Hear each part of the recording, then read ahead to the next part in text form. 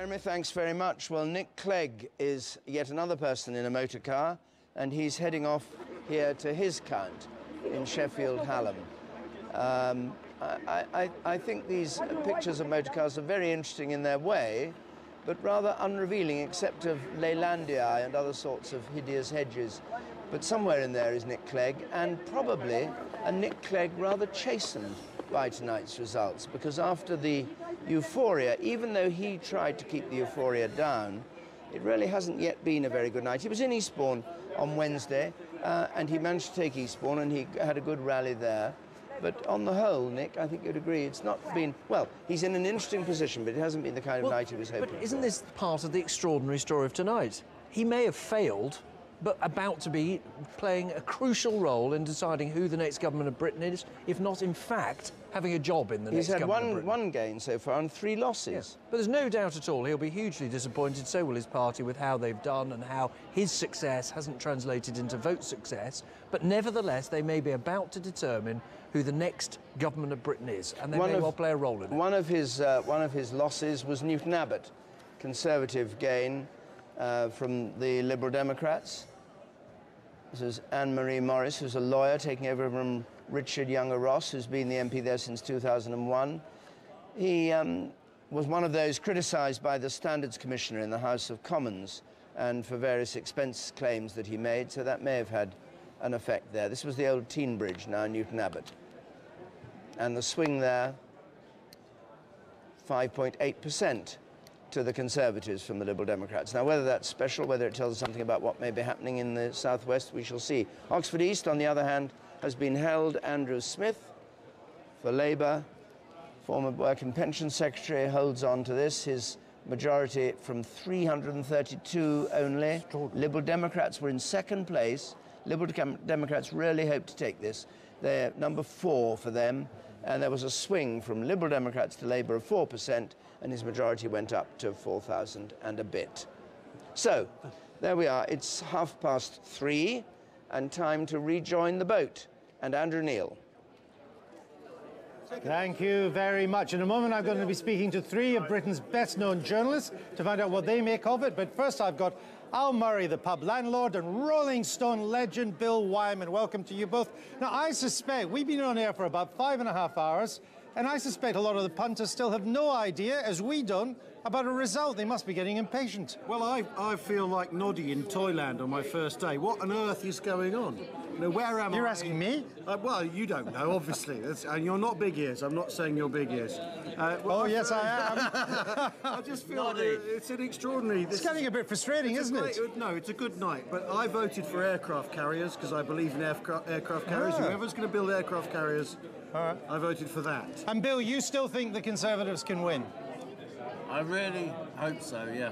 You are a Conservative? Yeah, I was working class. I grew up, and Labour did nothing for me. And you must be a little bit disappointed then that it's not so clear cut. They didn't book the Stones for any gigs. I'm sincerely hoping that the Conservatives will get through there. What do you think?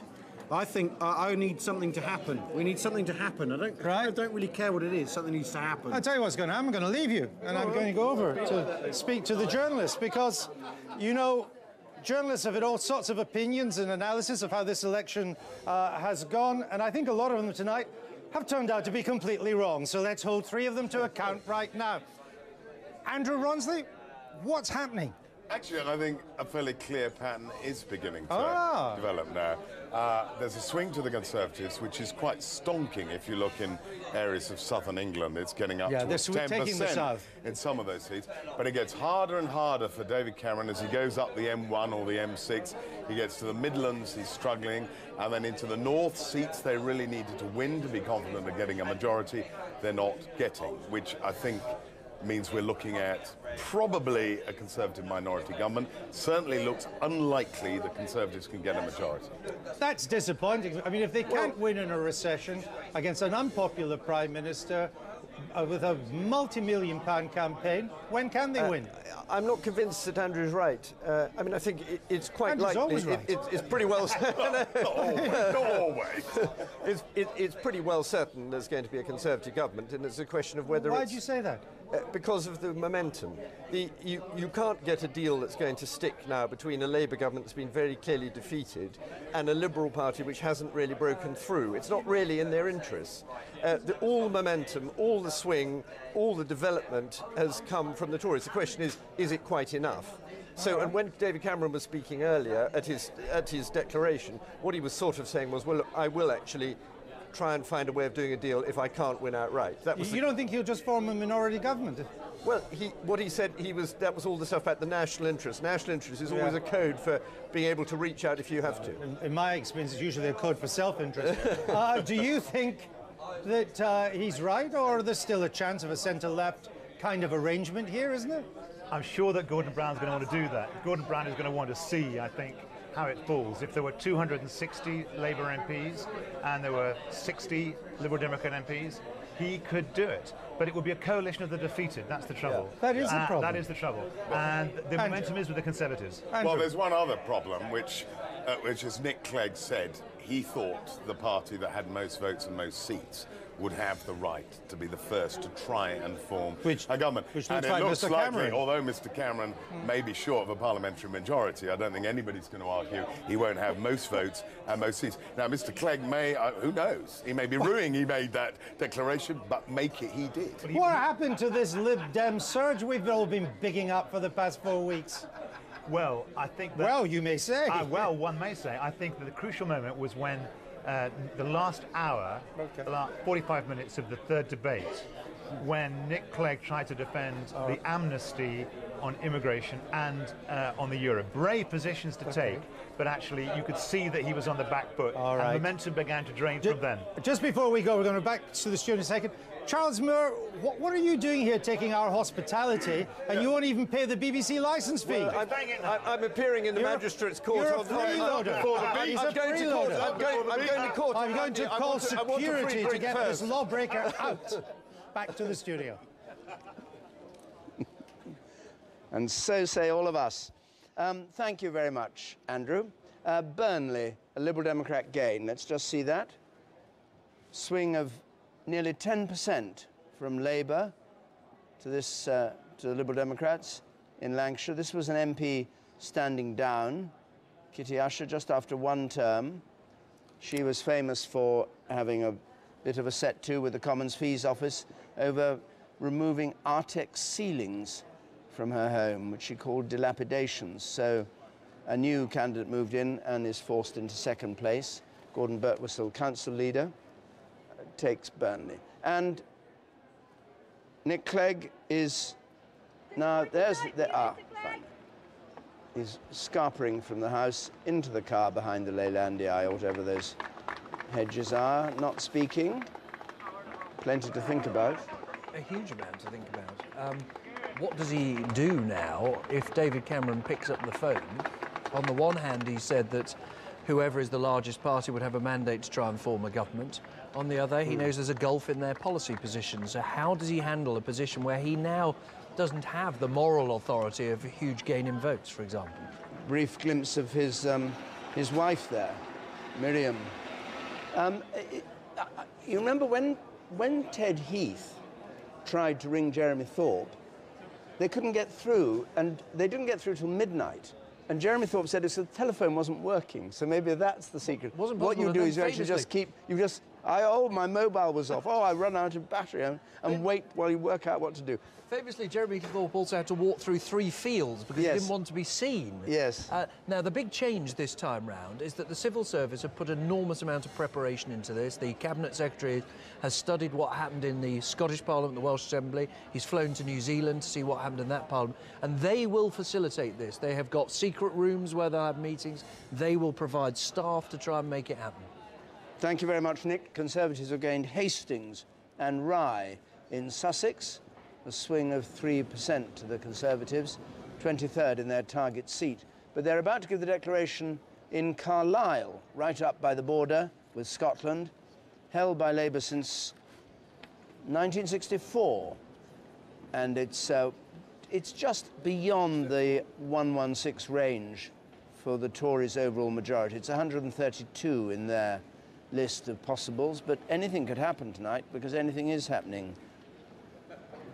Eric Martler, who's been the MP there since '87, is standing down. The chair of the Labour group on Carlisle City Council is taking his place as a candidate. The acting returning officer, Liberal Democrats are in third place. Constituency election, do hereby give notice that the number of votes recorded for each candidate is as follows. Michael William Bowden, the Labour Party candidate, 15,736.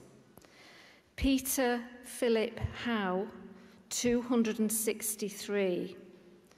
Neil Hughes, Liberal Democrat, 6,567.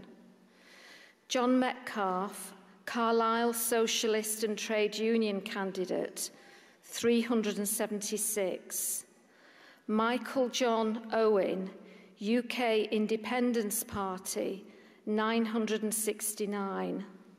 John Bernard Reardon, the Green Party, 614.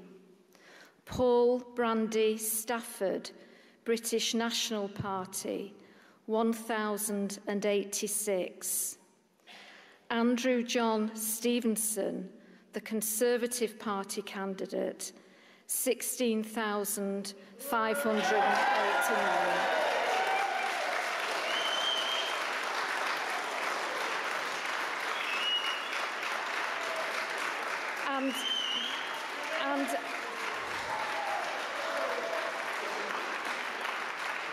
And I do hereby declare that Andrew John Stevenson is duly elected. Thank you. So the Conservatives gain Carlisle from Labour. A swing from Labour to Conservative of 7.7%. Majority of 782 to John Stevenson, who's a solicitor, who takes over from the new candidate, Michael Bowden, for Labour. Right, Jeremy, we go to Jeremy Paxman. Jeremy Paxman, you've got someone to talk to, I think. Oh, I certainly hope so. I think we're going to be talking to Alistair Darling. Alistair Darling, are you there? Yes, I can just about hear you. Excellent, good.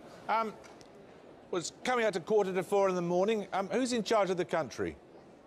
Well, the government remains in place until such time as there's a change in that. So we are here, and we will have to see what the shape of the government of the House of Commons is tomorrow morning. It is important, of course, that we do have a stable government established for very obvious reasons, but the exact shape of that, who it is, we'll have to wait and see, because we don't have the final shape of the House of Commons yet. But isn't this uncertainty about who precisely is going to be in command of the ship the worst possible outcome from an economic point of view? Well, look, firstly, people should be in no doubt that one of the strengths of our constitution is that there always is a government.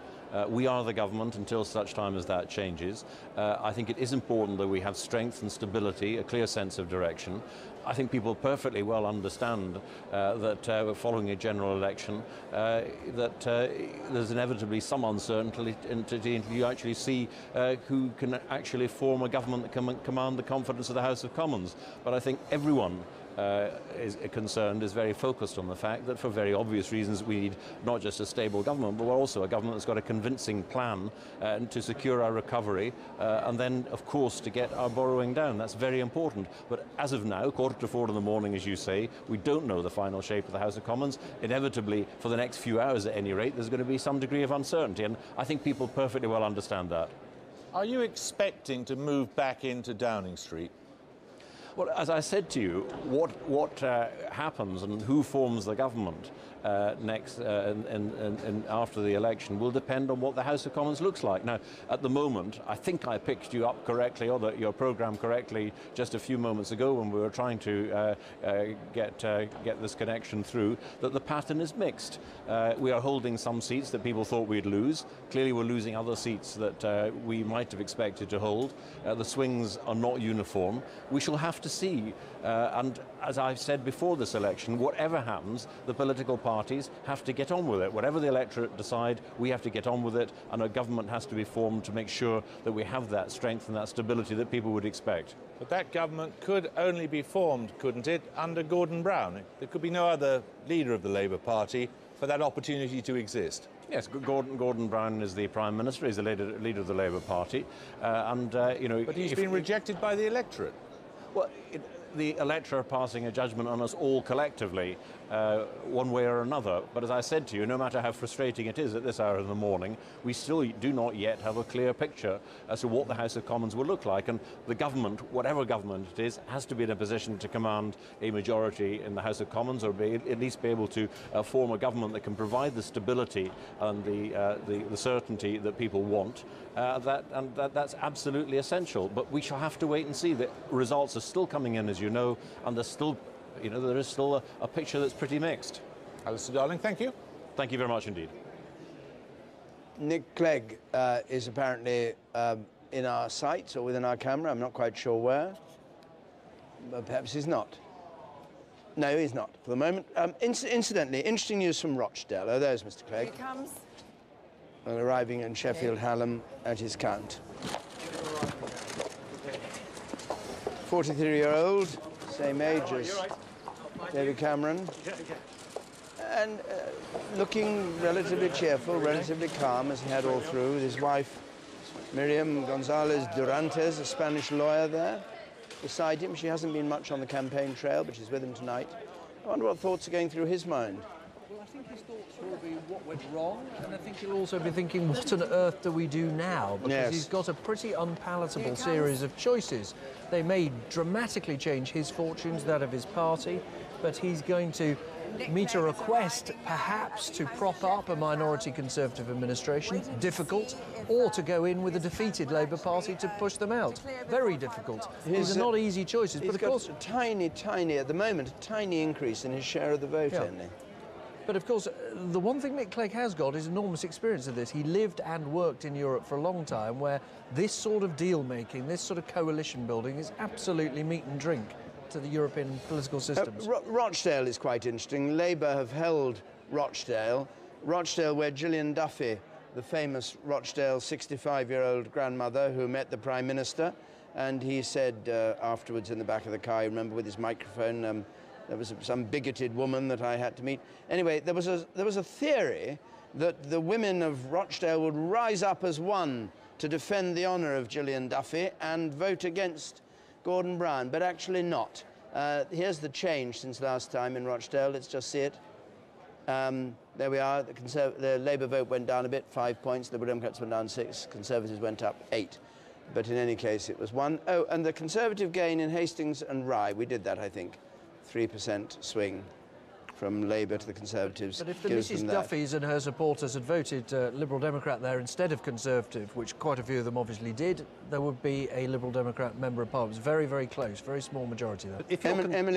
Emily's got something for us. I don't know what it is, but Emily will explain. Yeah, just such a wide variation of swings. We're going to look a bit more closely. What just happened in Carlisle was pretty startling, actually. You might remember at the beginning of the night we were talking about Carlisle being the kind of seat that David Cameron and his team really needed to gain to make inroads into the north. They have done that. This is exactly the sort of swing above that 7% that they needed to replicate elsewhere, and yet they haven't managed to replicate that in places where they really should have done. They haven't taken Bolton North East, for example. Look at that very, very slender swing towards them. It's just not been enough. Even in places where they have taken them, what we're seeing again is a small swing. Don't forget, we're looking at the molecular detail here, not just the gains and losses, but what's rippling on beneath the surface. And this swing is not really enough. Peter, if I just bring you in here, Broxtowe, even smaller. I mean, extraordinary, actually, that before we had Carlisle, the pattern seemed to be they just weren't coming up to the mark. Carlisle slightly throws that theory out the window. Well, now what we're getting is a huge variety of swings, Emily, and that's a problem for the Conservatives, because it means they're winning some seats, like Erewash, like Nuneaton, with big swings, like Carlisle we saw just now, Dartford in Kent. But there are other seats where they're only taking narrowly or they're missing out on. So we're reaching the point where I think we can be fairly sure that although the Conservatives will unquestionably be the largest party by some margin, they will fall short. Chris Renard and other politicians were saying, what are the voters telling us? by some genius, 30 million voters collectively, it seems to me, are saying we dislike Labour rather more than we dislike the Conservatives, and after a holiday romance with the Liberal Democrats, we have our doubts about them as well. All three parties are getting a very sobering message from the electorate. And briefly, any geographical messages you're taking away? I mean, we've heard a lot about motorway man, motorway woman. Well, what we're getting is in the northern belt, Yorkshire, Lancashire, that belt, the swing to the Conservatives is a bit lower in the key Labour marginals than it is in the Midlands or the South. And the problem is there's about a couple of dozen Labour seats with majorities that the Tories really need to topple, which they may not get if some of the early seats, like Bolton, like Chester, are typical of that Lancashire-Yorkshire belt. Peter, thanks very much. Don't forget, if your own constituency result hasn't come in yet, but you're hearing tips, you can watch on our website, bbc.co.uk/election, and you can look at the nationwide picture there as well. Thanks very much, Emily. Well, we're joined now from Cambridge by David Monks, who's the chairman of the Society of Local Authority Chief Executives, known by the acronym SOLIS. And I should think SOLIS is what you're in need of tonight, Mr. Monks, because it seems as though the returning officers haven't been doing that great a job. Oh, I think I disagree with that. It's not an easy job. We're local authority chief executive, so we're well used to criticism and unpopularity. But I've been watching some of the coverage, and I just wanted to come along and make some points to help. I think you're fairly clear now about how votes can be issued and the timing and the ability of people to vote if they're in the polling station with the ballot paper in the hand before 10 o'clock. That's fine. I just wanted to say as well that this 10 o'clock deadline is an absolute. We don't have discretion on it. It's set by Parliament, and I think it would be wrong if we had discretion on it. I mean, what are we going to do? Choose people in the queue to come in and vote? But why have you got the queues? Why don't you have more people, more ballot papers, more space? There's even one story of a place where they couldn't count because they hadn't got enough tables to count on. I mean, this is meant to be a first world country. We are meant to be one of the first democracies who know how to do these things. Here we are giving an example which would shame countries that are just starting their democracies. Okay, well, let's look at it carefully. What we've got here is a very Victorian system that many of us as Solace members have argued is much in need of modernisation. In fact, it's probably in need of scrapping, because we need a system for the 21st century which is suitable for our lifestyles in this time. But just to go back to this particular point, on the size of the polling stations, if we put extra staff in, those that have voted today will know that each polling station has one register, and one register alone. So when extra staff are put in, it's not going to really help. You might be able to help them manage the queue a bit, but there's only one person ticking the names off on the register. I know, but I can see you could have difficulties. What I can't understand is how I won't go through the list. Well, I will go through the list. 3-hour queues in Sheffield, Hallam, long queues in Leeds, Birmingham, people locked out, voters turned away in Manchester. Lewisham, curiously, breaking the law, presumably, people are allowed to vote till 10:30 after the exit poll has been announced. 2 places in Liverpool running out of ballot papers. I mean, it suggests a kind of failure of imagination. I mean, the voting hasn't gone up, the number of voters hasn't gone up that much since the last election in 2005, has it? No. Well, let's be clear on this, David. As a returning officer, you do not need imagination. You need to apply the rules firmly and fairly. And these are the rules set by Parliament. Let's just deal with this Lewisham issue, because I've talked to them tonight. Yes. What in fact has happened is that people were admitted to the polling station from the queue, I think there's about 70 or 80 of them, and issued with a ballot paper before the 10 o'clock deadline. So that was within the law. And then they were kind of locked in, were they?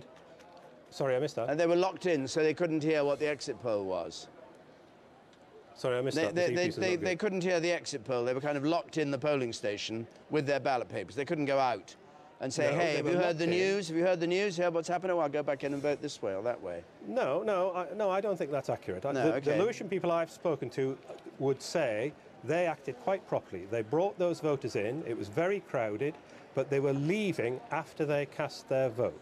and that is within the law. Nick Robinson's got a very brief question to put to you. I hope it'll be brief, because we've got other things we must move on to, but I'm grateful to you for coming in, Mr. Monks. Go on quickly. How is it different from the elections of the 70s, 80s, 90s, which were run, as far as I recall, perfectly successfully? Because if it was a Victorian system now, it was then too, surely. He means the 1950s, 60s, 70s, I think, not the 18. Yeah, so I'm not that old. I can't remember that. No, I take the point. When I was a chief in the West Midlands in Warwickshire, we were doing 83% turnouts there, and the system, although under a lot of pressure, a lot of strain, we could get it to work. I think there are issues very, very special here today about a very late surge of people going down to the polling station at 9-ish or just before 10 o'clock in certain particular places. OK, Mr. Monks, I have to stop you there. Thank you very much, and thanks for coming in, I hope you get some solace somewhere along the line from all that, but I'm grateful to you for speaking to us. Richard Bilton is in Barking. Let's go back to a place that still hasn't declared, where the National Front is challenging Labour. Richard? David, actually, we've got two counts going on here. We've got Barking, as you say, one of the East London constituents is being counted, and then over here we've got Dagenham and Rainham, and actually in both counts at the moment we have stories that seem to be unfolding. If we can go first of all to Barking, the constituency you mentioned, which is Margaret Hodges' constituency at the moment, the Minister and sitting MP. Nick Griffin, the leader of the British National Party, targeted this seat. Lots of effort here. I was in Barking today and people were saying to me, look, you know, they've been very, very high profile out and about. What we're hearing now, and it's still an hour before we'll get a declaration, is that actually the BNP wanted to get to second in this seat, but it looks like they'll be back in third behind the Conservatives. That's what we're hearing from both Labour and BNP sources. Now, over here, Dagenham and Rainham, we've got a story developing here as well. This is the seat at the moment of John Cruddas, who's been talked about somebody who might be involved in the Labour hierarchy in the future. Now, he had a 6,000 majority last time. We're told tonight it's very, very close. He hasn't actually appeared yet at what, 4 o'clock. We haven't seen him, but we're told very, very close, and we expect a declaration about 5 o'clock. The other thing that we've heard here, as we've heard across the country, is that the turnout very, very high. Richard, that's fascinating. Thank you very much for that. The turnout in Dagenham and Rainham was 56% before. So anyway, the news from Barking is that it looks as though the BNP not only haven't gone into second place, they've stayed in third place, far from challenging Margaret Hodge for the seat. So let's have a look. Where should we go to now? Halton Price and Howden. David Davis is there, and I think he's going to talk to Jeremy from his count. I think that's possible, is it, Jeremy? Well, I certainly hope so, David. Yes, David Davis, can you hear me? I can hear you fine, yes. Brilliant. OK, it seems to me your party could have done just as well, even with you leading it, couldn't it? No, it's done very well. Let's see what the result is before you make these early judgments. I mean, so far you've got results all over the shop, and I still think that we are going to get an absolute majority at the end of the night. Why do you think that? Well, because you've got a number of counts coming in late, a lot of recounts going on, even near here in Hull North, which are reflecting the fact that you're not getting a uniform swing across the country. You're getting very, very big swings in seats which are marginal, where the people know that they're choosing the government. Another one, Brigg and Gould, close to me. These seats will actually be what determines the outcome, not the averages in seats for big majorities. And should it turn out to be the case that there is some attempt by Labour and the Liberal Democrats to cobble together what was referred to earlier as a coalition of losers, what would you think about that? Well, I think the public at large will see it as a coalition of losers. They would, whatever criticisms you have of the first past the post system, it should not be used to keep in office a government that's clearly been rejected by the public at large, and it certainly shouldn't be propped up by the Liberal Democrats. But I don't understand that. I mean, if they have more seats, why shouldn't they? What, between them? Yeah. Which particular combination would you like to pick? You know, the Liberal Democrats plus the Labour Party? Well, let's rule out one possibility to start with. Can you imagine the Conservatives? I can pick you all sorts of permutations. Fine. The truth is, you need a decisive government. Listen, Jeremy, The simple fact is, we've got a country with a broken economy that needs mending, a broken society that needs healing, which needs actually to be revitalised, led in a different way. That can't be done by some cobbled together compromise of a Prime Minister desperately trying to hang on to office long after he's been given the sack. Could it be done by a minority Conservative administration even? 1,600 jobs to go. Well, I think if we have to, then that's what we'll have to do. I mean, your forecasts, which I think are low, give us about 305 or thereabouts. The simple truth is it would be possible to deliver a government on that basis, so long as the other parties don't behave irresponsibly. And I think we can reasonably assume that. So, yes, I think it could be done from a minority government. I would much prefer, frankly, a majority one, because some of the decisions will be very tough indeed, and that's hard to take from a position of minority. David Davis, thanks very much. David Dimbleby. Our reporter Graham Satchell has news of what's going on in Southampton Itchen, where Government Minister John Denham is defending his seat, his majority 8,500 for Labour. Yes, David, hello. He's got a very comfortable majority here, as you say, about 8,400. Would take a swing of about 10.5% to the Tories for him to lose that seat. We've been watching the votes being counted here all night. They have counted them twice, not officially a recount. The returning officer not happy, and we think that John Denham may have just sneaked home, but it's close. About 100, maybe 150 votes, maybe less than that. The results haven't yet been offered to the candidates, so we may get an official recount here. He was targeted by the Conservatives. David Cameron was here in Southampton, part of the so-called decapitation strategy to get rid of sitting ministers. But it looks like John Denham may hold this, but it's extraordinarily close, and his majority of more than 8,500 will be obliterated if he does. This was one of the safest, or indeed the safest seat for Labour in the southeast, isn't it? That's right. We've got two seats here in Southampton, Southampton Itchen and Southampton Test. Around us, we have a sea of blue and yellow, if you like. But here in the city centre, a more urban area, both Labour held. It's target seat 199 for the Tories, this Southampton Itchen. As I say, we still don't have a result, but it looks like John Denham may have just sneaked home. All right, thank you very much. Well, we'll hear news of that, but now we go to Wyre Forest in Worcestershire, where this famous independent candidate, Richard Taylor, I say famous because he's one of the few independents that's actually stuck it out. He's been there since 2001, originally fighting to save Kidderminster Hospital. 18,793.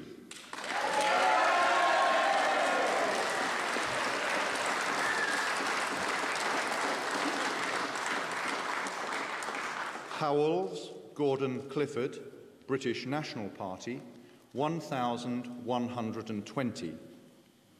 Knowles, Nigel, the Labour Party candidate, 7,298. Taylor, Richard Thomas, Independent Community and Health Concern, 16,150. Wrench,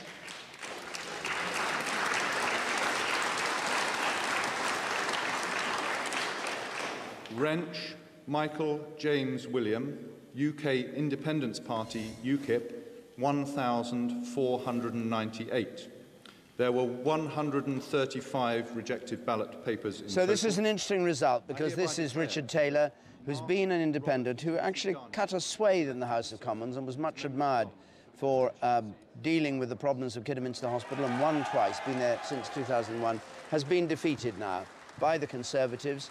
A swing not particularly meaningful from him to the Conservatives of 7.4%. So Mark Garnier, former hedge fund manager, stood here in 2005, takes Wyre Forest in Worcestershire. Jeremy. David, let's have a look at our map of the UK on the wall as it was coloured in, and then I'll just change it so you can see the new colours. And then we can see the gains flashing, seats where there has been a change of ownership by the parties. And the interesting thing about all of this is that the swingometer and the swing. We've heard people say there's no uniform swing going on here.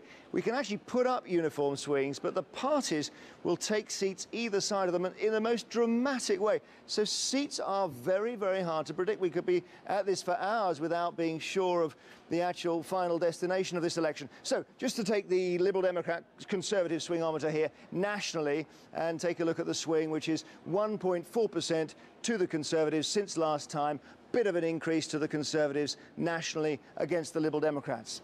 If I now colour in the seats as they've been won and lost, you'll see something quite remarkable here. Now you can see for a start that the Conservatives, it's 1.5% swing, but they're winning all the way down here, winning Harrogate down here, Montgomeryshire from Lembit Opik right down the far end, got Newton Abbott, they're winning here, way outperforming the national swing that we've got for them. And also, if it's a 1.5% swing, roughly, to the Conservatives from the Lib Dems, how on earth are the Liberal Democrats taking Eastbourne from the Conservatives or holding Eastleigh? Fascinating to see these results coming in, because you keep getting a swing figure and then you find a seat miles away from the central pivot that goes exactly the way you don't expect. David. Thank you very much, Jeremy. Well, I said several hours ago that we were going to put the results on the face of Big Ben, or on the tower of Big Ben. It's 4:07 in the morning. Here is the election result. As seen if you were standing there outside the House of Commons, outside the House of Parliament, there's the winning line, the white stripe. And look how way down, way down, way down we are before we reach the Conservatives first on 158, Labour on 123, and then another long pause, and we come to the Liberal Democrats. On 23, they barely show on the bottom of Big Ben there.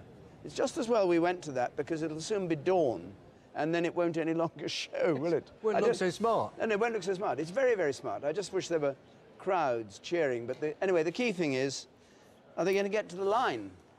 Not tonight, they're not going to get to the line. Will they get to the line tomorrow? I.e., will anybody get 326? Doesn't look like it. It looks as though it's going to be a hung parliament at the moment without a shadow of a doubt, I'd say, wouldn't you? Yes, I've got a list here of Tory misses, in other words, seats that were on their list of 116. There's number 11, number 12, number 29, number 30, and you go on. And then they make gains where you wouldn't expect it. Not as many, but three. Yeah. I've got Montgomeryshire, Harrogate and Carlisle that were way outside that zone that they've gained, but there aren't quite enough. But the Tory leadership, I think, on the basis of what they're hearing at the moment, will feel that they have a moral case, or they're building towards a moral case to say David Cameron should be Prime Minister, but they'll be worrying about where the votes come in Parliament. We've just passed the halfway mark, I have to say. My goodness, it's a marathon, this election. 330 have now been declared, 320 to go. I should say 319, because there's one seat that is not voting for another 3 weeks because of the death of one of the UKIP candidates in Yorkshire. The Cameron car is now on its way to London, and he'll be going down to the Conservative Party headquarters, and no doubt sitting it out there and waiting to see what happens. Don't you love pictures of cars? Cars going down motorways. I remember when in the old days, before they used helicopters on these things, I came down from Huyton with Harold Wilson in a car just behind him all the way down as dawn came up. And next morning I said to him, as you watched the dawn come up, did you think, and he looked at me and said, I was completely bonkers. He'd been sound asleep in the back of his car, hadn't been watching the dawn at all. But this is a journey that David Cameron must have taken many, many, many times in his head. And when he was doing it, he would have been hoping that there he would have been celebrating in the back, saying, I'm home and dry. I suspect he's worrying, actually, now about quite how he does it and the scale of the task that will face him if indeed he does move into number 10. Well, Vernon Bogdanor knows him because he taught him. Well, how do you think he'll react? What do you think he's thinking now? He'll react with great calmness, I think. Calm is your thing. But it's a great problem running... Well, how do you know he's calm? Why do you say he's calm? He's a very reflective and calm person. I knew him well as an undergraduate, of course, and I've kept in touch with him since. But the problem of running a minority government in these difficult economic circumstances is, of course, very great, and it'll test all his resources to succeed in that task, I think. Let's join Michael Crick, who is somewhere or other. I can't find him on my pictures here, but he's with Ed Balls, or was with Ed Balls anyway. I don't know if he's with him now. Michael. Yes, David, I'm at the count in Morley and Outwood, which is the new constituency where Ed Balls is trying to get re-elected. It's looking very, very tight here. It looks we could be heading for one of the dramatic results of the night. The Conservatives need a swing of 10.5%. And there's a lot of talk about how this could go to a recount. If you look at Mr. Balls and his entourage, they're looking nervous and grim. A senior figure I spoke to in the Conservative campaign thinks they may have narrowly won here, but that there's a wide expectation that we will probably be going to a recount here. Mr. Balls, of course, a close ally of Gordon Brown, somebody who is likely to be in contention for the Labour leadership should Mr. Brown step down. But of course, if he was to lose this seat, that would not be possible. Michael, thank you very much indeed. Well, we'll hang on for this and see what happens. We'll come back to you in a moment.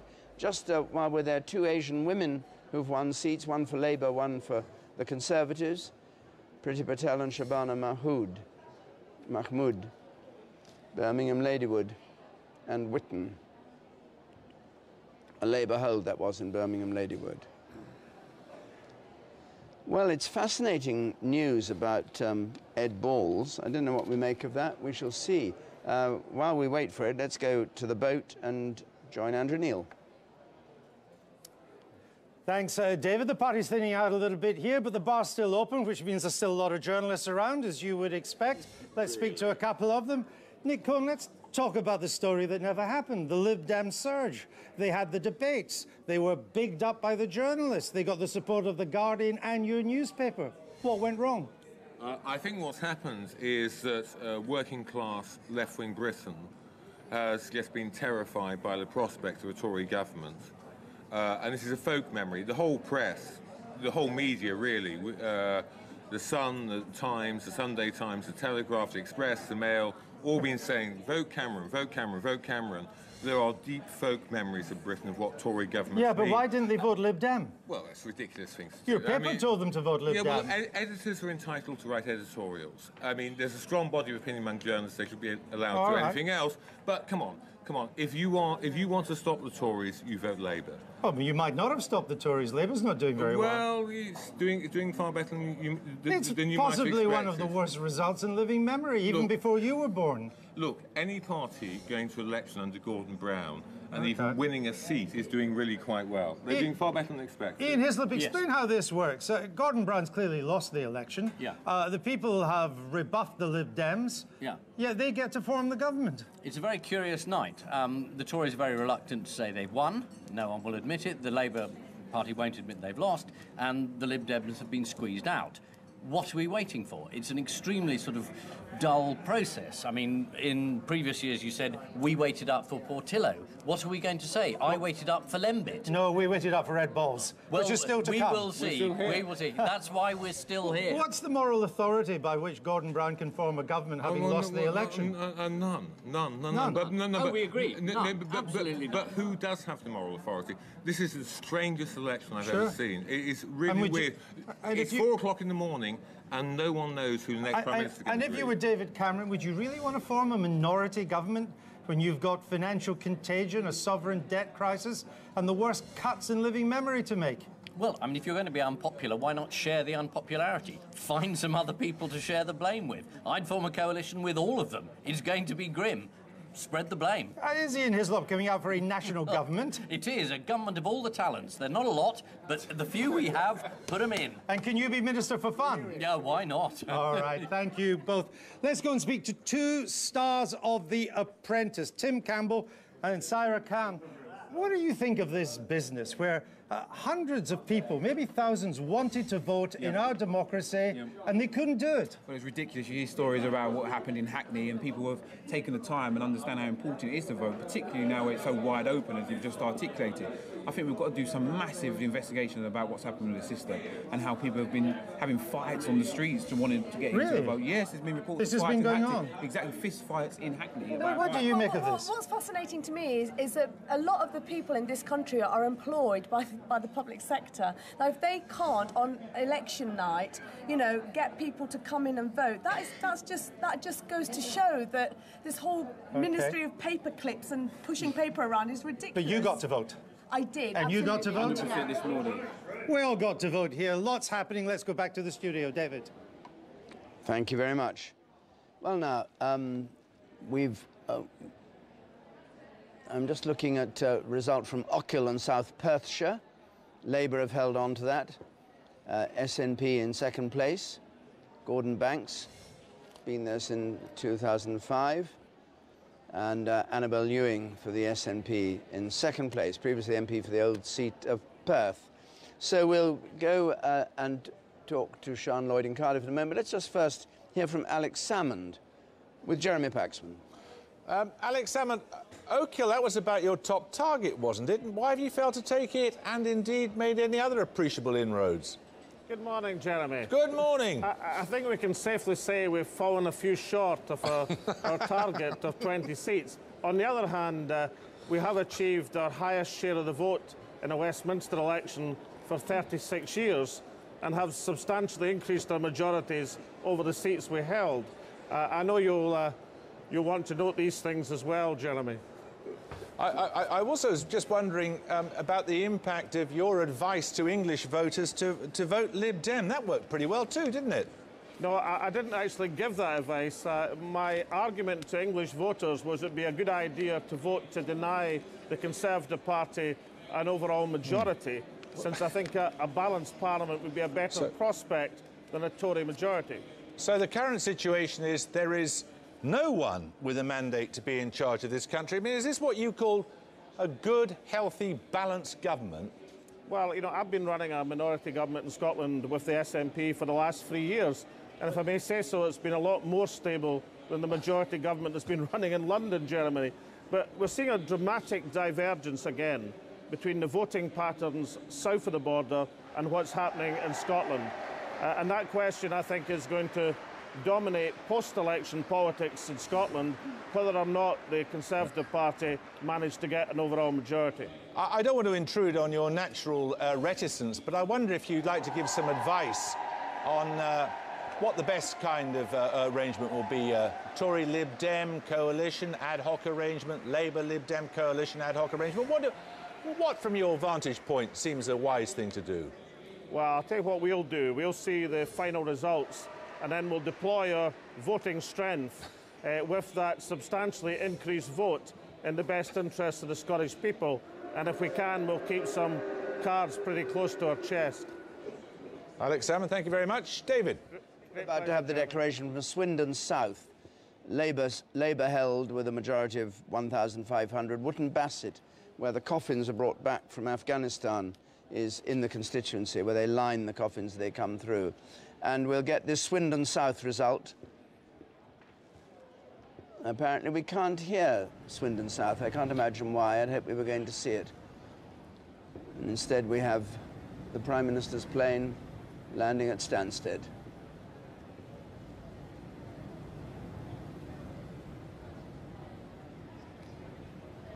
So apparently we can now go to Swindon South, so as his plane touches down, let's go to Swindon South. At the election of a Member of Parliament for South Swindon, do hereby give notice that the number of votes recorded for each candidate at the said election is as follows. Robert James Buckland, the Conservative Party candidate, 19,687.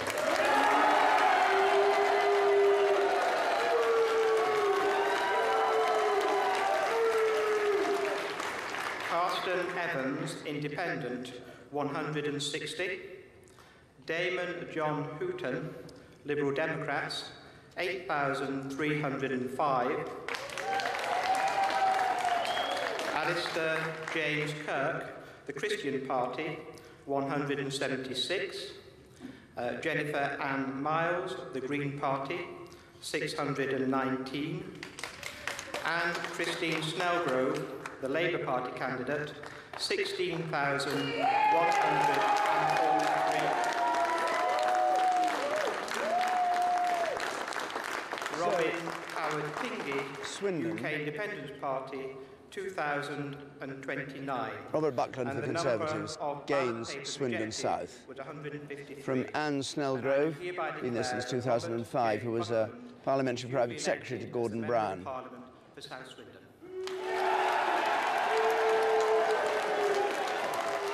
So the Conservatives now have 42 gains so far. Nick. Well, it's a lot of games. It is worth remembering this. We've said the whole evening, haven't we, that it's uncertain, but it is worth remembering they're making a lot of gains. There are quite significant swings to them. They're on a scale that may be in line with or even slightly more than Margaret Thatcher got in 1979, but they started with a vast electoral mountain to climb, and they've not got to the summit. But I mean, the important thing to say is they have beaten Labour. Oh, undoubtedly. I mean, in a fist fight between the two of them, there's no, if nothing else existed, they've won. Exactly that. Over Labour. But the difficulty they will have, particularly in a situation like this, we don't know what their vote share will end up being, but it may be around about as low as Tony Blair had in 2005, and he was the Prime Minister with the lowest ever national vote share, on 36%. Emily, what have you got for us? Well, I think the national picture at this stage rather leaves you scratching your head, but what we're noticing is the local issues that are starting to come through. Maybe this will be the election very much fought by constituency. For example, Redcar, this is where the chorus plant shut down. Did that put people off Labour? Vera Baird, Solicitor General, out now. She's lost it. Look at the swing to the Lib Dems here. A really, really mighty swing to get Labour out. Peter, what do you make of that one? This is an extraordinary result. I think it must be one of the biggest swings we've had this evening between the two of the three main parties. Now, the Liberal Democrats have been hoping for the last few weeks that they could take Redcar, and people like me sort of looked at the numbers and said, you must be joking. And they said, no, no, seriously. And they've done it. And I'm going to show you another one, Ashfield, which was formerly the seat of Jeff Hoon. And Gloria De Piero, who Tony Blair once described his favourite TV presenter, has taken that from him. But it was a narrow miss for the Lib Dems, this one. Yeah. I mean, Jeff Hoon clearly pushed out of the party on Lobbygate scandal and trying to unseat Gordon Brown a few months earlier. That's right. And another huge swing. If we look at the swing figure, Emily, 17% to the Liberal Democrats. Now, people of my generation remember that Ashfield was a famous Labour loss in a by-election in the mid-70s after David Marquand went to Brussels as a European aide to Roy Jenkins. It looks to me as though the people of Ashfield, it applies perhaps to other places, don't like people being foisted on them, celebrity, or seeing somebody going off to make more money elsewhere. But you see here two huge swings to the Liberal Democrats, and yet, Labour held Rochdale, which should have been an easy take for the Liberals. We hear that the Labour maybe have retaken Chesterfield, Tony Benn's old seat. So it is a very, very patchy night, and these local factors are kicking in like I've never seen in a general election before. Yeah, Chesterfield definitely one to watch. And the Lib Dems, you can imagine arguing, even with that huge swing, they're still in second place. This has been their argument all along. Thank you very much. Let's just have a look at these gains. Thanks, Emily. Stroud, Conservative gain, 2% swing. Labour to Conservatives. Dudley South, all over the shop, 9.5% on a Conservative gain. Brigham Goole, 9.8%, 9.5 for the other one, sorry. Corby, another Conservative gain, the Steel Town. Swing, 3.4%. And Northampton South. A swing here much bigger, swing of 9.6%. We're getting news just now of another bit of bad news for the Liberal Democrats, losing Oxford West and Abingdon, very big student population there. The Conservatives have gained Oxford West and Abingdon from Evan Harris, who was the Liberal Democrat MP. It's another blow for them. Evan Harris was another famous MP for his views on euthanasia and Well, doctor before he was an MP, Yes. outspoken representative of the junior BMA, who fought very hard for his causes in the House of Commons, wasn't always popular with his party leadership, but was an independent-minded, feisty Member of Parliament. We'd be deeply disappointed to have lost his seat. We must join Kirsty Walk, who is with Nick Clegg, and has perhaps news, Kirsty, of the Liberal Democrat mood or state of mind? Well, Evan Harris will be a very big blow. As yet, Nick Clegg has said absolutely nothing. He arrived 5 minutes ago with his wife, cased the whole hall, had a very long talk with the returning officer. I have to say he's looking his usual relaxed self. I would like to think that his handlers were quite as relaxed. They are not as relaxed. There's a lot of very jittery atmosphere around him at the moment. He's gone off to a private room, presumably to take stock of the gains and the losses, the loss of Lembe Opik on a 210 on the Tories list. And yet, you know, Chris Hoon does a lot better. And then we see that Evan Harris has gone. So very uncertain.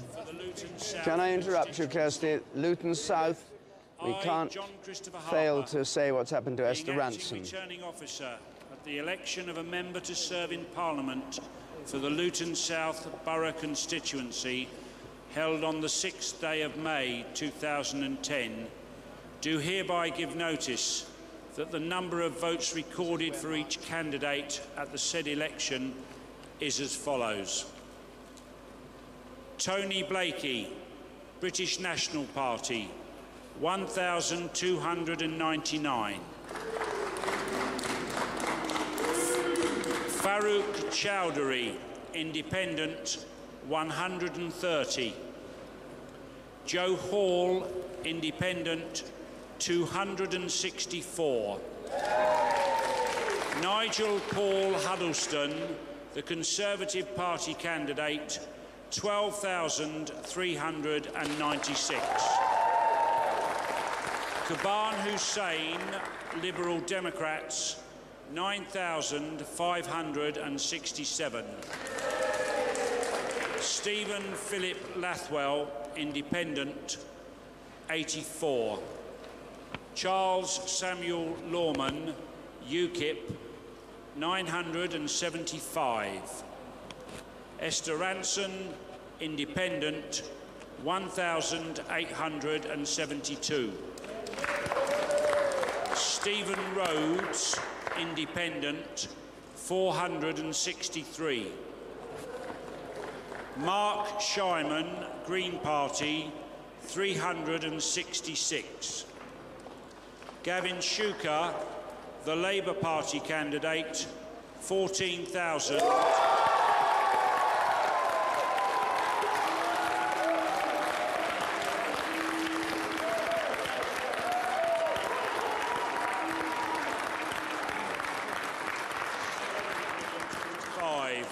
Is 14,725.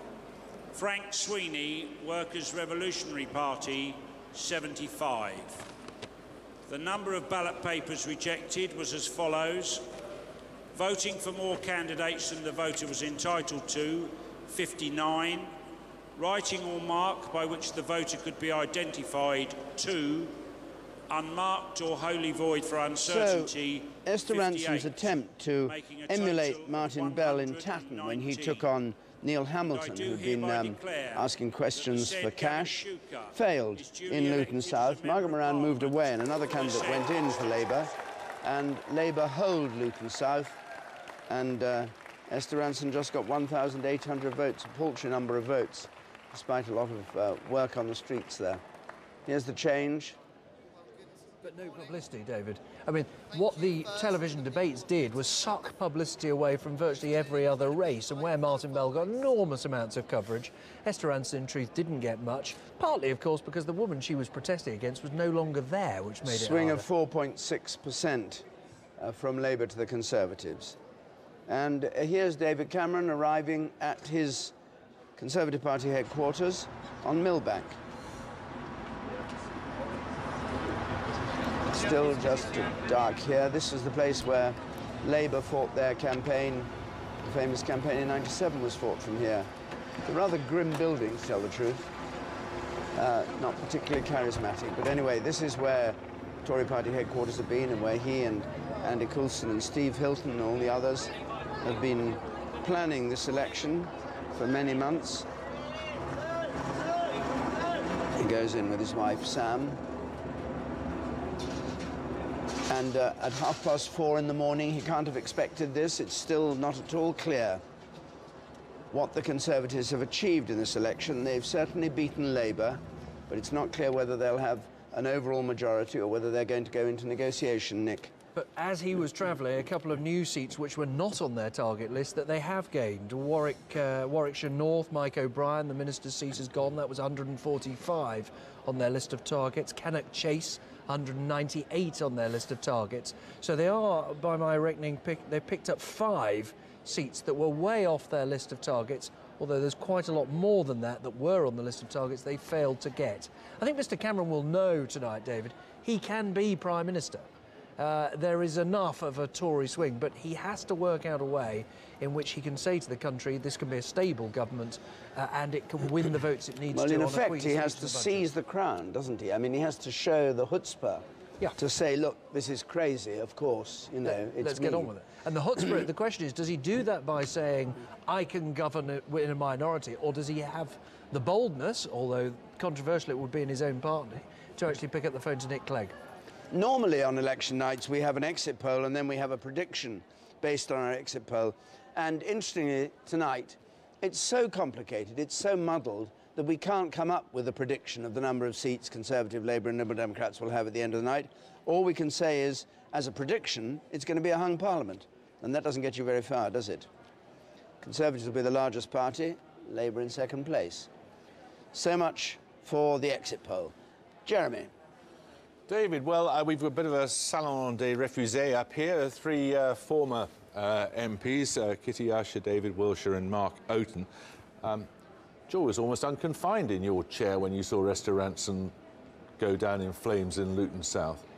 I don't wish her ill personally, but she was standing as a kind of anti-politics ticket, and actually I think the people realise that they do need politicians and mainstream parties most of the time. So. Politicians haven't done themselves any favours, and yet, interestingly, I mean, you take the case of Bromsgrove, Julie Kirkbride, all that question about where exactly she lived. Various other people not too far away here had similar problems, but actually, the Tories have held it. I would have thought that was predictable on the basis that the person who might have been the focus of some difficulty wasn't there as the candidate. But I don't actually... The impression I get is that expenses themselves have not been the big issue, but they have triggered something which is one of the big issues, and that is they have focused the elector's mind on localism, on the local candidates, the local MPs. And if you look at the strange swings, where an incumbent has a hugely high reputation, in the main, that incumbent has done better than other people. And I think that was triggered by, do we have a good MP or don't we? OK, I'm going to come to you in a second, Mark Oaten, but in the moment, Jack Straw's able to join us, I think, from his count. Can you hear me, Jack Straw? I can hear you, yeah, absolutely. Who's running this country, then? Who's running the country? Yeah. Well, Gordon, sorry, there's a lot of feedback on this, but Gordon Brown is the Prime Minister, and he's gone to London, and he'll be holding talks, I'm sure, in the morning, consulting his senior cabinet colleagues as well. And that's what happened back in 1974, which was the very first election I fought. And we will see from there. Apparently, there is some talk that there may be a challenge to Gordon Brown. Do you know anything about that? Absolutely not. Why on earth should there be? Gordon ran a really good and effective campaign. And if people think about where we were 6 months... Well, hang on a second. You think about all the difficulties we faced, including the issue of expenses, which, although it affected directly all parties in equal measure, it impacted on the government of the day more than on the other parties. One understands why. We also had to deal with all the difficulties of the economic tsunami which has engulfed the world, including its effect on the United Kingdom. And 6 months ago, people were saying we were down and out and the Conservatives were going to sweep to an overall majority. Well, that hasn't happened. Thank you all. And we saw, particularly in the last few days, a very vigorous campaign. I'm just going to cut across you there, Jack Straw, because on the subject of expenses, we're going to hear the declaration in Redditch, Jackie Smith's constituency. For the Redditch County So Jackie Smith has this seat with a majority of just over 2,000, first woman Home Secretary, challenged by the Conservatives in second place. And here is the result. Is as follows. Scott, Beverley, the Christian Party, 101. Anne Davis, UK Independence Party, 1,497. Derek Fletcher, Nobody Party, 73. Andy Ingram, British National Party, 1,394. Nicholas Lane, Liberal Democrats, 7,750. Karen Lumley, Conservative, 19,138. Vincent Schittoni, English Democrats putting England first, 255.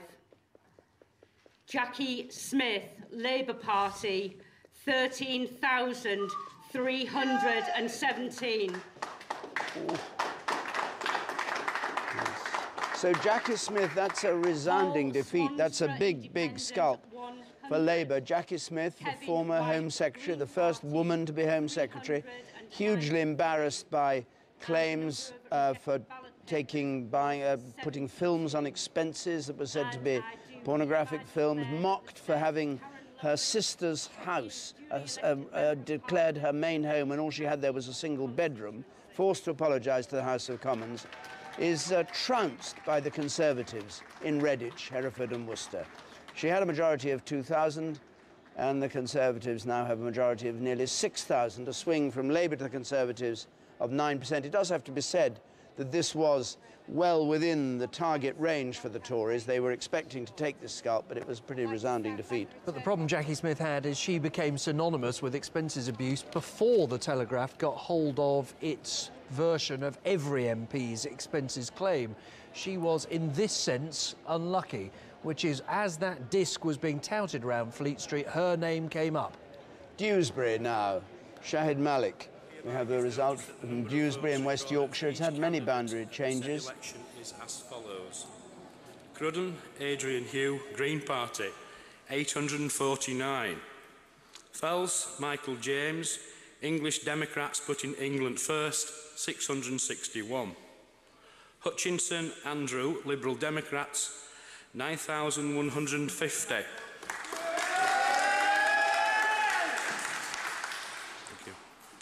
Iqbal Kizar, Independent, 3,813. Malik Shahid, the Labour Party candidate, 17,372.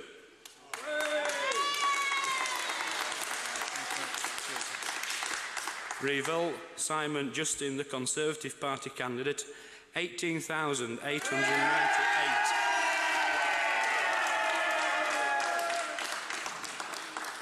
Roberts Roger, British National Party, 3,265. And I do hereby declare that the said Simon Justice Revel is duly elected Member of Parliament for the said constituency. Local government minister Shahid Malik defeated here by the Tories. Here's the figures. Majority of 1,500 to the victor, Simon Revel, who's a barrister based in Leeds. This is a West Yorkshire seat in Dewsbury. A swing, 5.9%.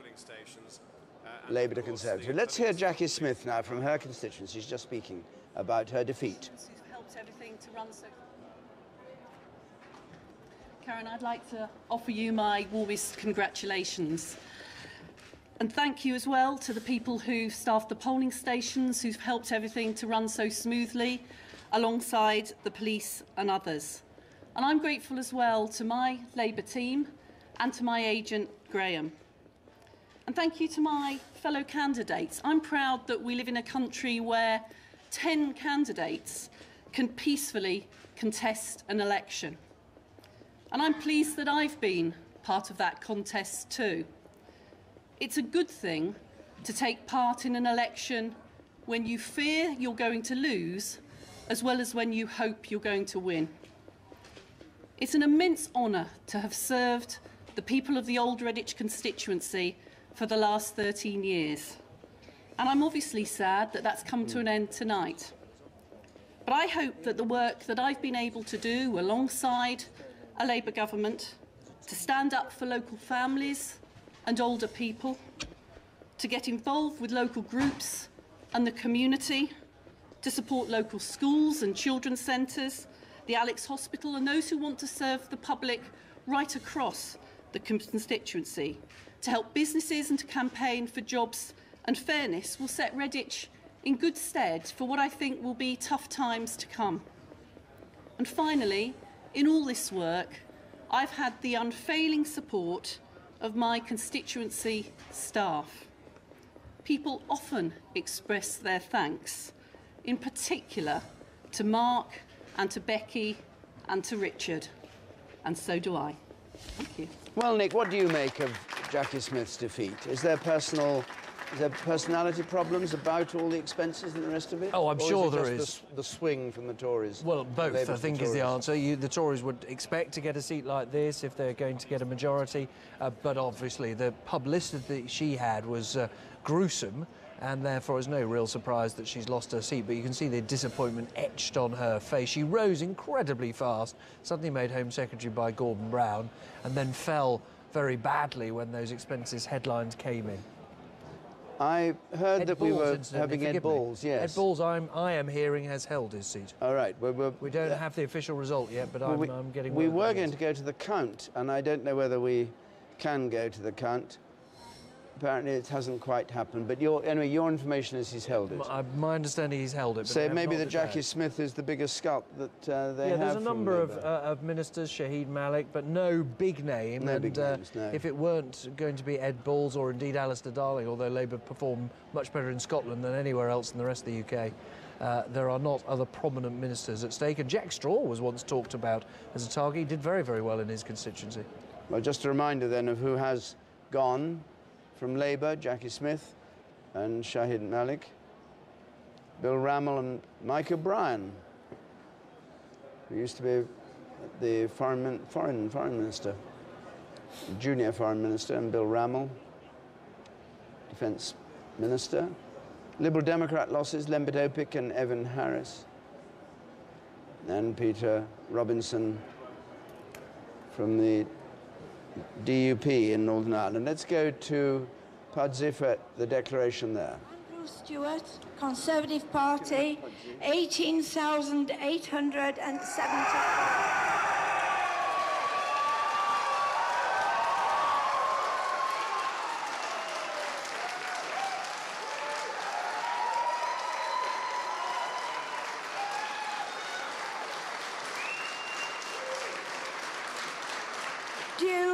David Allen, United Kingdom Independence Party, 1,221. Gibson Ian, British National Party, 1,549. Hanley Jamie, Labour Party, 17,215.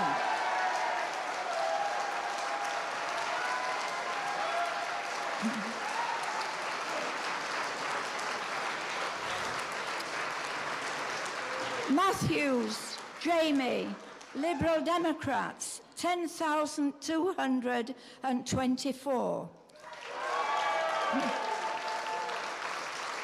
I hereby declare that Stuart Andrew has been duly elected to serve as Member of Parliament for the said constituency.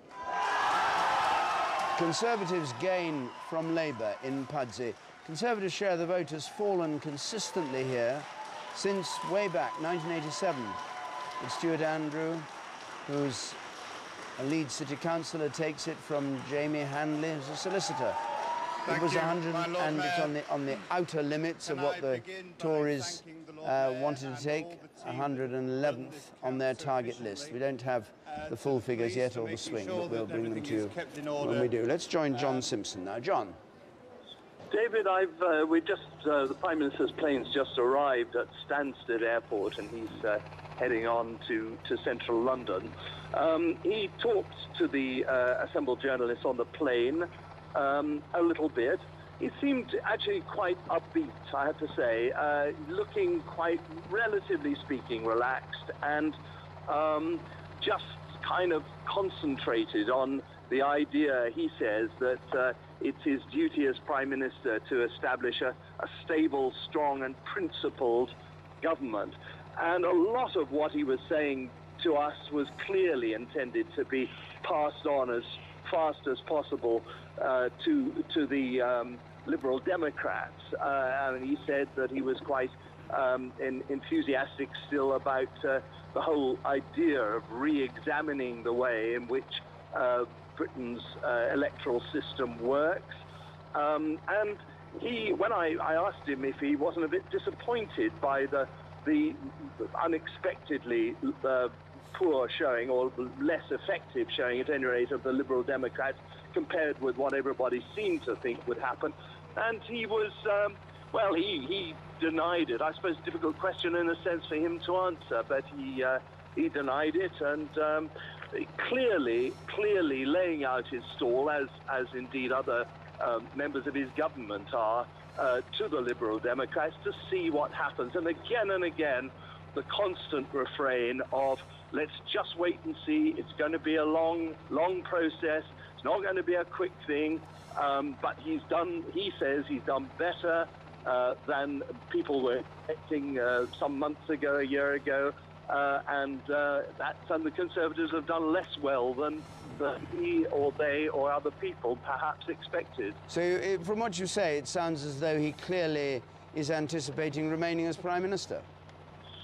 I think that's what he wants you and me to say and broadcast, to be honest. I mean, I don't think it necessarily is the case in the inner councils at Downing Street. I think that but they want to put a brave face on it. They don't want to be seen as losers. I think that's the absolute key thing. Any suggestion of that, both he and other Downing Street officials were anxious to brush away. I think they want to present themselves still as the government in being, and it's up to them constitutionally to make sure that the business of government goes on. I think that's the line they want. To be plausible in forming some sort of coalition with the Liberal Democrats, he would have to show Gordon Brown at the end of this evening or tomorrow that combined they could get either over a majority of the Commons, unlikely, or close to it. In other words, they'd have to show that this was a more stable government than the one that David Cameron, as the clear winner of this election, could actually achieve. And I don't know that, given the poor Liberal Democrat showing, still quite depends on the figures, doesn't it? You just have to add them together and see what they come to. Have you done that? Well, we don't know them yet.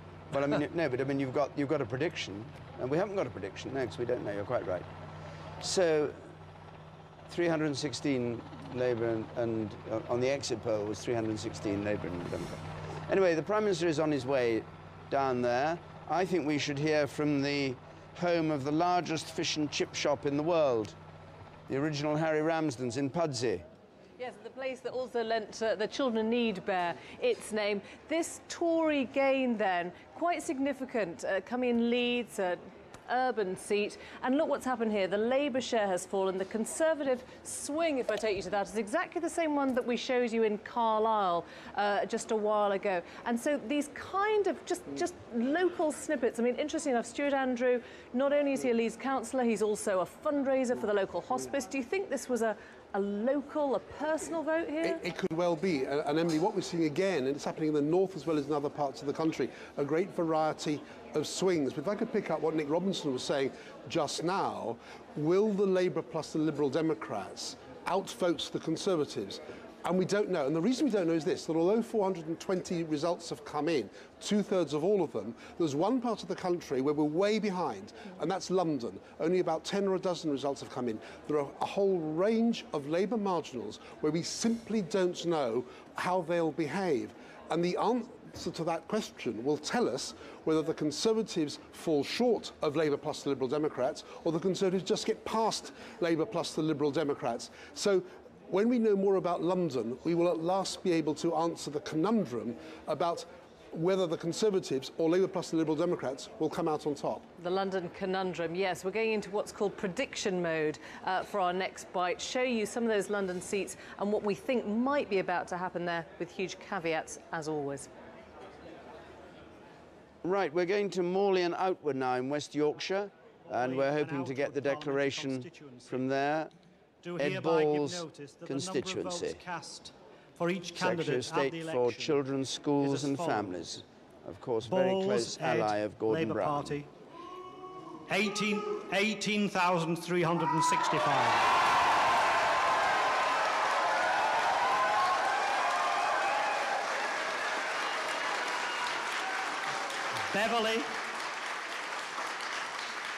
Beverley Chris, British National Party, 3,535. Calvert Anthony James, Conservative Party, 17,264.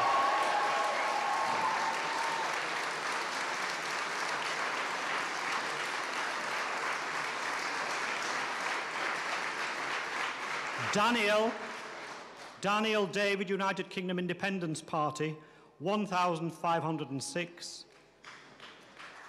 And Monaghan James, Liberal Democrats, 8,186.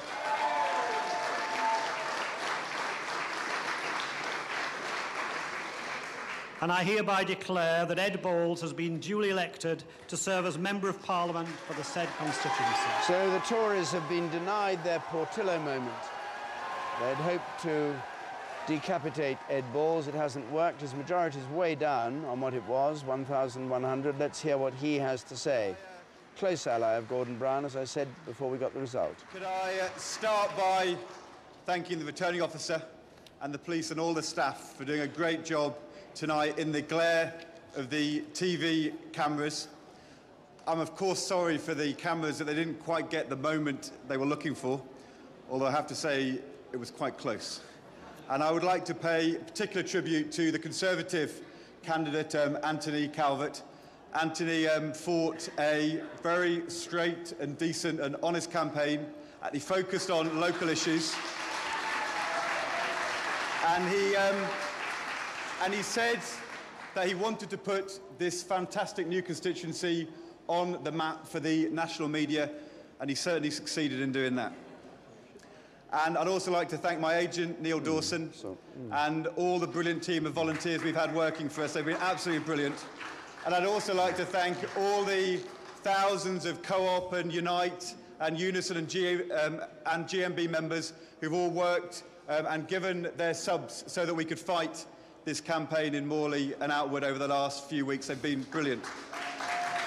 And above all, I'd like to thank the electors, the voters of the constituency, who decided that we would put local jobs and public services before an inheritance tax cut for millionaires, and whether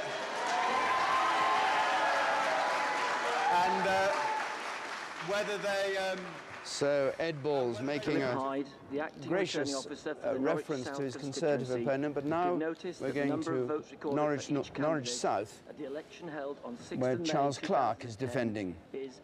Majority of 3,000 last time round. There he is, standing in the centre there. 13,650. Stephen Michael Emmons, known as Steve Emmons, 1,145. Leonard Alfred Heather, 697. Anthony Daniel Little, 10,902. Gabriel Alexander Clark Polly, 102. Adrian Philip Ramsey, 7,095. Simon James Wright, 13,960. The total number of ballot...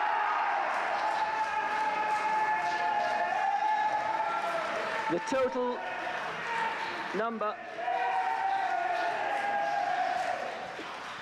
number of ballot papers rejected was 70. The total number of votes cast was 47,621.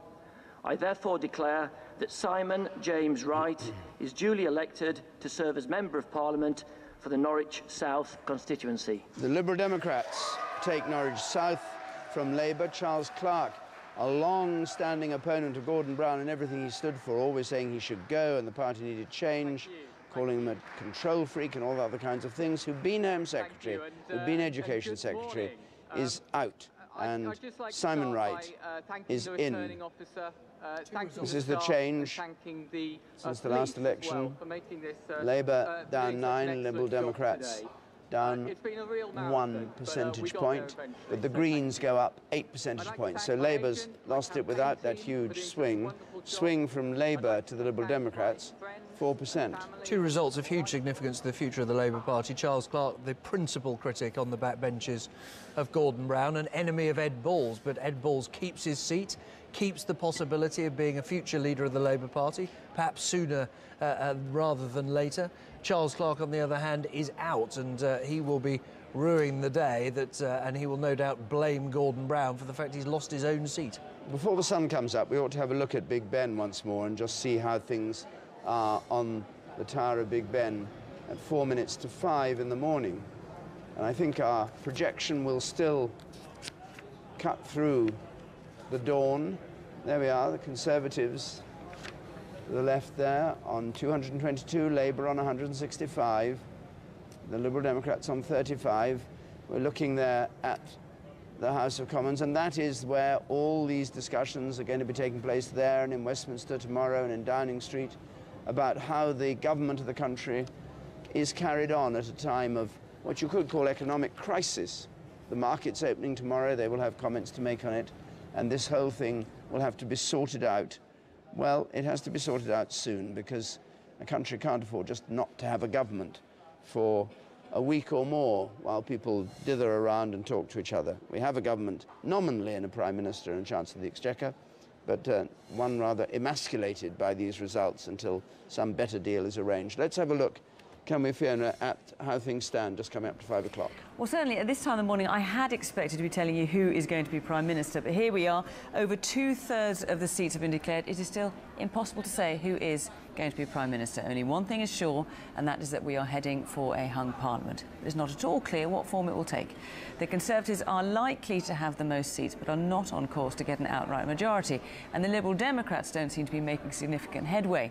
Maybe some time before we know which party or parties may take overall control, and it may all hang on a handful of seats. So this is the current state of the parties. Let's have a look where we've got to so far. Got the Conservatives there, 223 seats, Labour 166, the Liberal Dems there just 35, and other parties on 26. Now, there have been some significant political scouts claimed through the night and just in the last few minutes. The former Labour Home Secretary, Charles Clarke, as you were hearing there, has lost Norwich South to the Liberal Democrats by just a whisker, by 310 votes. Another former Home Secretary, Jackie Smith, who was caught up in the expenses scandal, of course, has lost her seat in Redditch to the Conservatives by a landslide, well, not a landslide, by a significant amount, by nearly 6,000 votes. The Liberal Democrats' health spokesman, Dr. Evan Harris, has lost Oxford, West and Abingdon to the Conservatives. And his fellow Lib Dem, Lembit Opik, on the right here, lost his safe seat of Montgomeryshire to the Conservatives. Of course, Mr. Opik's attracted some headlines for his colourful private life, not least his former engagement to one of the cheeky girls. The Democratic Unionist Party leader Peter Robinson has lost his seat in East Belfast. The Northern Ireland First Minister, who's held the seat since 1979, was ousted by a candidate from the Alliance Party. The result follows the political scandal which surrounded Mr. Robinson and his wife earlier this year. The election watchdog, the Electoral Commission, is to investigate what went wrong at a number of polling stations where people were turned away and denied the chance to vote. There were long queues right up to the 10 p.m. deadline as election officials struggled to cope with the turnout. Hundreds of people who'd queued for hours were turned away in Sheffield, in Leeds, in Manchester and in London. and we will bring you all the results through the morning here in the studio. But you can also follow live updates from your constituency through to the final result when we eventually get it online at bbc.co.uk/election. So there we are. It is a minute to 5 a.m. and at the moment we have no clear idea yet who the Prime Minister will be, and we're heading for a hung Parliament. Westminster North, which was, excuse me, a seat the Conservatives might have thought to take, has been retained by Labour, Westminster North in central London, and it is to Westminster we now go. Now, Andrew Neil's had a number of fascinating guests with him all through this evening with comments on things, but he has a particularly special guest with him now, I think probably hasn't given an interview before during this whole election in which he's wielded great influence. Andrew. David, thank you very much. We are indeed joined by the Deputy Chairman of the Conservative Party, Michael Ashcroft, a major fundraiser and a major supplier of funds to the Conservative Party. What's gone wrong? Well, I think from the time that the Conservatives were ahead, we then had the debates, which has quite obviously turned everything topsy-turvy, and what were natural assumptions before those debates changed the whole of the playing field. And this is the type of result that we're now seeing as a consequence of those debates. Was it a mistake for the Conservatives to agree to these debates? It's a balanced argument in a way, is that it brought greater awareness of politics. We've seen a greater voter turnout tonight. There has been greater discussion as to what is going to happen over the next few days. You sound like you regret it, though. No, I think if you took a pure strategic hindsight view, that you'd say that you'd much prefer the Tories going into today 10 points ahead than 3 or 4 points ahead. Now, your job was to pump funds into the marginal seats and give the Tories a better chance of winning. Is there any evidence that strategy has worked? Well, we've had some very significant swings in some of the marginals and in some not. But some of the outer marginals, we've seen swings close to double-figure percentages. So it's a mixed bag right the way across. If your strategy for the marginal seats was a plus, was that not countermanded by the negative of all the controversy that surrounded you and your tax status? Well, that's a good debate, and I'm sure that that will continue. But I think it's a little bit academic now at this point. Why didn't you clear it up long before the election? I think that's a matter that I took a view that one's tax status was a personal matter. However, that now becomes irrelevant in terms of the new law that has been passed. And in fact, that whatever one's tax status, if you wish to remain in the Lords, you are deemed taxed on your worldwide income. So that now remains a moot point, and I don't think there's much mileage in going over that. But what will you do now? As I understand it, your party wants to change the law so that if you are a non-dom, you can't sit in the House of Lords. No. So are you going to sit in the House of Lords or give up your non-dom status? That's not correct, Andrew. The law has already been passed, not about to be passed. So what will you do? Which I shall look forward to be sitting in the Lords for many years to come. So are you going to become a fully taxed person in Britain? If I remain in the House of Lords, I have to be, as everyone will be. And will you remain in the House of Lords then? I hope so, until the point of time when retirement takes me away. So you're joining Britain again? Well, you could put it that way, but I'm very happy to do so. Do you think you damaged your party? I think anything negative by anybody in a party for a small period of time causes something adverse. As to whether it has affected this election, I very much doubt it. In fact, we ran a survey at one particular time out of interest on awareness of people, and we put in the obvious names of Tony Blair, etc., and my name and a fictitious name. There was a greater brand awareness of the voters of the fictitious name.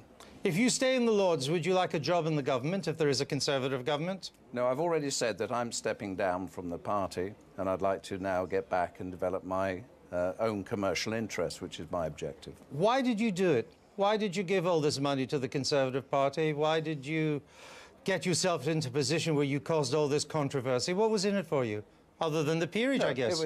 No, that was already done 10 years ago. I think it was the challenge of the marginal seats, is that is where the resource should be in any particular election.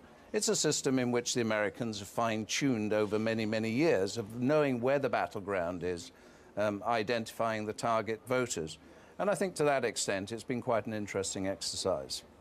Do you think there was a stage when you misled William Hague and David Cameron on your status, that they thought you were joining the tax system, and in fact you were becoming not a tax exile, but a non-dom? No, I don't think that's what happened. But that, if you want to reread the correspondence, you'll see that there was no undertaking to be fully taxed in the UK. When we wake up on Saturday morning, will there be a Conservative government?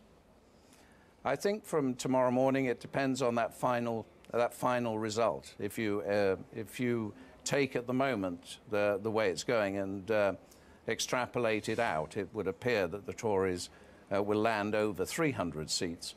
Whether it reaches the magical 320 plus, I think we have to sit and wait further. Well, I'm sure the Inland Revenue will be happy to learn that you're going to be paying all the tax in Britain now. I'm sure that may solve the need for cuts. Back to David in the studio. Andrew, thank you very much. When you say when we wake up on Saturday morning, it rather assumes we're going to be able to go to sleep on Friday night. At this rate, I'm not sure we're going to be able to go to sleep at all. Emily, what do you think?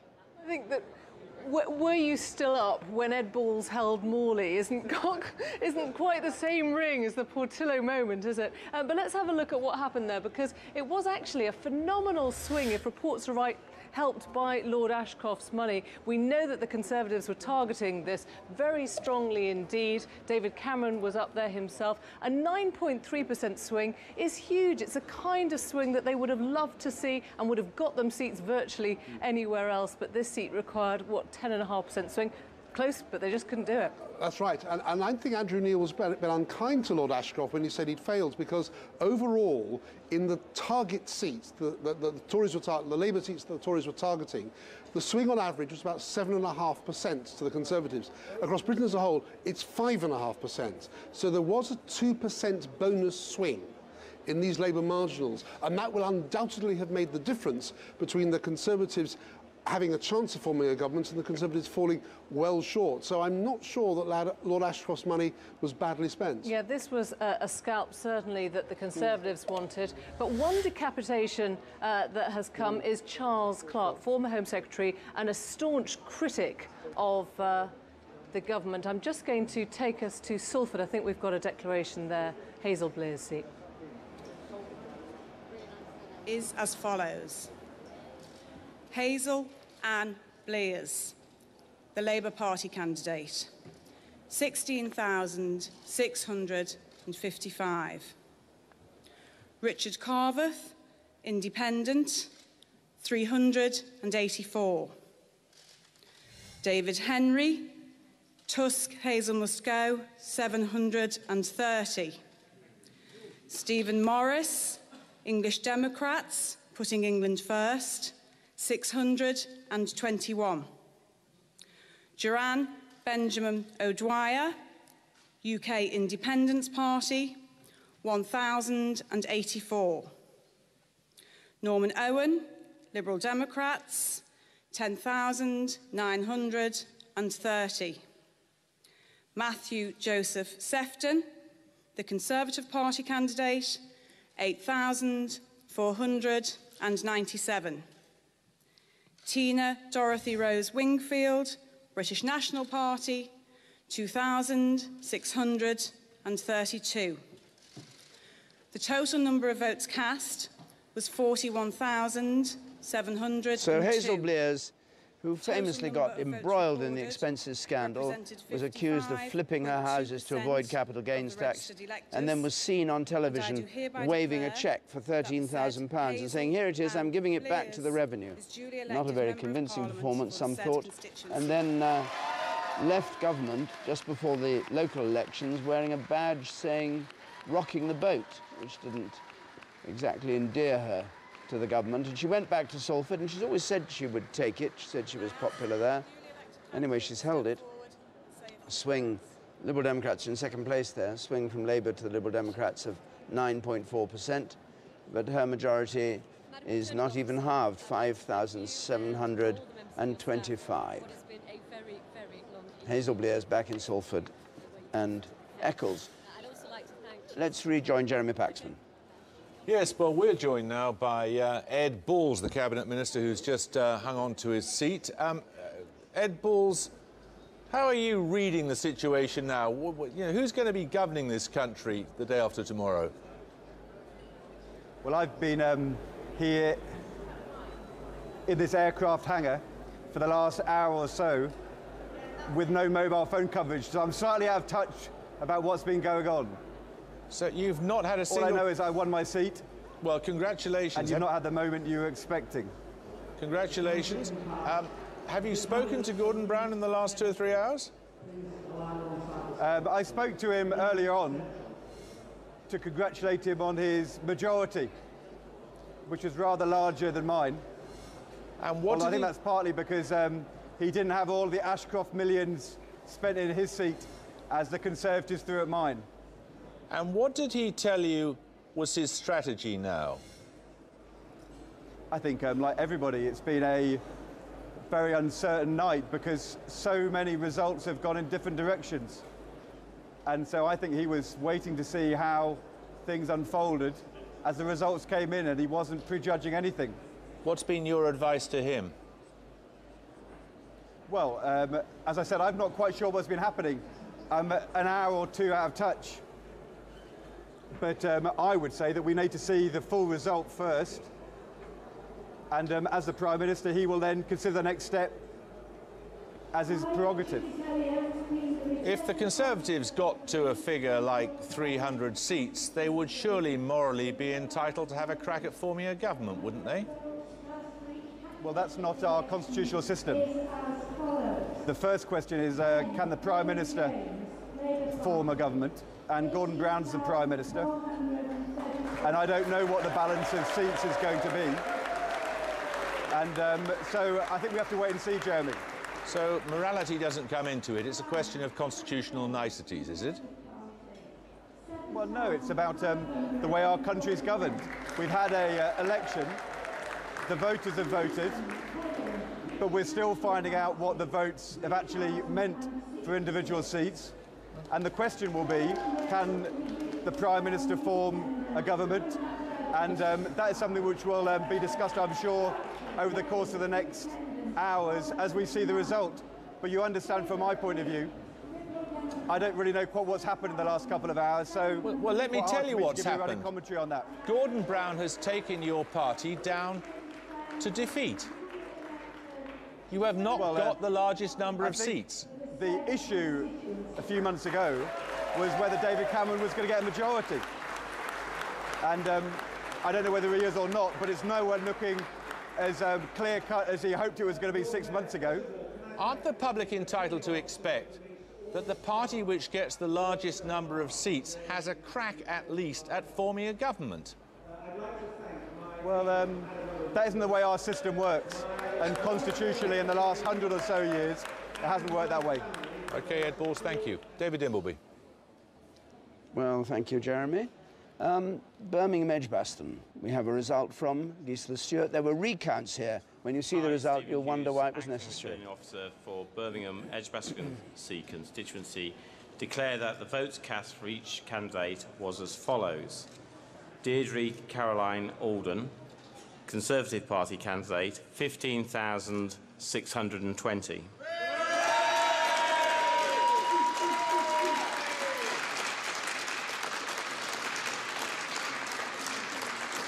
Karith Harsha Fernando, the Christian Party, 127. Roger Kingdom Harmer, Liberal Democrats, 6,387. Trevor Sidney Lloyd, British National Party, 1,196. Phil Simpson, Green Party candidate, 469. Gisela Gescheide Stewart, Labour Party candidate, 16,894.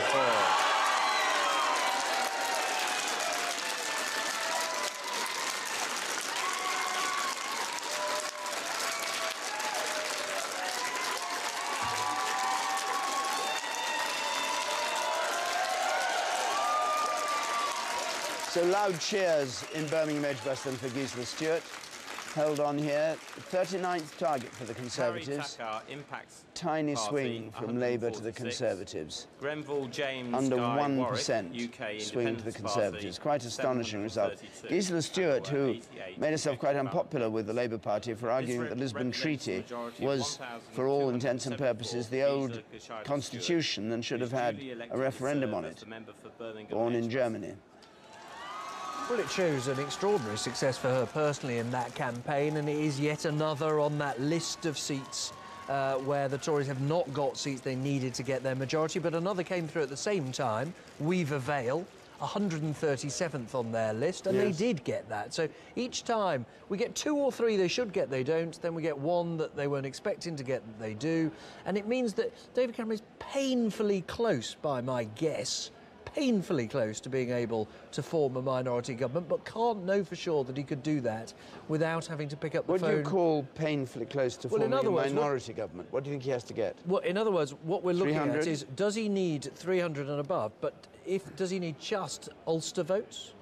Or does he have to then go to Scottish nationalists or Welsh nationalists or Liberal Democrats to go over that 326? But there's always the possibility of people abstaining. They don't have to vote with him necessarily. No, but by not voting against him, they let him through. That's right. That's right. But in order to want to present a Queen's speech on May the 25th, he would want to know in advance that people would abstain to let him get his way, and that would involve negotiations too. Vernon. The Conservatives have just gained Wolverhampton South West, which was Enoch Powell's old seat, so they'll probably be pleased about that. We are seeing some extraordinary results. Birmingham Edgbaston, a university seat, resisting the swing to the Conservatives, but Oxford West and Abingdon, another university seat with a very heavy swing to the Conservatives from the Liberal Democrats. And the Liberal Democrats indeed are disappointed at both Oxford seats. They hoped to win Oxford East, which was within their reach, but they failed to, and they lost Oxford West.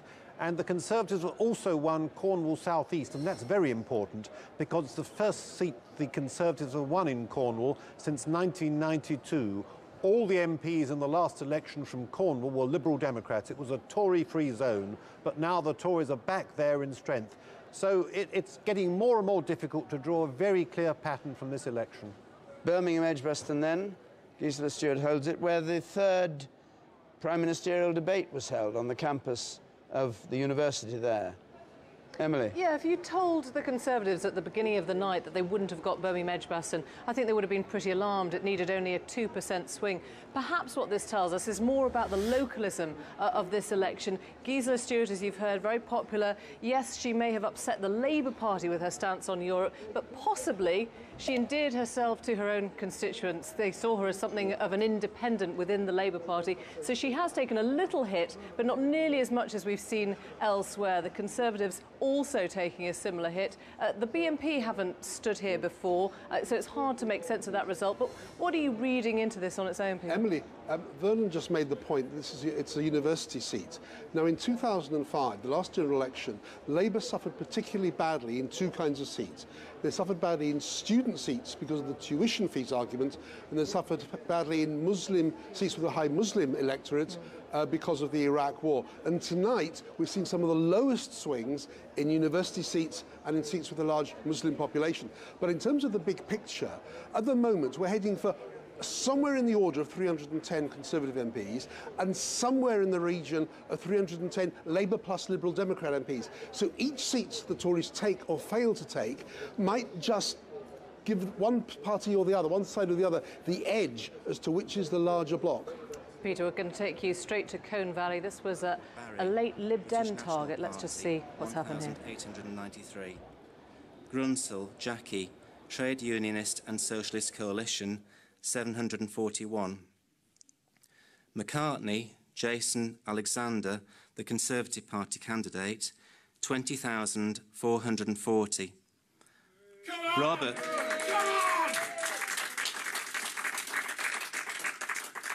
Roberts, Melanie, UK Independence Party, 1,163. Turner, Nicola, Liberal Democrat, 15,603. And I do hereby declare that the said Jason Alexander McCartney is duly elected Member of Parliament for the said constituency. Colne Valley in West Yorkshire, and a swing from Labour to the Conservatives brings Jason McCartney, former television presenter for ITV Yorkshire, into this seat in Colne Valley, gain from Labour, swing of 6.5% from Labour to the Conservatives. Very early in the morning. It's been a very long day and a very long night before as well. A few thank yous to Rob Vincent, Susan. So there we are. We've had now 478 declarations. We've got 172 to go. Just a reminder, the Conservatives are up 66, Labour's down 60, and currently the Liberal Democrats overall are down 5. Jeremy. David, maybe, just maybe, we can spot a pattern for you here. Here is the UK coloured in now with nearly 500 seats that we've got. So lots and lots of seats in. I'll bring up the swingometer, and we see here Conservative Labour seats from last time, from the last election. And let's just ask the swingometer to give us the actual swing that we're seeing to the Conservatives against Labour. And there it is, 5.3%. 5.3%. From Labour to the Conservatives. Now, the election began with an assessment that the Conservatives need a bigger swing, 6.9% for an overall majority. And if we now ask the swingometer to colour in the constituencies that have been won and lost and see the results, you will see the beginnings of a pattern here. Let's have a look at this. So, in the middle, you can see, here we are, the pivot point remains at 6.9. And essentially, the problem for the Conservatives, and the reason they're falling short here, is that before 6.9, there are Labour seats, about a dozen, which they haven't managed to take. Birmingham, Edgbaston will be a way back. They have, and this is the irregular nature of the results that we're getting, they have taken all the way over there, Cannock, for example, from Labour. So there have been some extraordinary results, but the place to focus really is here, just before the 6.9%. So in that space between a 5.5% swing and the swing they actually needed for the overall majority, you're seeing Labour managing to defend themselves. And that is the Conservatives' problem at this point in the night. David. Jeremy, I think there's one other thing we should look at this stage, because we've now had 480 seats in, and that is the change in the number of votes that the parties have got, ignoring the constituencies, the overall change in the vote. And remember, during the discussions about what this election would mean if it were hung, a lot of attention was focused on how many people voted, not how many seats people got in the House of Commons, that the two taken together were important. And at the moment, the Tories are running up 4% from their vote in 2005, with very nearly 8 million votes. Labour is running down 6.6% on 6 million votes, so there's a 2 million vote gap. And perhaps most surprisingly, in view of all the talk about the Liberal Democrats, the hype, if you like, about the Liberal Democrats, they're only up 1%. They're not even reaching 5 million at the moment. They're on 4,891,000. So the Conservatives are clearly in the lead on the popular vote. Labour in second place, 2 million below, and the Liberal Democrats 1 million below that.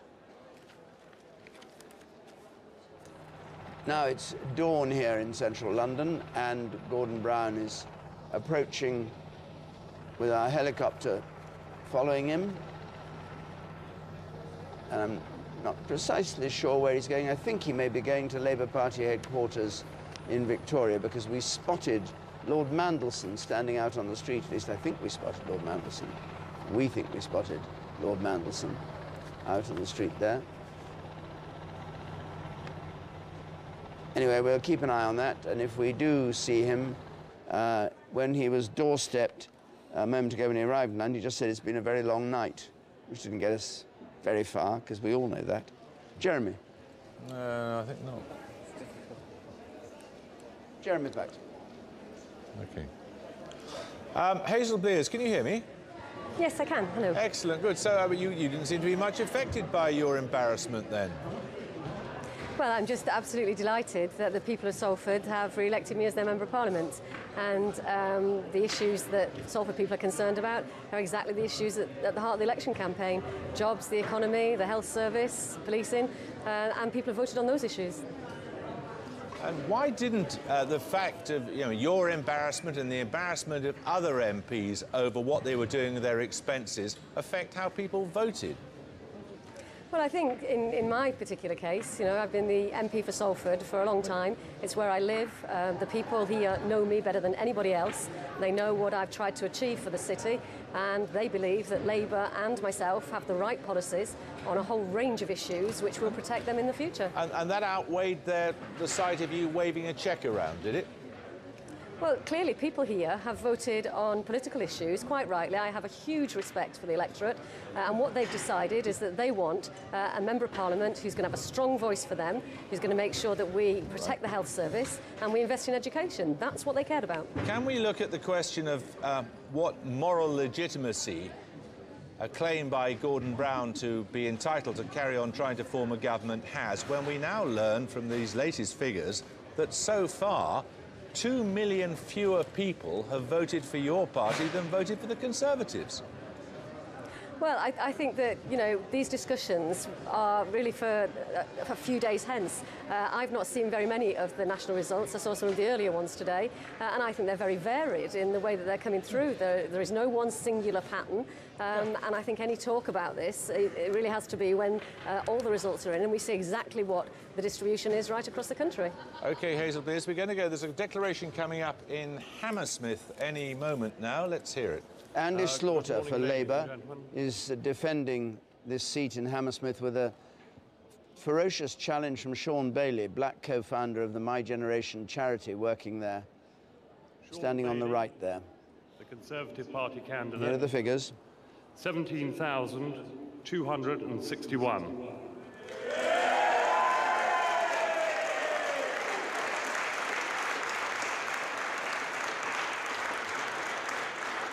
Stephen Patrick Brennan, the Independent, 135. Vanessa Crichton, the UK Independence Party, 551. Merlene Emerson, Liberal Democrats, 7,567.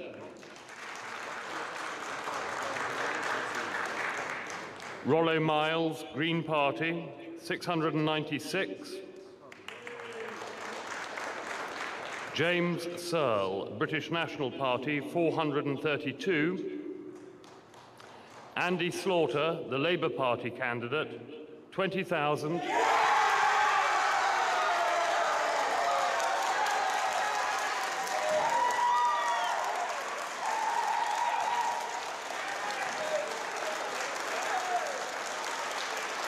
Labour hold Hammersmith. Labour hold Hammersmith. Sean Bailey's attempt to take it. It was halfway up the Tory, a bit more than halfway up the Tory target list. 20,810. And I declare that Andy Slaughter is duly elected to serve as the Member of Parliament. The Tories put a lot of effort behind Sean Bailey's campaign. David Cameron went there to campaign for them, and they had great hopes of taking Hammersmith, but Labour has held it. They'll be desperately, desperately disappointed. Sean Bailey, in many ways, was the symbol of what David Cameron said was the renewed, modernised Conservative Party, not just because he was a black candidate in a winnable seat, but also because he had a working-class background, he was involved in social action. They were so keen on him, David, that when Nick Griffin appeared with you on Question Time, their original plan was to put Sean Bailey up against him for the Tory party. They will be very, very upset that he hasn't won. The Prime Minister, no doubt, will have heard this on the news or on his mobile as he goes here down through the streets of Westminster. A swing of only 0.5% from Labour to Conservative. And on the whole, in London, the Labour Party has done much better than might have been expected. He's just a couple of minutes away from Victoria, I think. The crowd there. Well, and as he gets out of his car, David, he will be thinking, I'm not out of this yet. I'm not out of the game. It is still possible. Well, he's greeted there by Labour Party workers. Difficult in the gloaming to make out, or in the early dawn, I should say, to make out who's there. Harriet Harman, I think, is there. Lord Mandelson is somewhere in the thick of it there. Anyway, applause from the ministerial workers. And why would he be going to party headquarters? Because I suppose the party headquarters have been staying up all night. I mean, well, that's what a where... difference from 1997. Absolutely. When there was a great party on the south bank of the Thames at the Festival Hall with Peter Mandelson dancing his dances and Tony Blair beaming with pleasure, and now this. Yes, and that, of course, is where the experts will be who are telling him. And as we talk about him maybe surviving in government, it is worth remembering that on the vote share we've got currently, he's doing worse than Michael Foot in 1983. So when we talk about him staying in government, whether he would have the moral claim to do it, he has got a lower vote share than Michael Foot. That's at 28%. It was 28.3 it was for Michael Foot, for Michael Foot. And it's 28.1 at the moment. Vernon. Well, there's a lot of talk about moral legitimacy in this election, but the Conservatives will probably have around 37% of the vote. Now, they're a bit unlucky because the Labour government, the last one in 2005, was elected with 36% of the vote. But what does it have to do with majority rule in a democracy if you have parties governing which have nearly 2/3 of the voters against them? Is that any more morally legitimate than another combination? And the answer seems to me to have a referendum on whether voters want to continue with an electoral system which continually gives them governments which secure under 40% of the vote. Let's just see the share of the vote as it stands at the moment. 495 declared. There it is on the wall up there. 37% of the popular vote for the Conservatives, up 4 percentage points. Labour on 28, down 7. Liberal Democrats on 23, up 1. Others on 12, up 2. And Emily's just going to take us through the A-list, is that right? Yeah, rather mixed the stars fortunes. of the Tory candidates. Yeah, a lot of controversy. David Cameron very much trying to change the face of the modern Conservative Party, and quite interesting to see very mixed results along those lines. These are 3 spots where they have failed to make those breakthroughs. Chippenham, a brand new seat. Wilfred Emmanuel Jones called himself the Black Farmer. Indeed, he makes sausages under that name. He has failed to secure this new seat for the Conservatives. The same picture you've just seen Sean Bailey, a youth worker, a community worker. He works with kids from inner cities. He grew up in a council flat himself, failed to take that seat for Hammersmith. And another one here, Westminster North, Joanne Cash, who got involved in a row with her in her own party as to whether she was the right candidate here, went straight to David Cameron, who endorsed her, but she failed to take it. I should say, Pete, just bringing you in, we have seen some successes for the A-lister. Louise Bagshaw, for example, in Corby, to name but one, Charlotte Leslie, Bristol North West. A sense that people do or don't like these candidates being foisted on them unless there are other qualities. I think that's right. And I think David Cameron will be particularly disappointed because he did make a big thing, and I think absolutely genuinely wanted to get more women MPs and more ethnic minority MPs on the Conservative benches. And a few days ago, I would have predicted there would be more ethnic minority Conservative MPs in the new Parliament than ethnic minority Labour MPs. I think that doesn't look likely now. More Labour MPs have been successful than we expected, and some of these Conservative candidates have failed to make it. Yeah, we've been starting to look at London. We're going to look at in a bit more detail the sort of predictions for London as promised to see what's happening in the capital. Have the Tories or Labour Party got the majority there? Thanks very much. Jeremy, are you... I was told you're going to do a prediction. It seems a mighty rash thing to do. Give it a go, shall we? I'm just going to ask the team if we loaded the numbers in. If we have, I'll bring the MPs onto the benches. Here they come. And we started the night, didn't we, with a projection inside the House of Commons that was based on our exit poll. Now we have something that's based on all of these results, more than, we're going on 400 and more. So winning margin, remember, 326 MPs a party needs to have more than half and be able to outvote all the other parties put together. Let's have a look at where we are now. I have to stress, because this election has been so extraordinary and the results have been so uneven, this is still, we've got results in here, but we've also got part of it projection, and we may yet need to adjust this. But here we go, counting the Conservatives on the government benches. Let's have a look how far short they are. So we have them on 306 seats. That's 20 seats short of an overall majority. 306, that could change. Almost where we started the night, though, on the back of our exit poll. Let's have a look at Labour and the Liberal Democrats on the other side of the House now. Count these Labour MPs. Remember, they were on 349 at the last election. We've got them down to 262 on our projection, 262. And the Lib Dems, confirmation here in the projection that it's not been the best night, certainly not against their expectations, down from 62 to 55. So the question really is whether, if the 306 goes up, whether the Conservatives can get together with the Unionists in Northern Ireland, can get past the 326, or if we look over at the opposition benches again, whether the Labour Party and the Liberal Democrats can get together and govern as a coalition. I should add the others as well. Let me just put them in, 27 others, the Scottish and Welsh nationalists, and so on. So, David, that's where we are right now. The Conservatives still short, but over 300, which has been talked about as a significant mark for them. Jeremy, thanks so much. Well, you raise a lot of issues, which we'll talk about around this table in just a moment. But let's go to Reading, first of all, Reading West in Berkshire. Another seat the Tories were after. Martin Salter had been the MP there since '97, standing down. For each candidate. And Naz Sarkar is as follows. Is standing for Labour. Benson Daisy, Liberal Democrat, 9,546.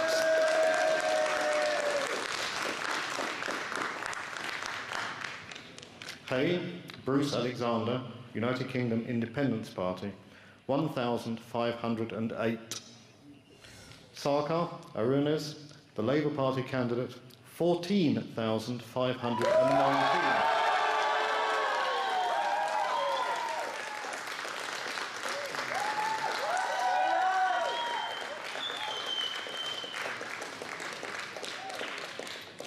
Sharma Alok Kumar, the Conservative Party candidate, 20,523.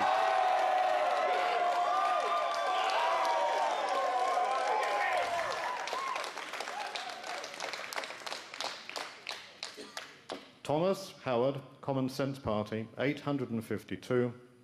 Windish Adrian, the Green Party, 582.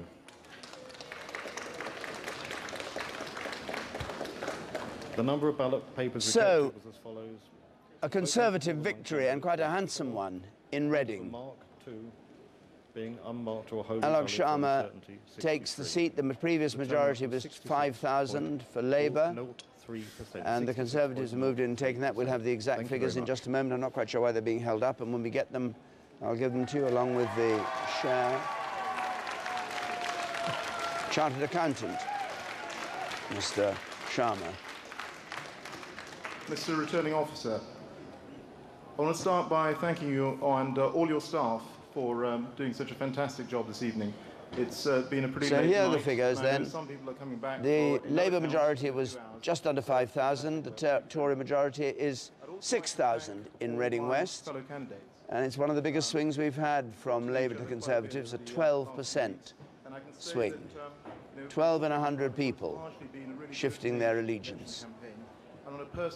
That kind of thing would have got the Tories in home and dry with no problem at all. You were picking up on what Jeremy Vine was saying about the balance of parties and our new prediction. I mean, the thought arises that actually there's nobody here who can put together a government that easily. Well, it's on a knife edge. Without maybe some really major concessions being made to the Liberal Democrats. Well, but it could be. It only would take our projection to be wrong by a handful of seats, 2, 3, 4 seats. And that would just ease David Cameron into the sort of territory which, if he could come to an arrangement with the Ulster Unionists and DUP, for example, if he could persuade the Nationalists to vote with him on occasions, not that he could do this. He could actually form a government. The other direction, if those 2, 3, 4, 5, 6 seats go in the other direction, it is plausible that Gordon Brown could form a coalition with the Liberal Democrats and hope with the SDLP and others. It is that tight and that close, and I think you will now see a battle, first of all for legitimacy, where David Cameron will say, look, we clearly won this election, he will argue, in terms of votes and seats. Gordon Brown will say he's pursuing what is constitutionally right and trying to form a stable government, and this may take many, many days. Now, we still have a government in that time. Yes. Gordon Brown stays Prime Minister, Alistair Darling stays Chancellor. They're allowed to carry out their duties. The Liberal Democrats have been arguing for proportional representation for as long as you and I have been alive and following politics, and indeed in my case that's rather longer than you. And the objection to it is always it ends up with horse trading. We have first past the post, and what are we talking about tonight? Horse trading. That's We've got right. it without PR, just constant argument about who should be in office and who not. And that argument will be made both in favour of a change of voting system and against it, of course, by people. Remember, again, I hesitate with Professor Bogdor over this, British politics went through this sort of spasm when the Labour Party first came up and rose in the 1920s and challenged the Liberal Democrats, and there was a promise then of electoral reform in 1929, and it never happened. Absolutely right. The first-past-the-post system works when you've got just two major parties, as we had in the 1950s and 60s. When you have a three-party system, it doesn't work. It gives you very erratic results. But hang on, I mean, it's still going to lead to some sort of horse trading decision, compromise and all that. Exactly what Yes, but PR you you don't get an accurate representation of opinion in Parliament. It takes many more votes in this election to elect a Liberal Democrat MP, about 4 times as many as to elect a Labour or Conservative MP. And it's not giving you a party which can get more than 37% of the vote. This is the second general election which we could have a government on less than 2/5 of the total vote. So the logic is if you're going to have this kind of argument over in first past the post, you might as well have PR, because at least it would be a fairer way of having the horse trading. Just briefly, David, we were saying that Labour's vote share was poor historically. I compared it with Michael Foot's. But so too the Conservatives. I mean, we're estimating them on about 37%. John Major got almost 43. Before that, Margaret Thatcher's figures were 43, 43, 44. Even Ted Heath, when he eventually left office in February 74, got a higher vote share, 38.8%. So even though the Tories will claim the legitimacy to form a government, it's a small vote share. He actually got, if the present thing is right, exactly the same share of the vote that Ted Heath got in the second election in 74, in October 74. Which he lost. 36 which he lost. Which he lost by all three votes parties have reason to be disappointed with this election. Yes. None of them have got the sort of result they would have wanted. Labour has been repudiated. The Liberal Democrats haven't made a breakthrough. And it looks now as if the Conservatives may not have secured an overall majority. The most easterly point in Britain, as every student of geography knows, is Ness Point in Waveney constituency. And here is the result from Waveney, a Conservative gain. The seat's taken by a chartered surveyor, helps run a farm, Peter Aldous, and he defeats a government whip, Bob Blizzard, who's only the second Labour MP to have defended Waveney or to have represented Waveney, a 6.8 swing from Labour to the Conservatives in Waveney. And that is the 117th seat, the one the Conservatives need to get an overall majority. But part of the trouble is they haven't won a lot of seats, which should have been easier to win than Waveney. It's the 116th seat, actually. It's the 116th. On my list, 117. Well, you've got a funny list. You've got a Professor of Government's list, not the same as our list. Anyway, let's rejoin Jeremy Paxman. Indeed, and I have with me now Andrew Lord-Adonis, Transport Minister in the last government, Chris Grayling, Shadow Cabinet Minister, and still with us, Mark Oaten. Well, Andrew Adonis, I suppose, as a former Lib Dem, you'll be intimately involved in this horse trading, won't you? Well, we're still waiting to see what the final result is. And, with all these alarms and excursions, you can't be sure. But you can justify it morally, can you? But what does appear to be clear is that the British people have decided not to give a majority to any party. That being the case, we have a duty, the parties, now, to engage in a way that does produce a strong, stable and principled government. And as Gordon Brown said, well, obviously we'll now be in discussion with the other parties. As Gordon Brown said, our aim is to provide a strong, stable and principled government. And of course the Constitution is very clear that Gordon Brown now has the first opportunity to seek to form that government. But we shouldn't prejudge this final result. And these talks have to start today, don't they? The talks will need to start soon, obviously, because we want to put a government in place. Have they already started, as far as you know? We're still waiting for the final result, Jeremy, and so at the moment have they started? No, of course not. There are no negotiations going on, as far as you know? Not until we get a final result. Right. Chris Grayling, you can't deny constitutionally, Gordon Brown is the Prime Minister, he's entitled to see if he can form another government, isn't he? Well, I mean, I think the reality is tonight Gordon Brown has had a very clear thumbs down from the British people. He does not have a mandate. He wasn't elected as Prime Minister in the first place. This is the first time he's gone to the country as Prime Minister, and they've given him a big thumbs down. So you would like to be the people doing the horse trading, would you? Well, I think it's very clear that the country has voted for change. I think there's still the best part of 150 seats left to come in. I'd like to see what the results are first before we start getting into thinking about what happens if there is a hung parliament. Tonight's been a strange night in terms of the results that have come through. We've got many more seats to come tomorrow morning. But it's absolutely clear that Gordon Brown has received a big thumbs down. Meanwhile, the Conservative Party have gained more seats at a general election than we have at any stage since 1931. But not enough, of course. Well, we're going for a historic low. We have gained a huge swing in terms of seats. You failed.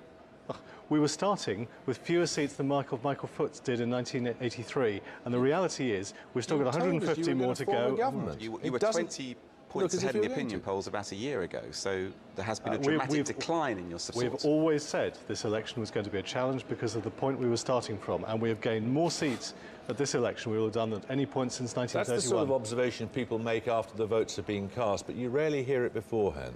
Well, we've been saying that for some time, that this is just to achieve a majority of one requires a historically enormous swing to the party. Mark Oden, what would you demand if you were leading the Lib Dem negotiating team with Gordon Brown's Labour Party? I think what Nick will be trying to do is to look at the results and deliver as best he can what the British public want. And I don't think his number one priority will be a deal on this or a deal on that. It will be to try to use what seats we have to reflect the votes of the country. You've taken one hell of a pounding in this election, and yet potentially you're the kingmakers. Well, now, what's the price? It's not exactly a pounding, because actually our vote has gone up from the last general election, so I don't describe that as being a pounding, actually, Jeremy. Well, it is hardly the course to whatever it was, we were told you were going to get 110 seats after your leader's triumphant performance in the debates, but let's leave that aside. Sure.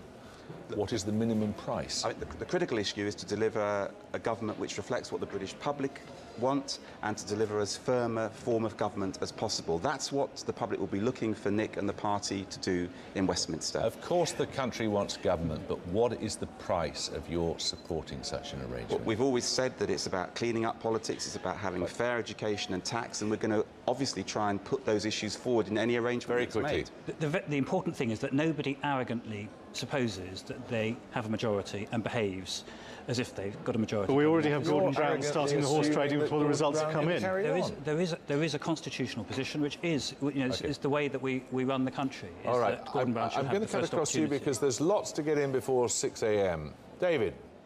Thank you very much. Well, we've got the result in from Twickenham in southwest London, where Vince Cable was re-elected for the Liberal Democrats. Their shadow Treasury spokesman. Here was his result. His majority 12,140. Sorry, it's obliterated by Arundel. There we are. There it is.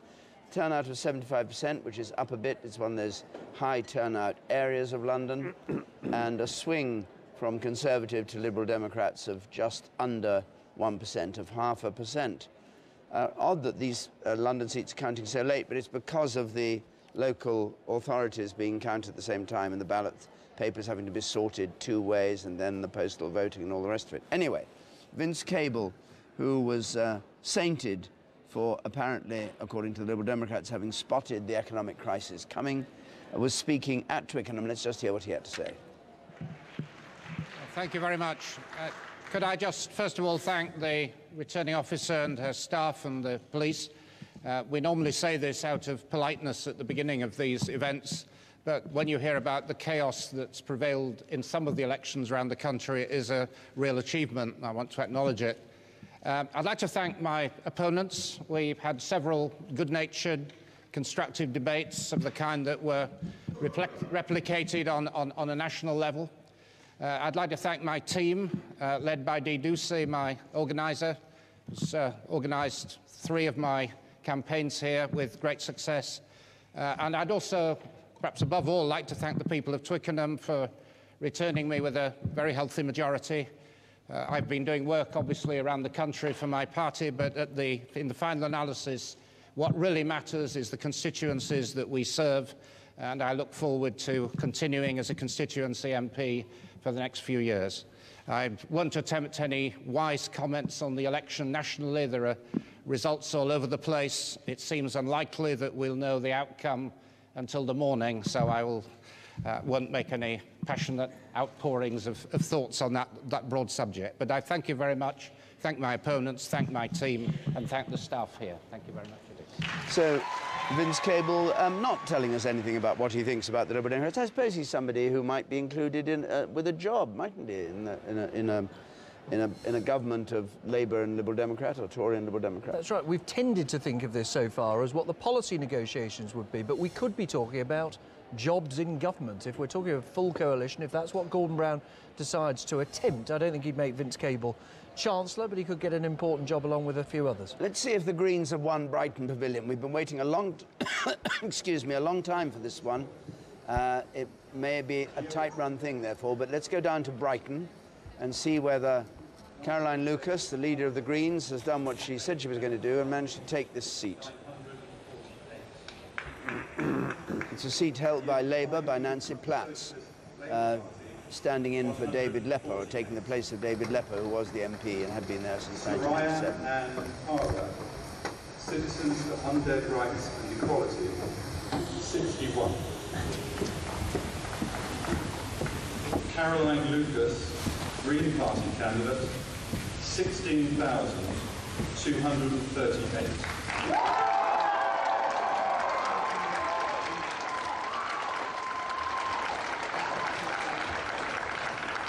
Bernie Millen, Liberal Democrats, 7,159.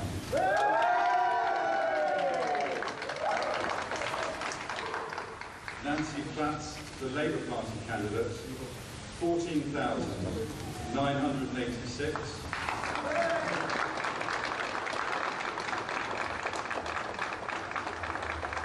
Charlotte Beer, the Conservative Party candidate, 12,000.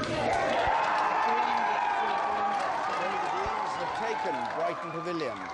Caroline Lucas has achieved what the Green Party has been focused on for months and months, trying to get the voters of Brighton Pavilion, a green area, it has to be said, of Brighton, and Brighton's had a very green council for some time, but also, of course, Caroline Lucas, who's been a member of the European Parliament, has been a focal point for the Green Party, and this is the first seat at Westminster that the Greens have won. Let's just listen to Caroline Lucas.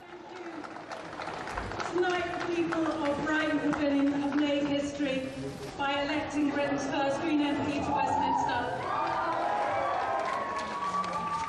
Thank you so much for putting your faith in me and in the Green Party. Yep, Thank you so much for putting the politics of hope, not the politics of fear. I pledge that I will do my very best to do you proud. Thanks are due to so many people. Hello. To the returning officers and their team, to the other candidates, to my amazing campaign team, all of those well-wishers, all of those supporters both in the city and Well, apparently I could hear that perfectly well, but apparently you at home might not have been able to hear it. Anyway, it is a big moment for the Greens. They had a lot of candidates. They had over 500 candidates in the UK. That's the only seat they'll take, but they have taken it and have got their first MP in the House of Commons. Hugely significant because a new party joins the nationalist parties that we had already, other parties in Scotland, Wales and Northern Ireland, in addition to the big three parties in Westminster. It also means, though, David, in a hung parliament, she could have huge importance. Votes may hang on one or more votes, and what we've seen in the Scottish Parliament, for example, is where the Greens have relatively low representation. They've been very effective at using their votes to get things that they want. Negotiating, for example, over the Scottish budget. Alex Salmond lost his budget, had to make concessions, and even one person in a hung parliament, they matter. Well, she'll be hoping for that. Richmond Park, we have a declaration coming there. Another late entry. Zach Goldsmith for the Conservatives against Susan Kramer for the Liberal Democrats. That's Zach Goldsmith there. And it sounds as though he's taken it. It looks as though he's taken it. We'll have to wait for the full figures.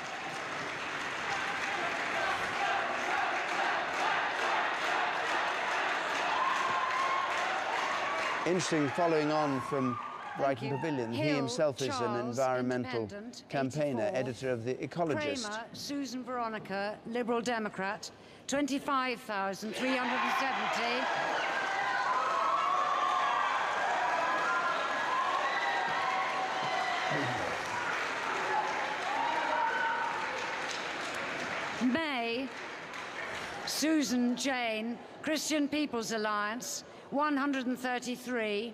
Page, James Richard, Green Party, 572. Tunnicliffe, Eleanor, the Labour Party candidate, 2,979.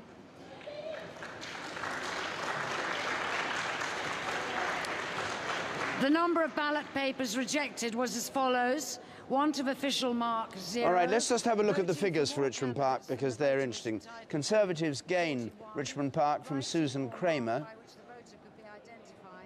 who's a former banker, who's been there since 2005. Now there's his majority, 4,091. Look at the turnout, 77%. The change since the election of 2005. Conservatives up 10 percentage points. Liberal Democrats down 4. Labour down 4. A swing from Liberal Democrats to the Conservatives of 7 percentage points. What do you make of that one, then? Well, who would have expected it? After the performance of Nick Clegg in the debates, we keep referring to the fact that Lib Dems have underperformed compared with what was expected. There were lots of predictions that Zach Goldsmith would not get that seat, that the rise of Nick Clegg after the debates would help Susan Kramer to hold on, and it's a pretty substantial swing away from them. And there was a lot of sniping at Zach Goldsmith, being sort of for being a non-dom. Too rich, spending his money, being a non. He converted from being a non-dom to being a dom during the campaign. That's right. Suddenly, it probably cost him a lot of well, money. one doesn't know. The Liberals have 5 seats in South West London, or did have 5 seats. 4 of them were marginal, and this is the only one the Conservatives have been able to take. As Nick says, no one would have been able to predict this. I'd also like to make a comment about the Greens, because it's the first time so far this evening that one of the smaller parties has made an impact. And a lot of people thought that as a result of the expenses crisis, there'd be a reaction against the 3 major parties, and a lot of people would vote for the Greens if they're on the left, or perhaps for UKIP, or perhaps for the BNP. And apart from Brighton Pavilion, that hasn't happened. They've made no impact on the election at all. That's right. We've not seen independents winning seats, and indeed we saw Dr Taylor losing his seat in Wyre Forest. Quite interesting to add up the number of Green votes. Let's just see it. We've got the figure here. 200,000 Green votes overall in the country, with 531 declared. And Caroline Lucas got 16,000. So there you are. 200,000, 16,000 gets you 1 MP. Well, it's a reminder, of course, that if there were a change of the voting system as a result of the sort of haggling that we're going to see, you'd probably see more than 1 Green MP. It's coming up to 4 minutes to 6. Breakfast would normally be on the air, but we're going to stay on the air for the moment because we've got more results to come. 118 to go in. Let's join Jeremy Paxman. David, I've got Evan Harris now joining us from Oxford. He lost his seat. It's been a pretty disastrous night for the Lib Dems, hasn't it? What's gone wrong? Well, I haven't heard all the results, but there have been some big gains and some big losses, so it's certainly been choppy, as I understand it. And I've been at my count for a long time and a recount. Our vote was up, we've gained some, and we've lost possibly a few more, which just shows how crazy the electoral system is, even in what might be considered minor details.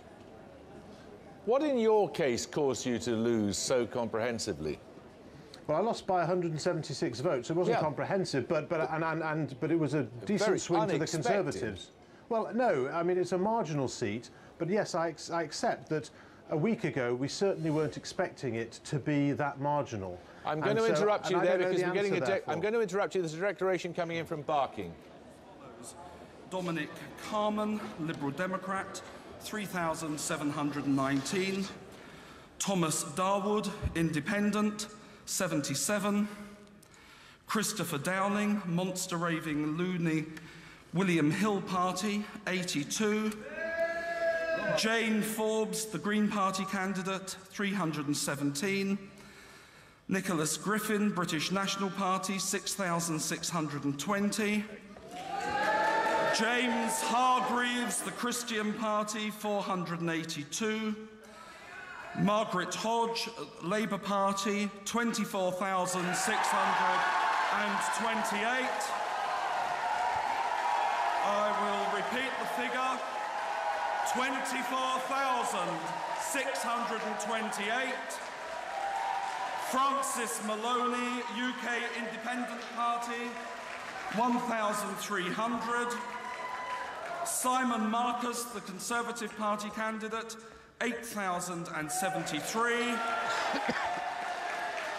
8073. Dapo Sijuola, Restoration Party, 45. There being... Well, this is a very significant result in Barking. Margaret Hodge, who all along said she was under threat from an attack from the BNP under Nick Griffin, has hugely increased a majority for Labour. It's gone up by 6,000 votes. No wonder she's looking pleased. Nick Griffin failed to take it, 6,620. He's in third place. The Conservatives on 8,000. There are the figures. Majority of 16,555. Turnout's gone up to 61%, and the change since last time. And that represents a swing, and we look at it this way, from Conservative to Labour. Rather, from Labour to Conservatives. No, Con to Labour, sorry, 1.7%.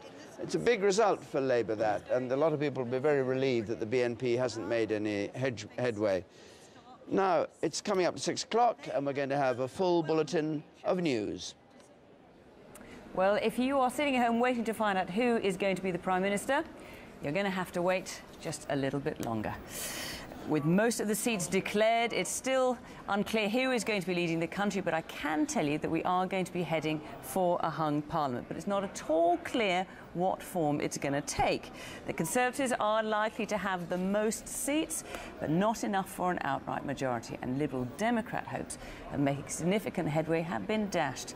Maybe sometime before we know who will be in a position to lead the country, to form the next government, and whose support may be required in order to do so.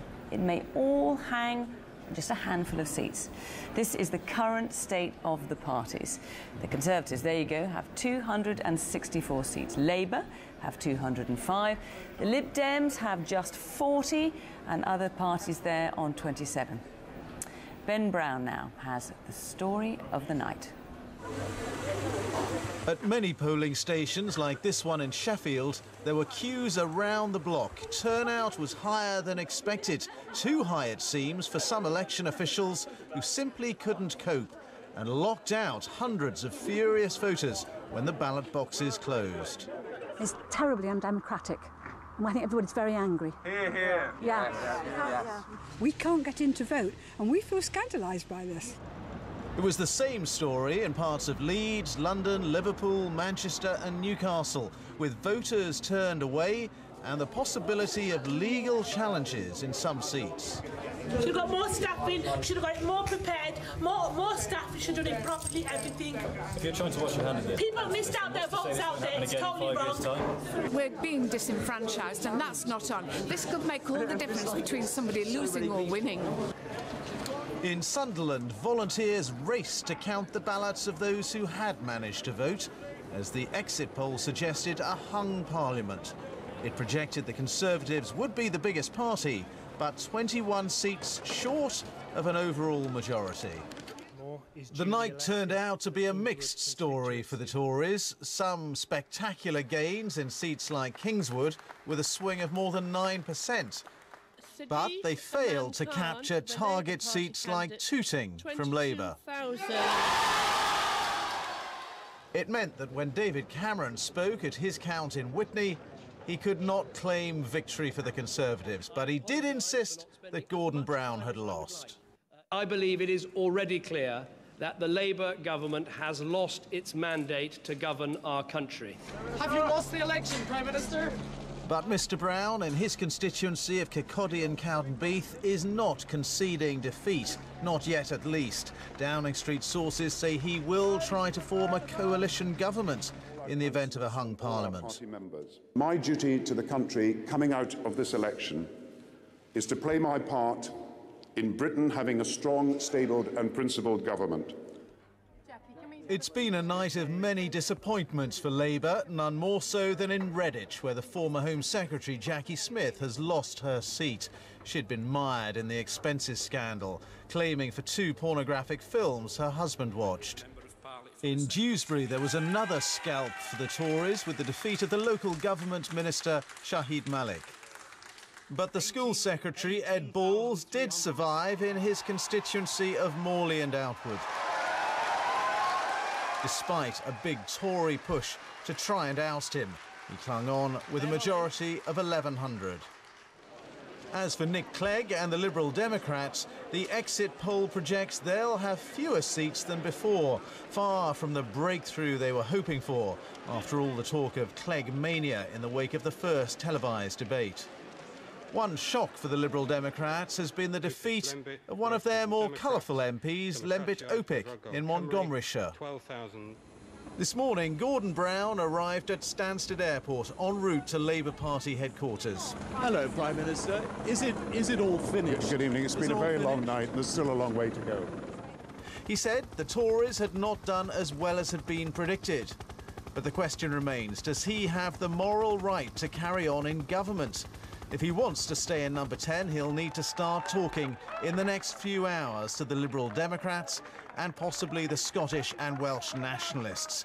In this cliffhanger of an election, the light of morning has made very little clear. Ben Brown, BBC News. The Green Party has its first MP within the last half hour. The party leader Caroline Lucas has won the Brighton Pavilion seat. The Greens have fielded hundreds of candidates in this election. And another candidate with Green views, Zach Goldsmith, has won the seat of Richmond for the Conservatives, the son of the billionaire financier James Goldsmith, and until recently, a non-dom, beat the Lib Dem candidate Susan Kramer. There was a shock result in Northern Ireland overnight, with the First Minister, Peter Robinson, losing the seat he's held since 1979. The leader of the Democratic Unionist Party was beaten in Belfast East by the Alliance Party candidate. Peter Robinson's reputation was badly damaged this year by a series of revelations about him and his wife. Elsewhere in Northern Ireland, the leader of the Ulster Unionist Party, Sir Reg MP, struggled too. He lost his seat to a DUP candidate. It was a better night for nationalists, with the SDLP and Sinn Féin holding on to all their seats. There's still one count, though, to be completed. And we will bring you all the results throughout the morning here in the studio. Soon we'll be handing over to the Breakfast News team. But you can check the result from your constituency through to the final result, when eventually that comes, online at bbc.co.uk/election. So here we are, 6:06, and at the moment we have no clear idea yet who the Prime Minister will be, but I can tell you we're heading for a hung Parliament.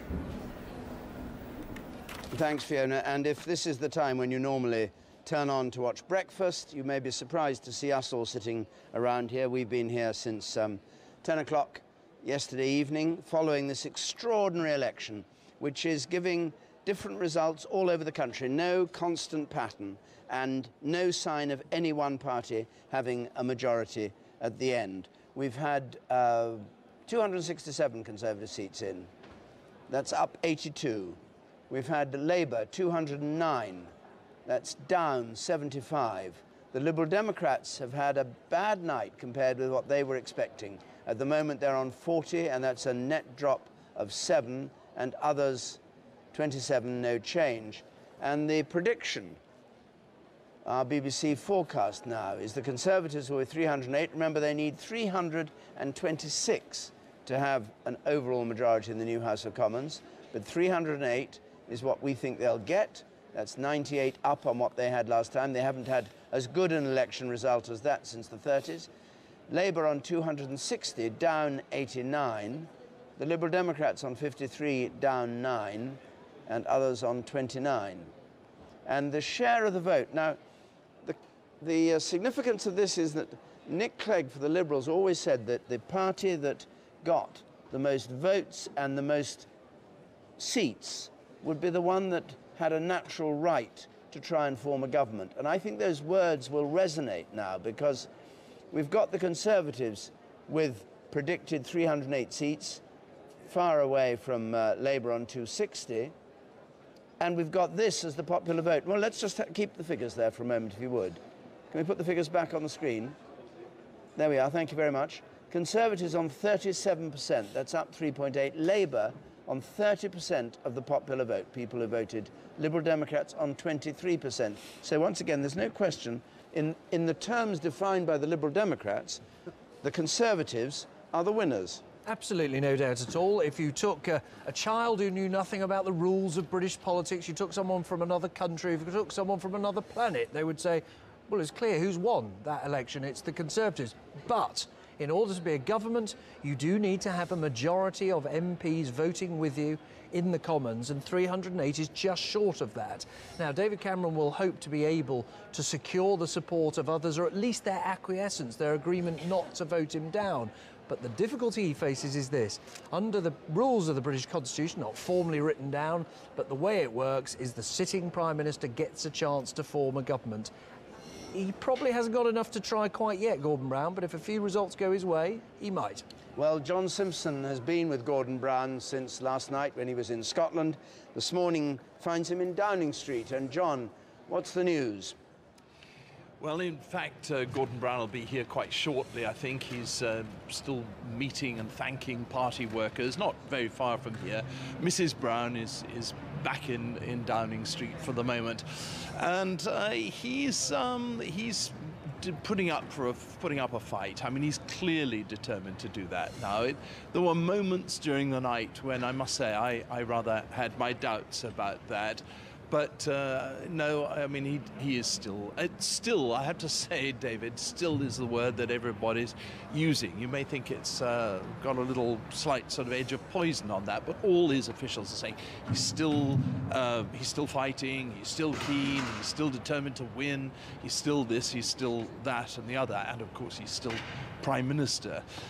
He himself has been using, you know, politicians in this country always seem to work out a phrase and then everybody starts repeating it all around the politician and the politician themselves. In this case, Gordon Brown has been quoting it endlessly. It's this question of that it's his responsibility, his duty, he says, to have a strong, stable, principled government. And those three words have been running through the whole night and officials reporting them. That's to say he's trying, I assume, to create a kind of sense of continuity. That word, I suppose, still again. Thank you very much, John. So strong, stable and principled government is what the Prime Minister is saying he wants to produce. Andrew Marr, you were with David Cameron. You're at their headquarters of the Tory party now this morning. What's your story? Well, first of all, what David Cameron is doing at the moment is that he is closeted not only with his advisers, but now with senior shadow ministers, and who knows ministers to be, people like Michael Gove, the Shadow Education Secretary, George Osborne is on his way here, plenty of others sitting round. And the oddity, the sheer weirdness of this election result so far is shown that when David Cameron arrived, 80 seats or more he's taken already from Labour this evening. By any standards, a huge achievement. You would have expected broad grins and jubilation and celebration, and instead, very straight faces, very, very serious, whereas it's Gordon Brown who's been smiling and hand-pumping and so on, because it's all about expectation and it's about what you do next. Now, David Cameron knows very well that there is a danger that Gordon Brown will get just enough seats to be able to pick up the phone to Nick Clegg and offer him some kind of deal. And of course, it's in Nick Clegg's interest to talk about electoral reform. It's in Gordon Brown's interests. Whatever we say about natural justice, whatever you say about the number of people who voted for the Conservatives and their share of the vote, Nick Clegg has an agonising decision, therefore, to make. Does he stick with what he'd promised people before the election result, or does he do the obvious deal? What's going to happen here is that the Conservative leader and his top people are going to watch every remaining seat and make no statement, make no judgment about what they think should happen and will happen until they have the full picture. We will get a statement, a formal statement from David Cameron later in the morning, and the extraordinary truth is that even now, you know, with the sun up, he doesn't know which way it's quite going to fall. Andrew, thank you very much indeed. Kirsty Walk is stuck up in Sheffield Hallam, still waiting, I think, for Nick Clegg's result to come through. Is that correct? That is true. That is Nick Clegg's first agony. We don't speak to Nick Clegg at the moment because Nick Clegg is still ensconced in a very small room waiting for his election result, which was due at 2:30 this morning. Only 3 of the 6 Sheffield seats have declared. Nick Clegg's Hallam is not one of them. What people are saying here is partly because there were 30,000 extra votes cast in Sheffield.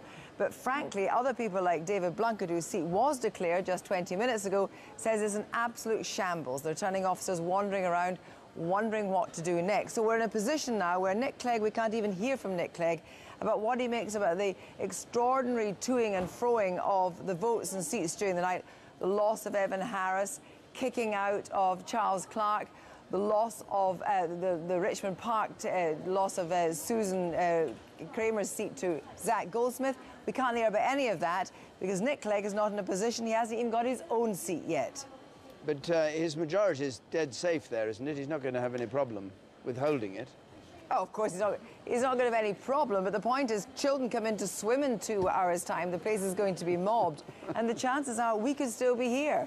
So, British election held up because children come in to swim. Is that right? Well, it might be, but it actually might discourage them from voting. There we go. Let's go over to Dagenham. I think we have a result coming through from there. Dagenham and Rainham. John Cruddas, a left-wing member of the Labour Party, often tipped to somebody who might challenge for the leadership. Indeed, he did challenge for the leadership, or the deputy leadership. But some people think he might go in tandem with somebody of the right of the party if there is a vacancy. I, Rob Whiteman, being the acting returning officer for the Parliament. His majority is 6,000 in Dagenham and Rainham. It's 151st on the Conservative target list. Votes cast was as follows. Michael Barnbrook, British National Party, 4,952. Joseph Burke, Liberal Democrat, 3,806. John Cruddas, Labour Party candidate, 17,813. Simon Jones, the Conservative Party, 15,183. Gordon Kennedy, Independent, 308. Craig Litwin, UK Independence Party, 1,569. Debbie Rosamond, the Green Party candidate, 296. Paula Watson, the Christian Party, 305. The number of ballots rejected, as shown on the notice, is 166. I therefore declare that John Cruddas is duly elected Member of Parliament for Dagenham and Rainham. So Labour hold Dagenham and Rainham. Big increase in the BNP vote there. They overtake the Liberal Democrats and go into third place. And this result, read out lickety split by the returning officer, is 6:15 in the morning. They all want to go home.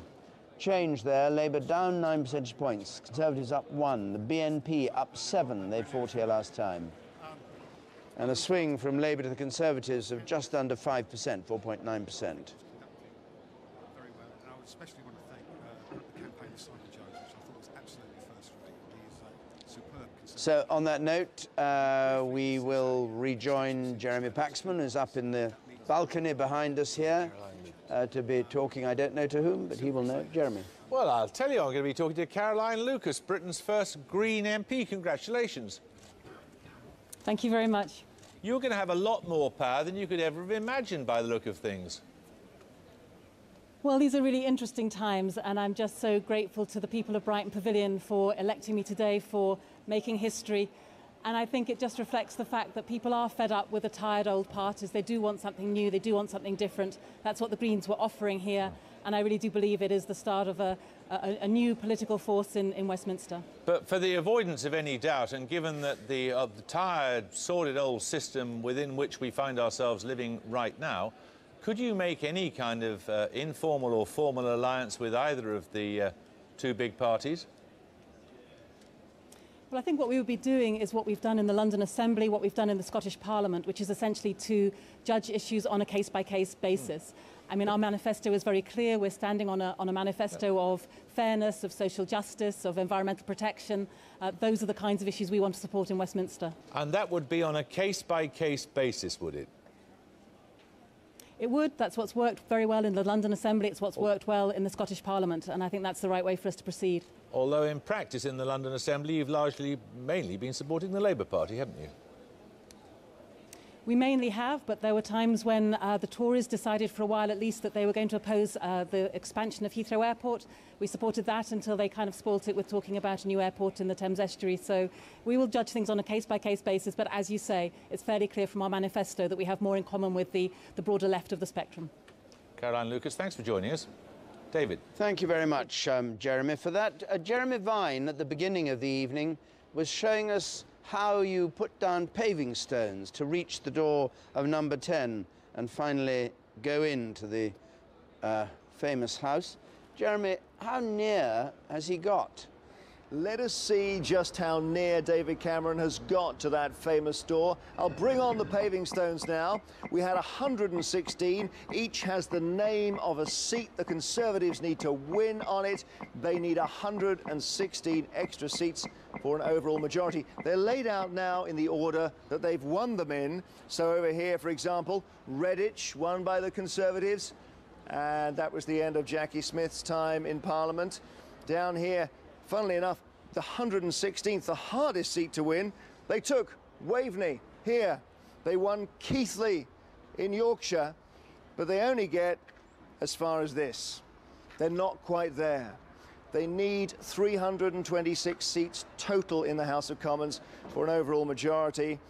They haven't yet won the 116 extra, which would bring them to that total. Some of the ones they needed, they've lost, they haven't taken. So David Cameron has a bit of space between the seats he's won and the door of number 10. And it looks like he will need help to get through that door as Prime Minister. Thanks very much, Jeremy. One of the problems they had was in Barking. What happened in Barking, Emily? Can you remind us of that? Well, Margaret Hodge retained her seat with a huge majority, actually. A lot of worries about the BNP. This man, Nick Griffin, failed to make any inroads at all when it came to it. Let me show you what happened to the BNP's share of the vote. It actually went down here. If I can just...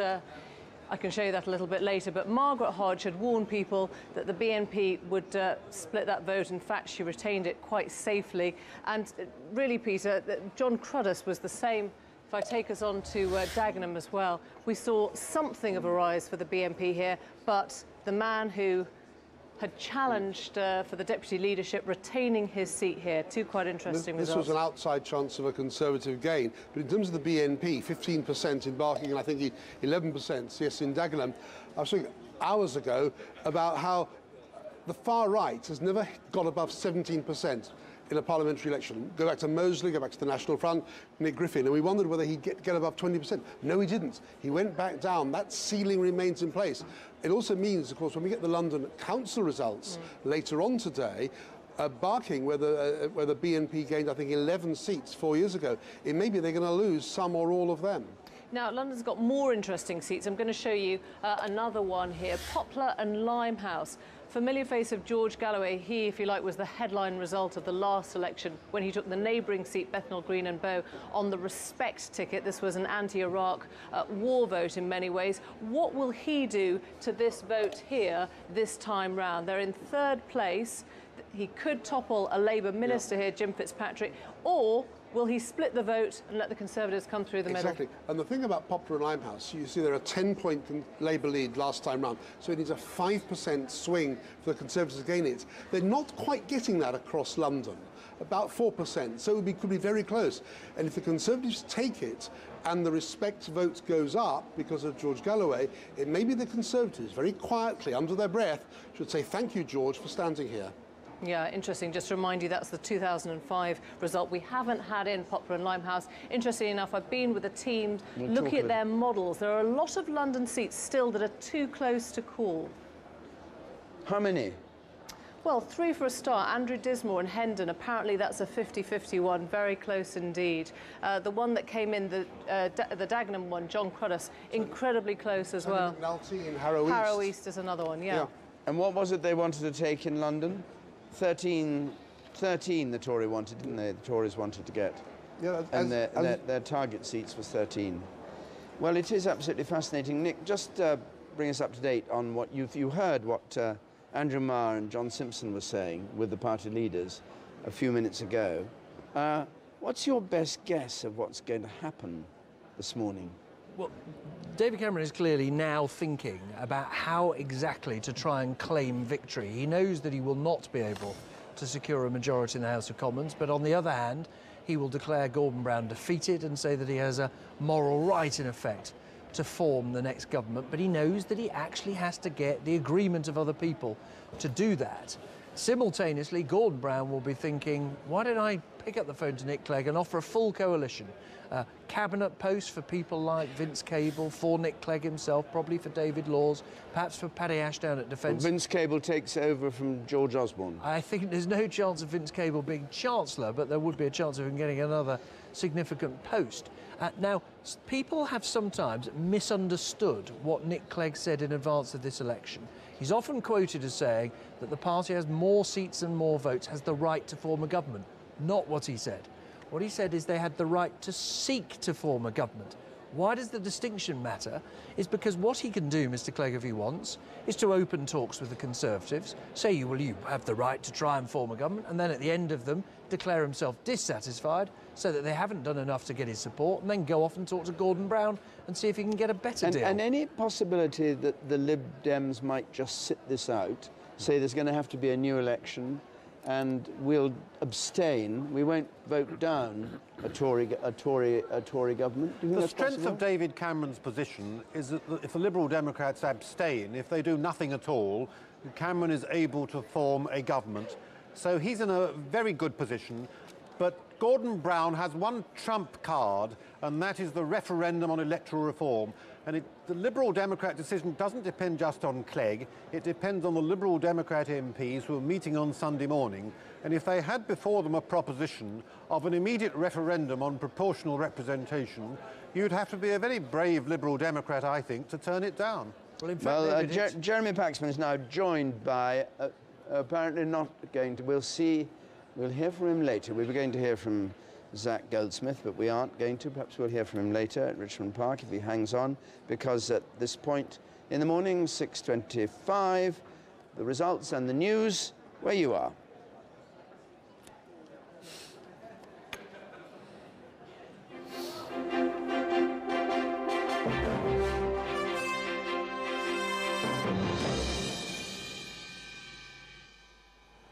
I give notice that the number of votes recorded for each candidate is as follows.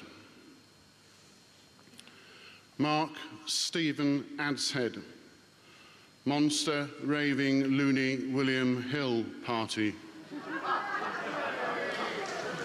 164. Steve Barnard, Green Party, 919. Nicola Suzanne Bates, the Conservative Party candidate, 12,040. Nick Clegg, Liberal Democrats, 27,000.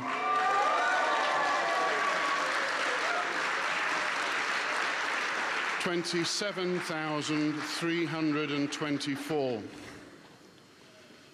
Martin Fitzpatrick, Independent, 429. Ray Green, the Christian Party, 250. Nigel Terence James, UK Independence Party, UKIP, 1,195. Jack Scott, the Labour Party candidate, 8,228.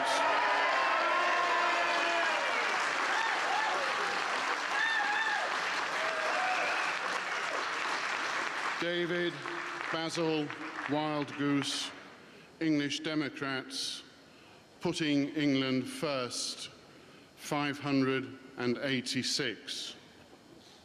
And I do hereby declare that the said Nick Clegg is duly elected. Nick Clegg increases his majority, 15,000 from 7,000 before, so at least Nick Clegg's performance in the debates and the prominence he got has made a big change here. But let's hear what he has to say. Police, all the counters Yes, here, the returning while he's officer talking, and his team, and the swing to the Liberal Democrats of the election in Sheffield from the Hallam Conservatives, and across 7%. the city of Sheffield. And However, what we'll as the wait to returning see is officer whether he knows, says anything about I'm the sure I position speak of the Liberal on behalf of all Democrats at the end of this election. When I spoke to him earlier this evening, is it this evening or last night? I'm losing time. I share the bitter dismay of many of my constituents who were not able to exercise their democratic right to vote in this election. I visited the busiest polling station this afternoon, and in mid-afternoon there were hundreds, particularly young voters, who were queuing for an hour and a half to vote. And I think it is just not right that hundreds later found themselves unable to exercise their vote when the polls closed. That should never, ever happen again in our democracy. I obviously would like to, I'd like to thank my fantastic team and my supporters, and particularly my dear friend and outstanding agent, Alan Wisby. You have fought a fantastic campaign in Sheffield Hallam. You've done it, I'm aware, with a candidate who wasn't around as much on the campaign trail in Sheffield Hallam as, of course, I would have liked. I hope you understood the reasons why, but I really am very grateful to you indeed. Above all, though, of course, I want to thank all of those of you who have entrusted me with the honour of continuing to work as your MP for Sheffield Hallam. It really is the greatest privilege for me that I have been able to serve as your local MP, and I really, really look forward to working hard as your constituency MP for such a great constituency. As for the national campaign, this has obviously been a disappointing night for the Liberal Democrats. We simply haven't achieved what we had hoped. I'm nonetheless proud of the way we conducted the campaign. I think we conducted a positive campaign, full of hope, full of optimism, which I think did engage a lot of people in the election campaign, even if they didn't then go on to vote for the Liberal Democrats. As for what happens next, clearly the final election result is still a little unpredictable. People have voted, but no one appears to have won emphatically. I would simply say two things at this stage. Firstly, and I think this applies to all political parties, I don't think anyone should rush into making claims or taking decisions which don't stand the test of time. I think it would be best if everybody were just to take a little time so that people get the good government that they deserve in these very difficult and uncertain times. And whatever happens in the next few days, weeks, months, I will be guided, the Liberal Democrats will be guided by the values and the principles on which we fought this election. Fairness in our society, responsibility in providing stability and growth to an economy at a time particularly of growing uncertainty, as we've seen in recent hours and days in the economy and the world around us, and a real change to the way we do politics. Thank you very much indeed. Thank you. It must be a great puzzlement to Nick Clegg why the bubble burst. I mean, his popular vote as Liberal Democrats, leaving aside his own seat, is up 1% only. And yet, a week ago, everybody thought it was up 5, 10%, that they'd really had a breakthrough. Well, I think if you watched the programme when it began last night at about 10 o'clock, you will have seen an exit poll that, frankly, no one believed. They all thought, of course the Liberal Democrats will do better than it predicted. If you now wake up and see this result, you discover the exit poll was quite right. The Liberal Democrats have not increased their vote share, as you said, and they're actually on course to lose seats. The exit poll was more generous to the Liberal Democrats than reality has been. Quite extraordinary. It does seem to me as though they have been been squeezed as people recognised it was a close election, as they recognised that they had a choice between David Cameron and Gordon Brown in number 10, as many of them loathe the idea one way or the other. It seems to me they have gone back to their natural home to try and make that happen. But the irony is, David, the man who has lost the election, Nick Clegg, may be the very thing he said he wouldn't be, the kingmaker. He may be the person who decides who is our next Prime Minister. Kirsty Walk managed to speak to him as he got off the platform after the count there. Let's just hear what he had to say. Can I come in?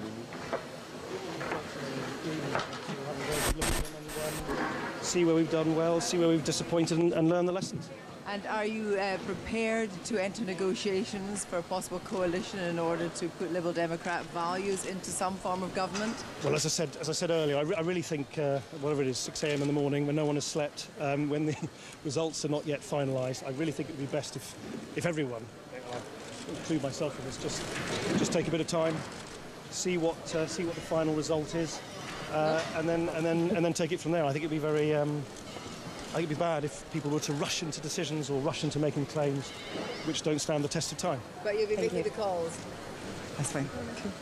Nick Clegg with his wife Miriam on his way out of the count at Hallam, Sheffield Hallam, where he won his seat with a big increase in his majority.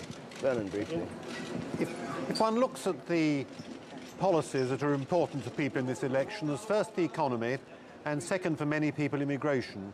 Now, the Liberals have a more liberal, with a small l, policy on immigration. Some people would say a permissive policy on immigration, so that when voters, perhaps impressed with the performance of Nick Clegg in the debates, looked at their policy on immigration, they might have decided they didn't like it. Similarly, the Liberal Democrats are a more pro-European party than the others and supported until recently entry into the Euro. But people can see that the Eurozone is now an area of instability. Their policy it was, not just the personality. There may be policy Clegg. reasons for the Liberal Democrat failure. Indeed, and just a quick thing, when he says take time, that is because he has a meeting, actually it's now on Saturday, of Liberal Democrat MPs and of what's called his federal executive, the top of his party, in other words, and I believe he'll make no decisions about what to do. He will seek a negotiating mandate. He needs his party's support. And he will go to them, if the numbers allow, and say, I want to go into talks possibly simultaneously with Gordon Brown and David Cameron, and you tell me what I'm allowed to do. Which means, David, it could be many, many, many days before we know who our next Prime Minister is. Well, let's leave the question of the hung Parliament and the consequences just for a moment, because Zach Goldsmith, the victor in Richmond Park for the Conservatives, has joined us here and is talking to Jeremy Paxman. Zach Goldsmith, congratulations. What was the crucial factor, do you think? The crucial factor, look, it's very hard to know. It's only just happened. I don't think anyone here would have predicted that there would have been such a swing in our direction. I don't think anyone would have wanted to call the result at all until a few minutes before it was called. So I'm slightly taken aback by the results. I think the reason this has happened, well, it's too early for me to pontificate, but I think the reason this has happened is that we have an incredible team. We've got a huge voluntary grassroots movement which has been pounding the streets for 2 years now, putting positive and honest literature through people's doors. I've been out and about trying to give everyone an opportunity to give me a grilling on any issue they choose, local, national, international. It's just been a very, very active campaign, and I think it's paid off. How much of your own money did you spend on the campaign? How much of my money? Yes. It's not about money here. Everyone working the campaign, more or less everyone working the campaign, is volunteering. Everyone's on the same playing field as of January the 1st this year, as far as I understand it. Certainly my rival was here. In terms of my own funds, I put considerably less cash into my campaign than my rival put into hers. It's all there on the Electoral Commission. So it's not about money. It's about campaign style. We had a good campaign. But it's interesting. You were one of David Cameron's bright new brooms, new hopes, and you're one of the very few that actually made it through. If you look at the others, Sean Bailey, Joanne Cash, Emmanuel Jones, Mark Clark, all these people, you know, they didn't cut through in the way that you did. What happened? Well, look, I've been in a bubble here now since 11, 12 o'clock in the, last night, so I haven't seen really any of the details. I've heard a couple of the examples that you've just given me, and I think it's a great shame. There are people you just named who would have been brilliant in Parliament, and I think it's a great shame they're not there. I don't know what happened there. I wasn't part of their campaign, but it's a shame. In terms of the national picture, it's very confusing. This is an unusual election, I think, by any standards. I mean, I was meeting people this morning who were about to get on the train, deciding to vote at the last minute, who even as they walked to the polling station had no idea who they were going to vote for. Not because they were taking it casually, or not because they were politically illiterate. They had really put a lot of thought into it, but it was just a very unusual campaign, right down to the wire, right down to the last moment. What happened in other constituencies, I don't know. I haven't been following it. I haven't been able to follow it for the last few hours. I've been concentrating here. Are you pleased that Caroline Lucas won in Brighton Pavilion? I'm sorry, you have to repeat Are you pleased that Caroline Lucas has become the first Green MP? Am I pleased about Caroline Lucas? Yeah. Look, the reason I got involved in, but the first reason I got involved in politics, the reason I got in touch with the Conservative Party and began working with the Conservative Party was green issues. I felt that all the parties were stubbornly blind to these issues, and I wanted to try and find a way of weaving green thinking through the Conservative Party and elsewhere. As it happens, I was not alone. There are many people who share that. So that the presence of more green thinking in Parliament is a good thing, for sure. Zach Goldsmith, thanks very much. David? Thank you very much. Who can forget his father's speech at Putney when he barracked the Conservative victor, David Mellor, at Putney? Out, out, out. It was a slightly similar way of talking. Anyway, he's in Richmond Park. Now, there's been another Liberal Democrat gain, this time in Wells, in Somerset.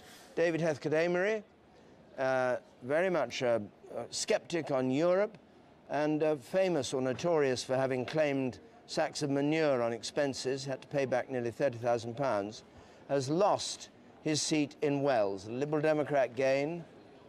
Tessa Munt, who's a legal executive, goes in there, and this is the change.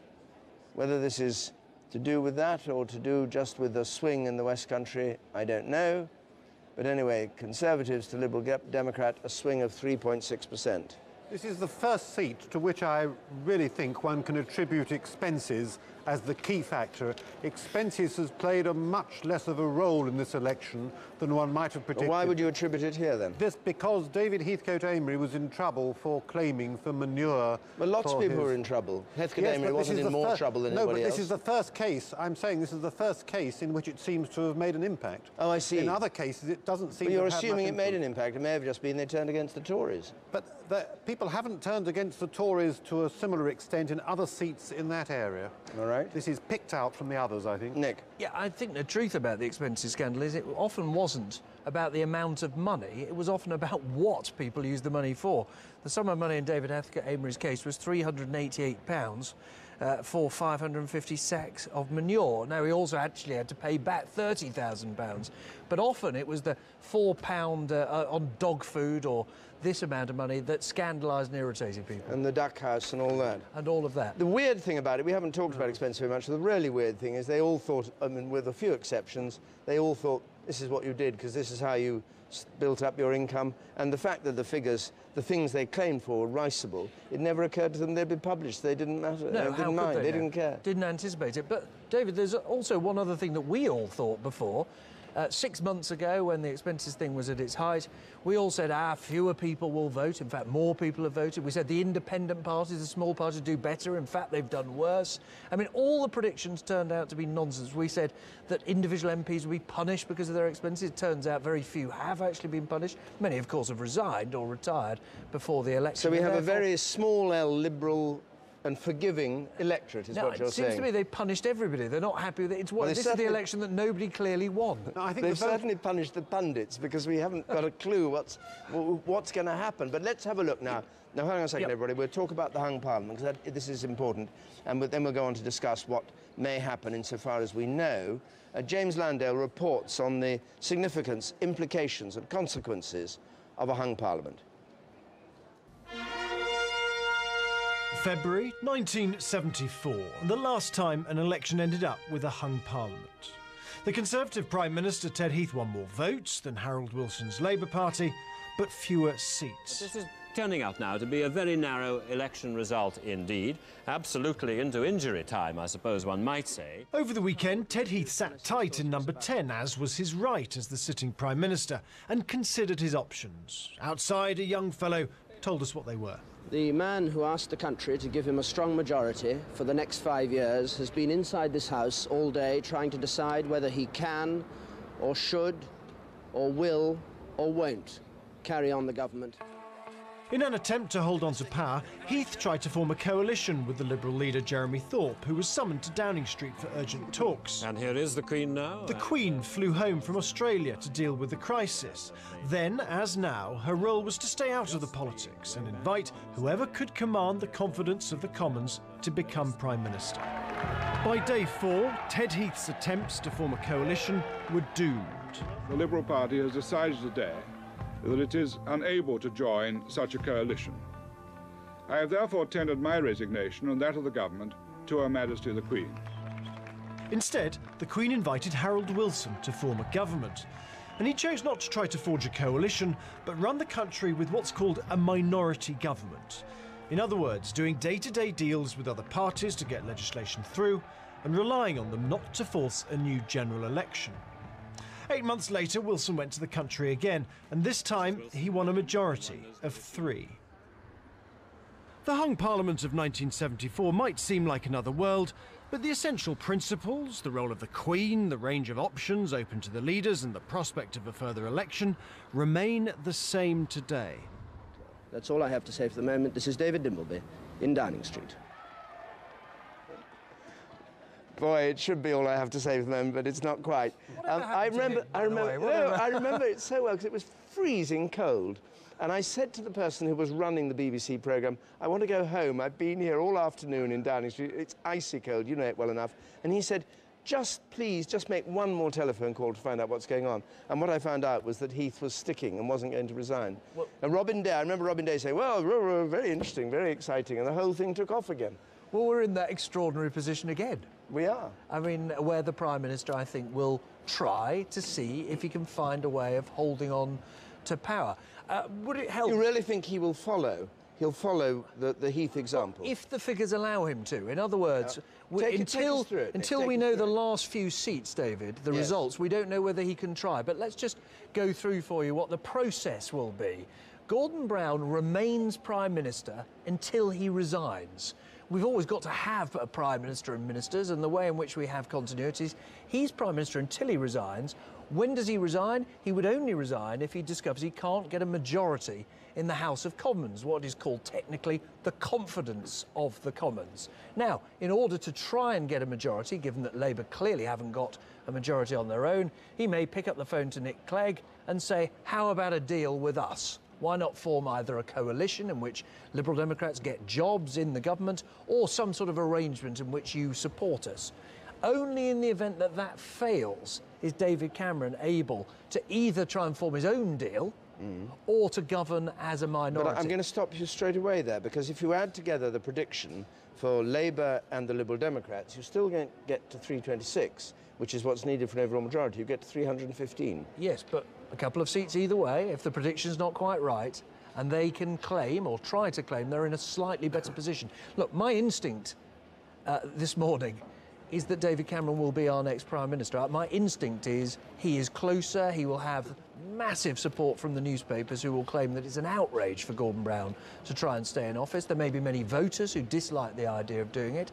However, in many other European countries, it would not seem remotely remarkable that the second and third party got together to try and form a government, nor would it seem remarkable that it took many, many days to achieve the outcome.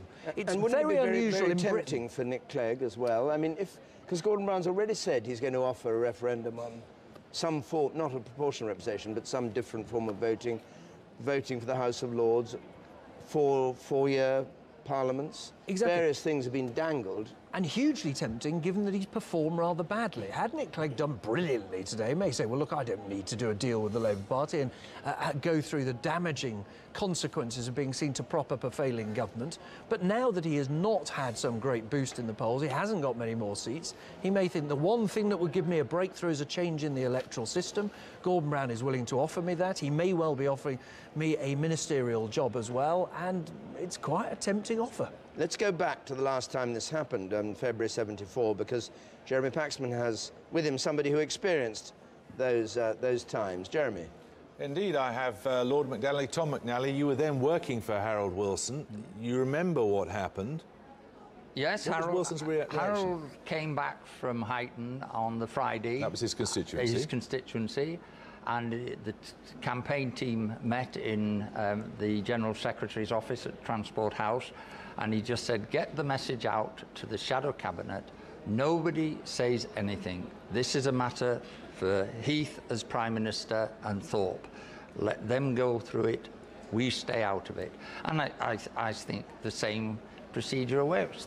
Actually, for all the excitement of the pundits, we have a perfectly workable constitution, which, if you'll just give it time to work, will work in a balanced parliament. This is what we've campaigned for. And, you know, I do object to Nick Robinson saying that if somebody came from abroad, they would be shocked. What they would be shocked at is that Mr. Cameron, with 37% of the vote and 20 seats short of a majority, should, or at least all his friends in television and Fleet Street seem to be saying, has a right for absolute power. On the continent, they would be talking because he would not have the power, he would not be able to take control and complete power. You're not a disinterested academic. Hang on, in a second or so, let's go to Cornwall.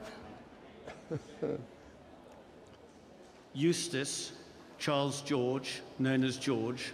Camborne and Redruth. This is Julia Goldsworthy, the Liberal Democrat defending. 969. Conservatives were in third place last time.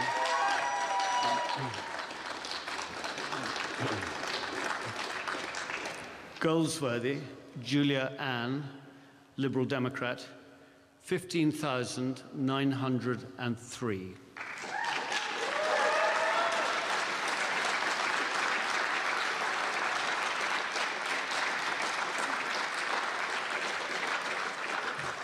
Hawkins, Robert James, Socialist Labour Party, leader Arthur Scargill, 168. Jenkin, Loveday Elizabeth Trevennan, Mebyan Kerno, the Party for Cornwall, 775.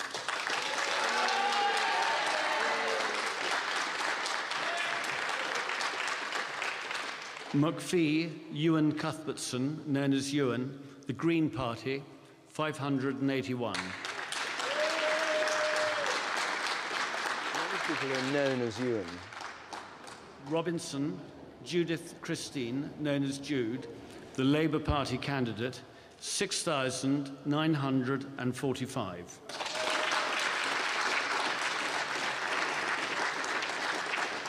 And I do hereby declare that the said Charles George Eustace is duly elected for the Camborne and Redruth constituency. So, Camborne and Redruth, a Conservative gain. Julia Goldsworthy, who always said she thought she might be in a bit of trouble down there, has lost by a tiny majority. 66 is the Conservative majority for George Eustace, who worked for David Cameron as his press secretary. Just as tired as some of the candidates. I'd also like to thank the police for the support that they've given us. Liberal Democrats swing to the Conservatives, 5.2%. And it's the third time that he's actually won So with that news that Julia Goldsworthy has been defeated, the Liberal Democrats now down 7 net seats.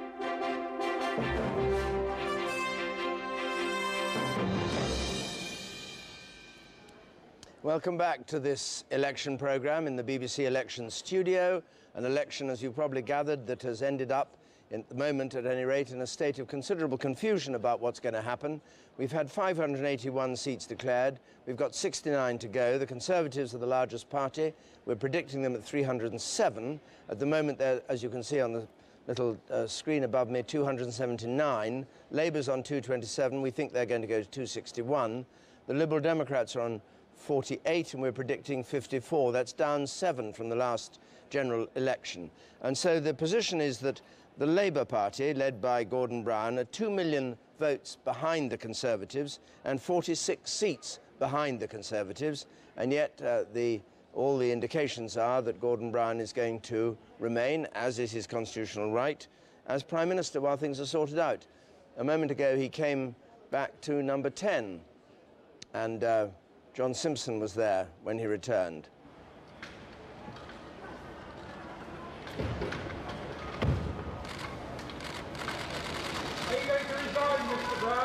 Well, the obvious question, are you going to resign, Mr. Brown? Gordon Brown, who flew down from Fife, or from Edinburgh Airport, from his Fife constituency, goes in without saying a word into number 10. Well, John Simpson is there. John, this business of 2 million votes fewer than the Conservatives and 46 fewer seats in the House of Commons predicted, what's the thinking about that, as far as you know, on Labour's part? Well, of course, it's really difficult. I mean, it's two parties who've both failed to live up to their hopes. That doesn't make really for a very effective coalition in some ways. But on the other hand, since the Downing Street people are very anxious to point out that the Conservatives haven't done nearly as well as everybody thought they would, nor as they themselves hoped.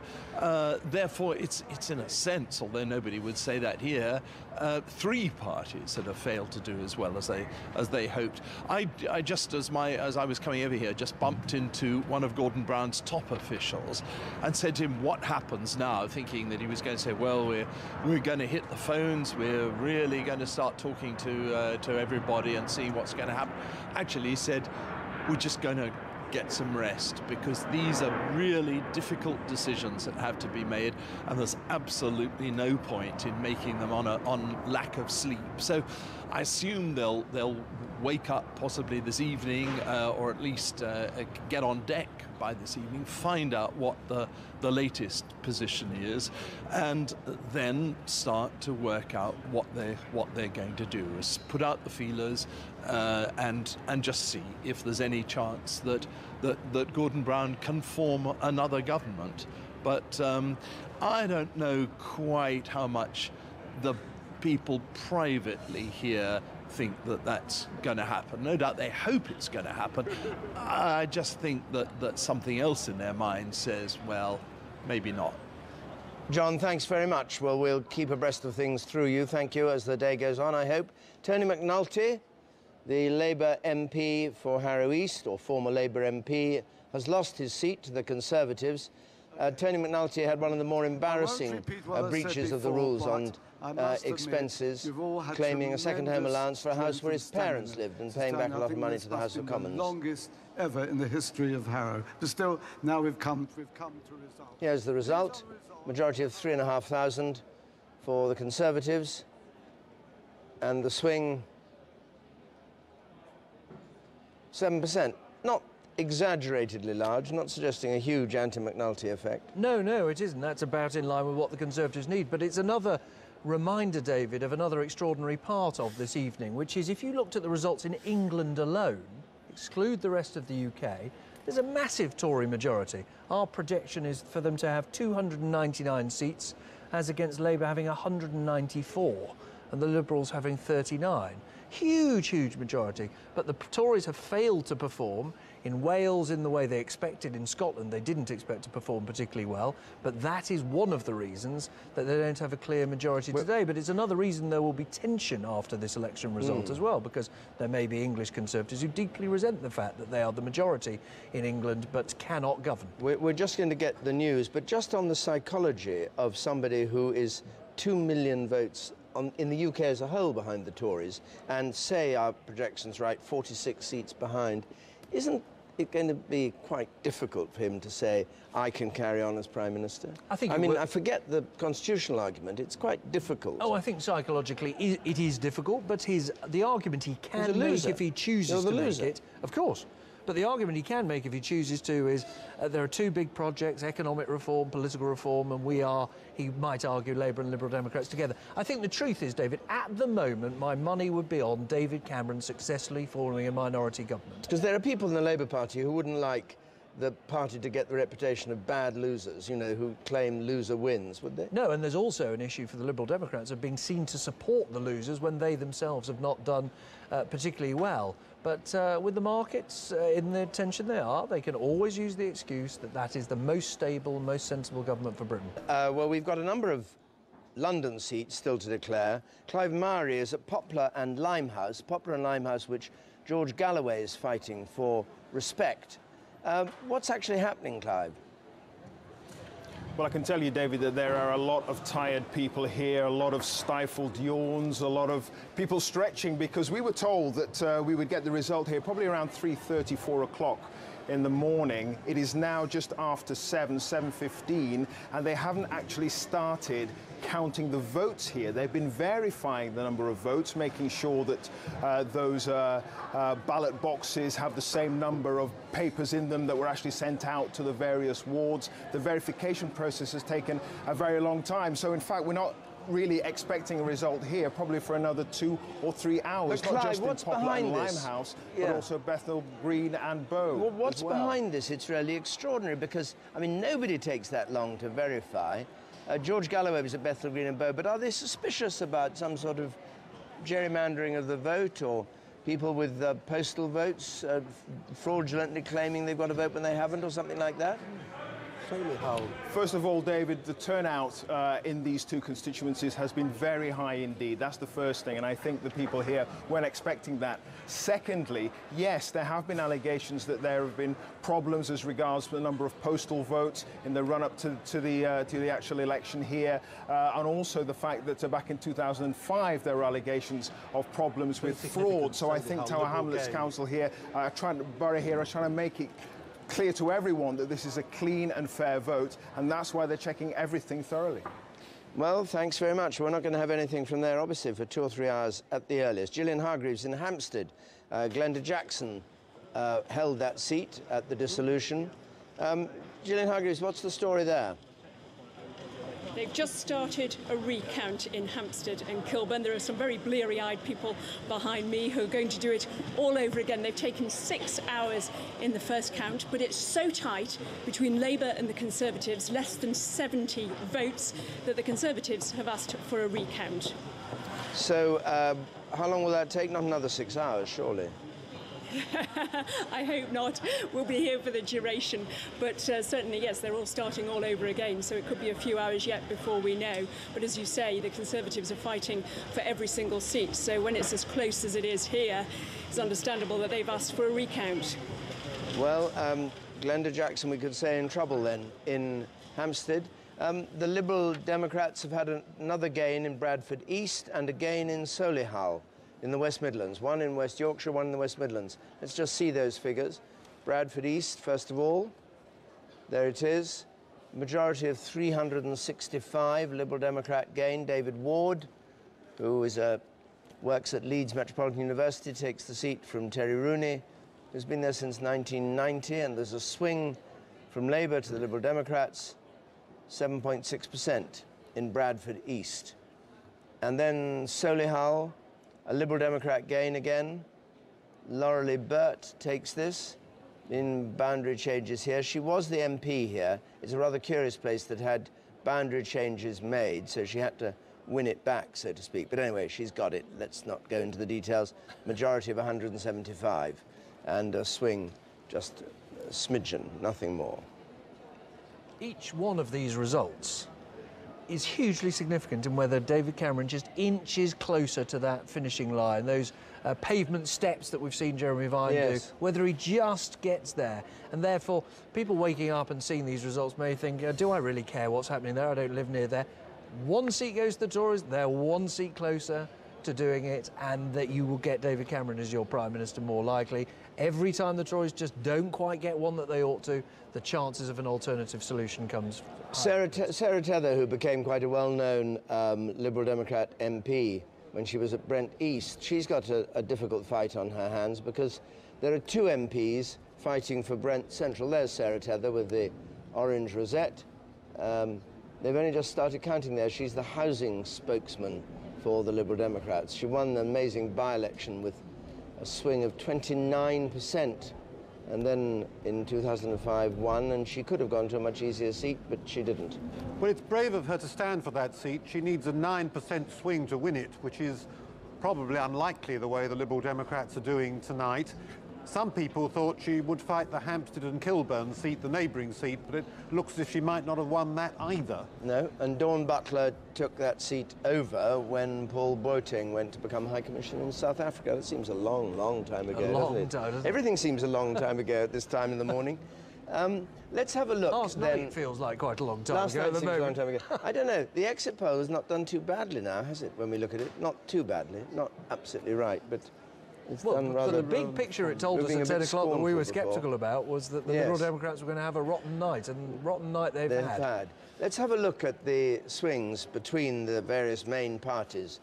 Jeremy, can we do that? Oh, yes, we could certainly try, David. I mean, I think things are settling down a little bit on the Labour Conservative swingometer, which I've got for you here. So we have the seats here from 2005 coloured in, and a 0% swing, as we've said many times, leaves them all exactly where they were. And the Conservatives needed about 6.97% from Labour for an overall majority, and you can see what they've actually got. On a uniform swing, they've got 5.2% here.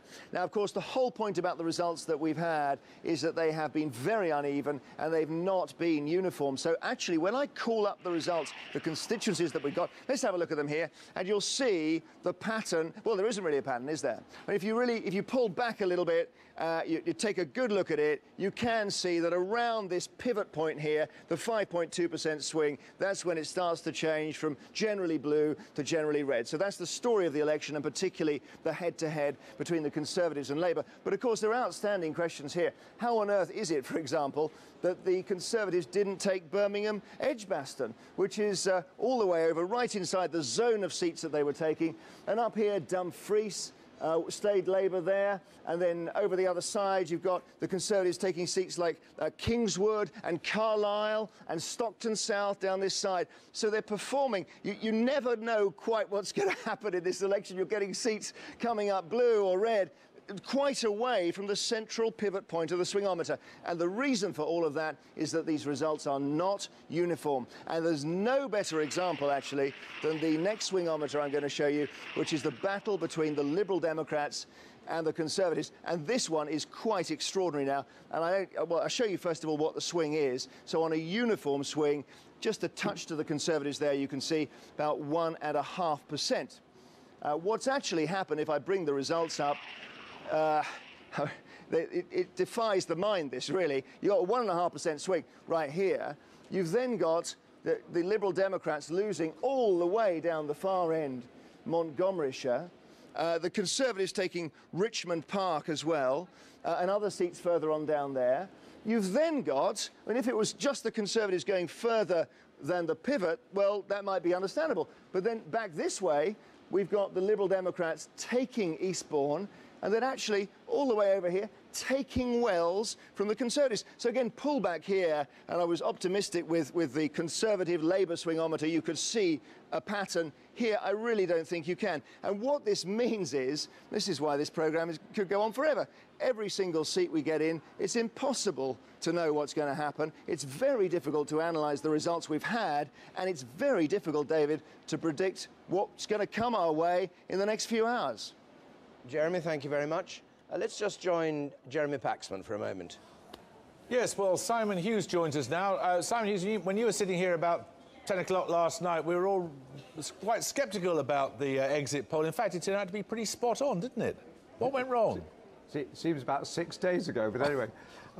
The answer is we haven't seen the results. Yes, it appears to be more accurate than I or others had thought. It wasn't only me who was being sceptical about it. I think the reality is we've held our share of the vote across the country as far as I can see. But I guess because people were afraid about going into the new politics and all the things that they've been optimistic about, and in the end they backed off that, we have been able to hold our ground but not advance it. Let's wait and see, and as Nick Clegg said, and I agree with Nick, let's wait till all the results are in, let's see what the final figures are, because it still looks as if no party has secured the confidence of the British public. There's only about 60 seats left to declare. At what point do you think that David Cameron would have the right to say, give me a crack at forming a government? Well, Jeremy, you know the answer to this question. We've been around this course several times, just us, but let alone your discussions with other people. The answer is that the Constitution gives the incumbent Prime Minister the right to play the first card. He has the right, if he wishes, to try to form a government. If he decides he can't, he tenders his resignation to the Queen, who would then invite Mr Cameron. But we're certainly not there yet. I've heard nothing issue from any Labour minister or from the Prime Minister suggesting that we're there. And as Nick Clegg said, let's just wait for the results to be in. Let's look at the lie of the land. Let's see exactly where people are in seats and share of the vote. And then we can take a considered and measured view. But Simon, thank you very much indeed. Thank you, David. The ability to carry on securely in the future. Simon Hughes there. Well, there's lots more to talk about, and there are still 58 results to come in.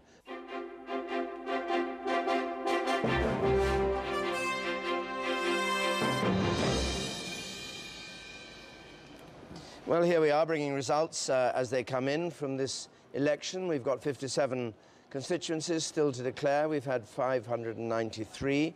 We've had some interesting family upsets. Anne Keane was defeated, but her husband Alan Keane, I think, won his seat. But Ed Balls and Yvette Cooper both got back, didn't they? Very interesting picture from the husband and wife team in West Yorkshire. Let me take you into these seats. Remember, we're looking at the detail of what goes on beneath the surface. So even though it appears they both kept them, let me go into Morley first of all and show you Ed Balls here, school secretary. This was a real target for the Conservatives. They wanted to unseat him, make him a big headline decapitation, if you like. And let me remind you what happened in that swing. OK, so Ed Balls held on, but there was still a massive swing, 9.3% towards the Conservatives. And let me show you what happened in the seat next door, Pontefract and Castleford, now Normanton as well. This is his wife, Yvette Cooper, also in the cabinet. And I'm just going to show you something astonishing. The swing here against Yvette Cooper, 12.5%. If that had been next door, it would have been big enough to unseat her husband. Just a whisper away there. That's right. The Conservatives would have loved those swings to be reversed, because then they'd have taken Ed Balls' seat and wouldn't have worried about not taking Yvette Cooper's. Can I say maybe one more point? A few miles to the west, in Aldermead and Southwell, Phil Willis' seat, the immigration minister, I hear that it's very, very close indeed, and they're on to, I think, the second recount. And that's one of the seats where some voters, would-be voters, was locked out at 10 o'clock. So this may be one of the results that gets questioned later on today. Peter, thanks very much. Yes, David.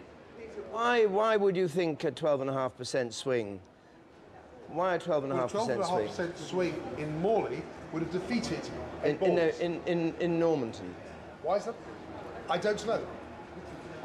They say they can't hear you, but I can hear you, and you don't know, is what you said, which is fine.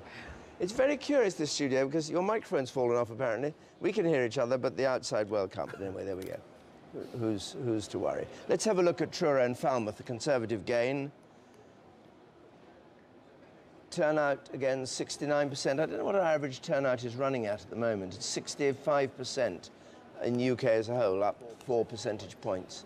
Conservatives gain this seat, Truro and Falmouth. Sarah Newton works for a think tank, and she defeats the Liberal Democrats in Truro and Falmouth. Terry Teverson runs a printing company down in Falmouth. It's confirmation again, David, where you have a sitting MP, they tend to hold on to their seat for the Liberal Democrats. Here the MP retired, Matthew Taylor, new candidate, gets defeated. Matthew Taylor retiring for family reasons. I mean, he's quite young, Matthew Taylor. I suppose he's young. He was also considered a rising star of the Liberal Democrats. And thought there was more to life than being a Liberal Democrat. Well, there may be less to life than being a Liberal Democrat after this is all through. Milton Keynes South, a Conservative gain. Ian Stewart works as a headhunter. It was actually fascinating, christened by Gordon Brown's father, John Brown. Ian Stewart, he was brought up in Scotland. So he was christened by Gordon Brown's father and stood as a Conservative and took the seat against Labour. Good. That's 2 results in. And Tessa Giles from Dulwich and West Norwood. Labour held on to this. She had a majority of 7,800. She increased it. There was a swing from Labour to Liberal Democrats of a tiny amount. Liberal Democrats in second place, the Conservatives in third place in Dulwich and West Norwood. Right, let's join Jeremy Paxman again. Jeremy. Well, I'm joined, David, by Michael Gove, the Shadow Cabinet Minister. Michael Gove, what do you make of this apparently constitutionally absolutely appropriate arrangement that Gordon Brown tries now to form another government? Well, I think Gordon Brown's been comprehensively defeated in this election. I think that we're now in a position where the Labour Party have lost more seats in this election than at any time since the 1930s, and the Conservatives have won more seats than at any time since the 1930s. I think it's also the case that David Cameron has secured a larger number of votes and a larger share of the vote than Tony Blair secured in 2005 when he became Prime Minister. So I think that the logical next step is for David Cameron to form a Conservative-led government. But absolutely, but if Gordon Brown can form a government, what's the problem? Well, I don't think we would be, I don't think the country would be entirely happy if Gordon Brown, after a defeat like this, were to try to cling on and try to form some sort of coalition of the defeated, some sort of alliance of the dispossessed. I don't think it would be the right thing to do. I don't think it would be a way of providing the country both with the change it needs, the clean break from the failures of the past, or the sort of stable government that we deserve. I'm sure that Peter Mandelson is even now trying to construct some elegant Machiavellian scheme in order to maintain his position at the centre of British public life. But I think the British public have decided that Gordon Brown and his crew should move on. Well, we're expecting to be speaking to Peter Mandelson in a moment or two. We'll ask him, but currently they enjoy, as it were, squatters' rights. What would a Conservative-led government, as you call it, comprise? Well, we're going to have to wait to see what the full composition of the House of Commons is. Results are still coming in, and Conservatives are winning seats in places which were beyond, I think, most commentators' expectations.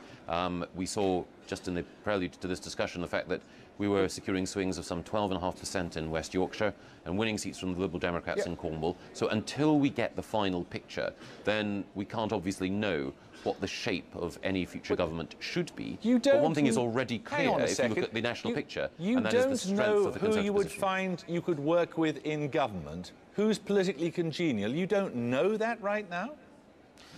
Well, Jeremy, if you're talking about political congeniality, then you come very high up my list. But if you're talking about building a strong governing coalition, then we need to see, A, what the future shape of the House of Commons is, and David Cameron is happy to talk to anyone in the House of Commons who wants to work with him in order to ensure that we have a strong and stable government. Could you work with the Liberal Democrats?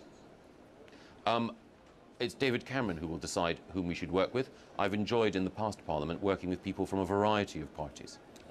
Could you work with the Democratic Unionists? I stress, it is for David Cameron to decide with whom we should work. We do not yet know the basis on which the new Parliament will be constructed entirely. We don't know the precise arithmetic, but I've certainly been happy to work with people of goodwill from other parties in the past. The sorts of reforms that we want to take forward in the field of education are reforms which have been supported by Labour and Liberal Democrat MPs. I'm just going to interrupt you, if you don't mind, Michael Gove, because Nick Robinson knows far more about these matters than any of the rest of us wants to ask you a question. Come on, Nick. Shall I challenge that? No. Michael Gove, why not have done with this and just call Nick Clegg now, form a coalition with him, and then David Cameron does get the job that you think he deserves after the election result that you say is a victory?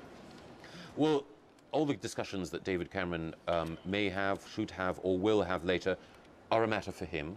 and I think it's appropriate for us to wait to see what the precise shape of the House of Commons is. I think that's the point that Nick Clegg himself has made, that we need to see how every British citizen has voted. We need to see what the House of Commons looks like before we take the next step. But it's certainly the case that David Cameron is happy to talk to people in other parties in order to ensure that we can have a strong, stable, Conservative-led government to provide the country with the change it needs. But, Michael Gove, this is just going round in tight circles, isn't it? We're getting nowhere with this argument. I mean, you say you're going to wait. Nobody has the slightest clue whether you're going to talk to the Liberal Democrats or not. You say that, you know, the Tories have no, Labour has no legitimate right, and yet constitutionally, and you're a Conservative, so you observe the Constitution, you take it seriously, constitutionally has an absolute right to stay there. It's because I take the Constitution seriously, because I have a quaint attachment to this thing called democracy, that I would like to make sure that we know who's won in every seat before we decide what the shape of the next government should be. I think on the basis of the evidence so far, we know that David Cameron has secured a slew of gains across the country, more, as I say, than at any time since the 1930s. We know that he has a support at level of 37%, greater than that than Tony Blair had in 2005. These are facts. What we don't yet have is the precise composition of the House of Commons. So, a few hours' time, I can understand your impatience. David, you've been up like me throughout the night, and you would like to have finality and closure. Not so at all. would we all. Not but, at all. Not until at all. we actually have all those results, we can't be in that position. On the contrary, I thrive on chaos and confusion, Michael. But now, you won't remember February '74, but you're a historian of your own party, I'm sure. Do you approve of what Ted Heath did in February '74? Well, I was a wee lad of 6 at the time, yes. so I think that my approval or disapproval of Ted Heath's handling of that crisis probably didn't weigh very heavily on his mind. That's not what I'm asking you. I'm asking you whether, looking back as a historian, you thought he did the right thing, because it's germane to this discussion. Well, ultimately, the right thing happened, which was that Harold Wilson was able to form a government, and Ted Heath recognised that he had been defeated. And let me say that the scale of defeat that Ted Heath had in 1974 was as nothing to the scale of defeat that Gordon Brown has had now. So if Gordon Brown, who's also a keen student of history, wants to draw any lessons from 1974, then he'll recognise that he should borrow a little bit of Ted Heath's, how can I put this, grace under pressure, and decide that perhaps now is the time to quit Downing Street and allow a new man to take this country forward. But would there have been objections if Ted Heath had made an agreement with Jeremy Thorpe? After all, Ted Heath actually was in a better position than Gordon Brown is. He had more popular vote, whereas yes, Labour's 2 million behind. Yes, you're absolutely right. That's my point, that Ted Heath did have a stronger position in 1974 than Gordon Brown has now. But Ted Heath decided, albeit reluctantly, but he did see the force of the argument, that he had lost the election. He'd gone in seeking a refreshed and renewed mandate, lost it and left. Are you disappointed, or do you think it was a mistake to have had those debates? No, I think the debates were a very good thing. I think they helped clarify the issues. And I think during the course of the debates we saw that, for example, Liberal Democrat policies on the euro, they would like to join the euro, and we can see from what's happening in Greece that that's not a very good idea. Liberal Democrat policies on the euro and other areas were held up to the light and clarified, and as a result we saw during the course of the campaign a swing to the Conservatives. The Conservative share of the vote at the end of the campaign was higher than at the beginning. Michael, it's Jeremy Paxman again. There's a couple of commissionaires outside I'd like to ask a question too. But the point of the matter is there is no way you can enforce this, is there? I don't want to enforce anything. I just want to see the will of the British people respected, and that seems to me to be pretty clear. They'd like Gordon Brown to leave. They'd like Peter Mandelson to acknowledge, from his vantage point in the House of Lords, the force of democracy, and they'd like David Cameron to have the chance to form a new government. Strong and stable government, as you call it, must mean a coalition, mustn't it? Well, we'll wait to see. I think strong and stable government can come from... Well, it can't be stable unless it's a formal coalition, and it can't presumably be strong unless it has a majority. It can be strong if you have a clear lead from someone like David Cameron, who has a series of policies which we know command widespread support, but it can also be stable if other parties recognise that as well as their right to put forward their point of view, they also have a responsibility at this difficult time for the country to try to act in the national interest. Obviously, each politician and each party in the House of Commons must make their own judgment about how best they can serve the country. Michael, thank you very much. David, have another question. Labour losses: Jackie Smith, Charles Clarke, Jim Knight. Bill Rammell, Armed Forces Minister, Mike O'Brien, Shahid Malik, all fallen. And from the Liberal Democrats, Lembit Opik and Evan Harris, and Peter Robinson from the DUP. Surprise defeat there in Northern Ireland. What will come as a huge relief to the Labour Party, despite some pretty dreadful results generally, is that they've not lost any of their leading figures. They will miss people like Jim Knight, who was attending the Cabinet, and Mike O'Brien, other good ministers of state. But they thought at one stage they might lose Ed Balls. There was even a thought they might lose Alistair Darling in his seat, although Labour did much better in Scotland than the rest of the UK. And so, though a bad night, the core leadership of the Labour Party is intact. All the people who are possible successors to Gordon Brown are there. Because, of course, if he does fail to form a government, if he resigns, we'll very quickly get a Labour leadership contest. Emily. I'm going to show you what the country looks like right now. At a first glance, you'll know if you've been watching since the programme began. Lord help you, from the early hours we've been colouring in the map. And at a first glance, it looks as if the Conservatives have gained power here. Look at all that blue, an enormous amount, and that's because it's not truly representative. The Conservative MPs tend to hold these rather large rural seats, places like Ludlow and Herefordshire and Dorset West. Lib Dems a little bit the same, central Wales there, as well as northern Scotland. And the Labour MPs are not really properly represented here. They tend to hold these dense urban conurbations: Glasgow, Manchester, Birmingham, London, which is still, as you can see, coming in. But what I'm going to do now is make it a modified map to make it a more accurate picture of what we're actually looking at. This is the way the voting has really taken place this evening. And you can see now I've made every single hexagon one constituency, so they're all the same size. And now you start to see just what a messy picture it is. It isn't really all that blue. Yes, the Conservatives have started to make these inroads up here, a few gaining ground up here, but look at Scotland, still empty of Conservative seats except for that one Dumfriesshire. They have made gains in Wales, by contrast, quite interesting, but the Lib Dems still holding quite a lot of the southwest there. You get a sense now of why we are in this hung Parliament territory. I'm going to show you what a true Tory victory looks like. This is the last time they snatched power from Labour, and OK, London is fully coloured in there because we've had all the seats clearly, but look at that now. You can see the difference. This is when the country properly turns blue, the first Thatcher victory there, and you can see the kind of inroads that the Conservatives had to make into the north. Look at all those, 22 seats in Scotland, another 11 in Wales. That is why the position we're in at the moment looks so confusing. There is not one colour dominating this map. David. Thanks, Emily, very much. Well, we've heard an awful lot from Jeremy and his politicians speculating about what might or might not happen. Let's now join the real world and go to Leeds Market, where Susanna Reid is with some of the people who are actually going to be directly affected by this. Susanna. Yeah, real voters here at Kirkgate Market, the largest market of its kind in Europe.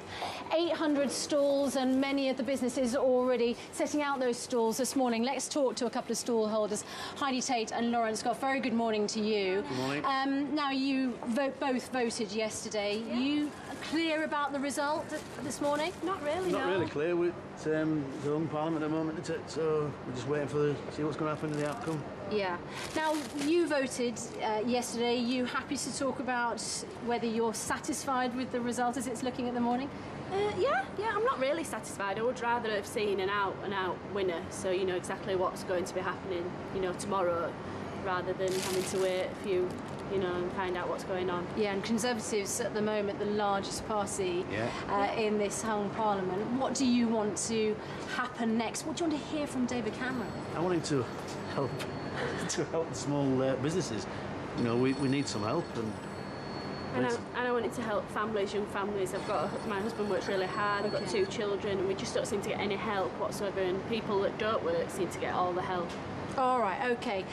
Thanks very much to you two. I'll let you carry on with your work this morning. Of course, we heard about financial consequences if there was a hung parliament. Leeds is the largest centre for financial and business services outside of London, and Ian Ward is Chief Executive of Leeds Building Society. Very good morning to you. Good morning, Susanna. What are your concerns about the political situation as it stands this morning?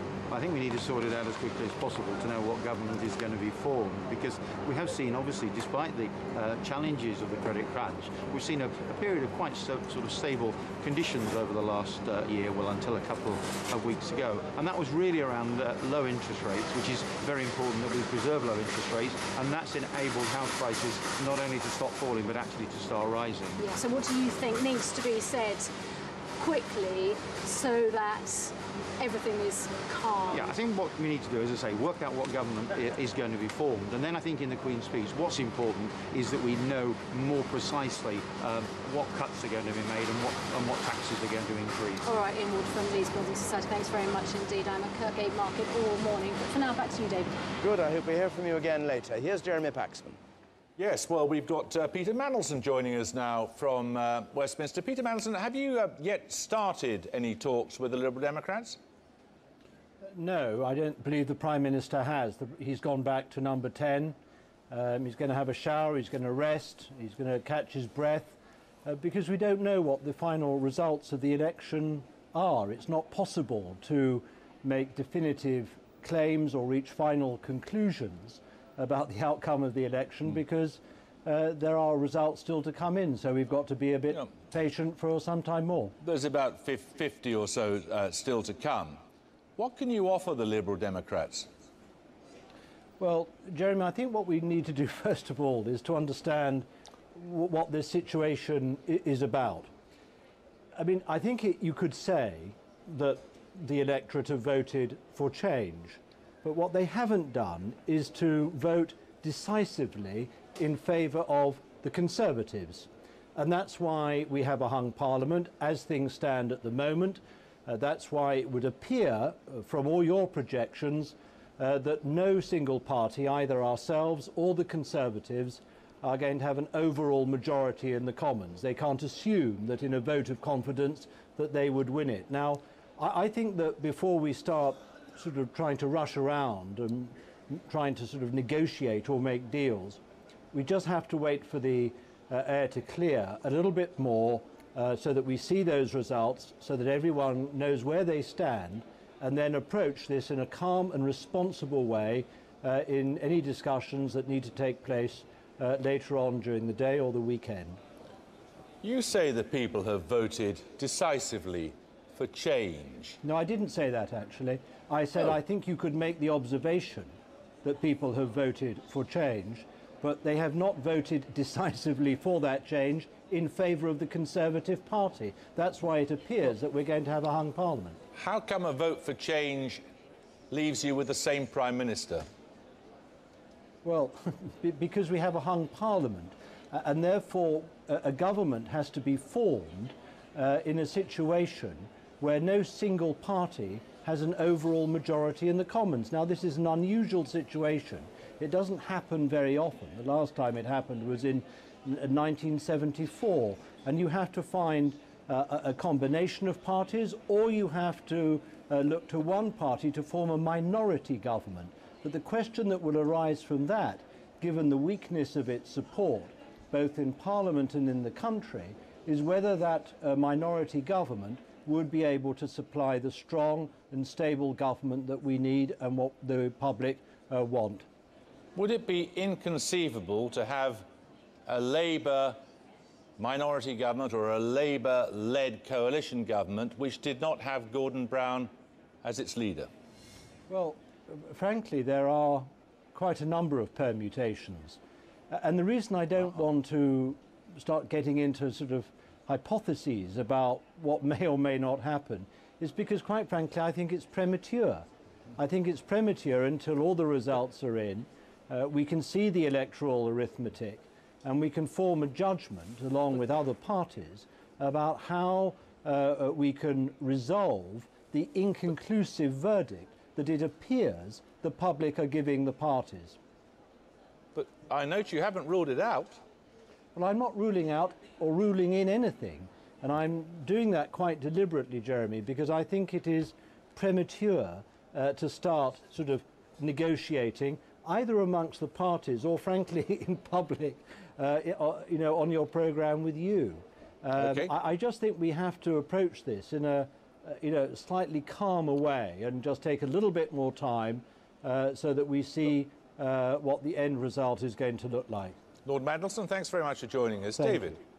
What do you make of that, Nick? I think it was extraordinary. I mean, he conceded that it was a vote for change, and then when Jeremy asked him, could Gordon Brown go, he said, well, yes, that's one of a number of permutations. Peter Mandelson has made it clear, in other words, that he thinks the country have voted not to have Gordon Brown as Prime Minister, and that it is perfectly possible that even if Labour and the Liberal Democrats formed a coalition, Gordon Brown might not be Prime Minister. Now, of course, he quite properly says, none of us know whether that will be what happens until we see the numbers, but he has certainly opened that possibility up. It's interesting that Peter Mandelson used the same phrase as David Cameron, a strong and stable government. And the question that arises is how a minority government, let's say a minority government led by David Cameron, could be a strong and stable government. Most minority governments aren't. The only time we had a strong and stable government with a minority was with the Lib-Lab Pact period of 1977-8, which gave us 18 months of stable government. Perhaps we'll see a repetition of that. Maybe Peter Mandelson would like to come back in because he was listening to both of you. Nick, in particular, Peter Mandelson, do you have any comment to make on what's been said by these wise men round the table here? I mean, I love and respect Nick Robinson, as you know. And Nick will always be, you know, first out of the trap to sort of draw some rather speculative conclusion. But Nick will also know that I was very careful in what I said and chose my words very carefully. I'm not going to be drawn along that line, along that path that Nick wants me to travel on. You were asked whether... I refuse to embark on it. And as for what Vernon said, Vernon is a very wise man and has many good historical insights. And that's it, is it? Thank you very much. Praise indeed. Can I just... No, you can't, because I think we're about to get some news. Oh, you can briefly, just 30 seconds. Say, when we're talking about whether the Tories would have a stable government because they're a minority, if you add Labour and the Liberal Democrats together, they don't, on our projections, have a majority. No. So they'd be no more in a position to claim that they're a stable government either. OK. Maybe we need a national government, all three of them. Well, you might propose that yet. Well, Peter Mandelson would be Prime Minister. The party's breaking up to allow it to happen. No reason why the party shouldn't break apart, is there, Lord historically? Mandelson, get him back, see if he wants to be Prime Minister. Let's go on speculating. Well, we're going to join the BBC's economics editor, Stephanie Flanders, who's down in the city. Stephanie, are the markets alarmed by the kind of political confusion that exists, or had they already discounted it, or do they think everything's going to be hunky-dory? Well, it's going to be a very interesting question this morning. You think you've had a long night. In a sense, things are just kicking off here in the city. And at the moment, the verdict on British assets is quite negative. But I should say, as you've been hearing on the news, there's a lot of other things going on in the financial markets today, a lot of concerns about the Eurozone, and the British economy will be affected by that as well. So I think what's hurting the UK today will not just be the election, but that's certainly a big part of it. If we look at what's going on with the markets, of course, the FTSE only formally opened a few moments ago, already down 1.7%, nearly 2%. That was after also falling yesterday. But you can see this is not just a British phenomenon. The FTSE's down, but also the German stock market, the Asian stock market in Tokyo was down sharply overnight. And I think you'll also see the impact of the big sort of very up and down movements in the US market yesterday. But sterling is definitely taking a hit. You can't see from there, but we've lost a couple of cents in the last sort of 12 hours or so against the dollar, and also fallen against the euro. And the euro, strangely enough, has actually been rising this morning, but there is a lot of concern out there, not just about whether the next government, when we know what the next government is, will really be able to say something clearly and quickly about how they're going to push down Britain's enormous borrowing, enormous deficit, but also the impact on the British economy of these broader issues, the fact that the Eurozone economy might be very weak, the fact that investors everywhere might be starting to doubt whether governments, all governments, are going to pay back their debt. These are very awkward times for us to have so much uncertainty on the political front. And they opened the bond market at 1 o'clock this morning, didn't they? Yes, they did. What happened there?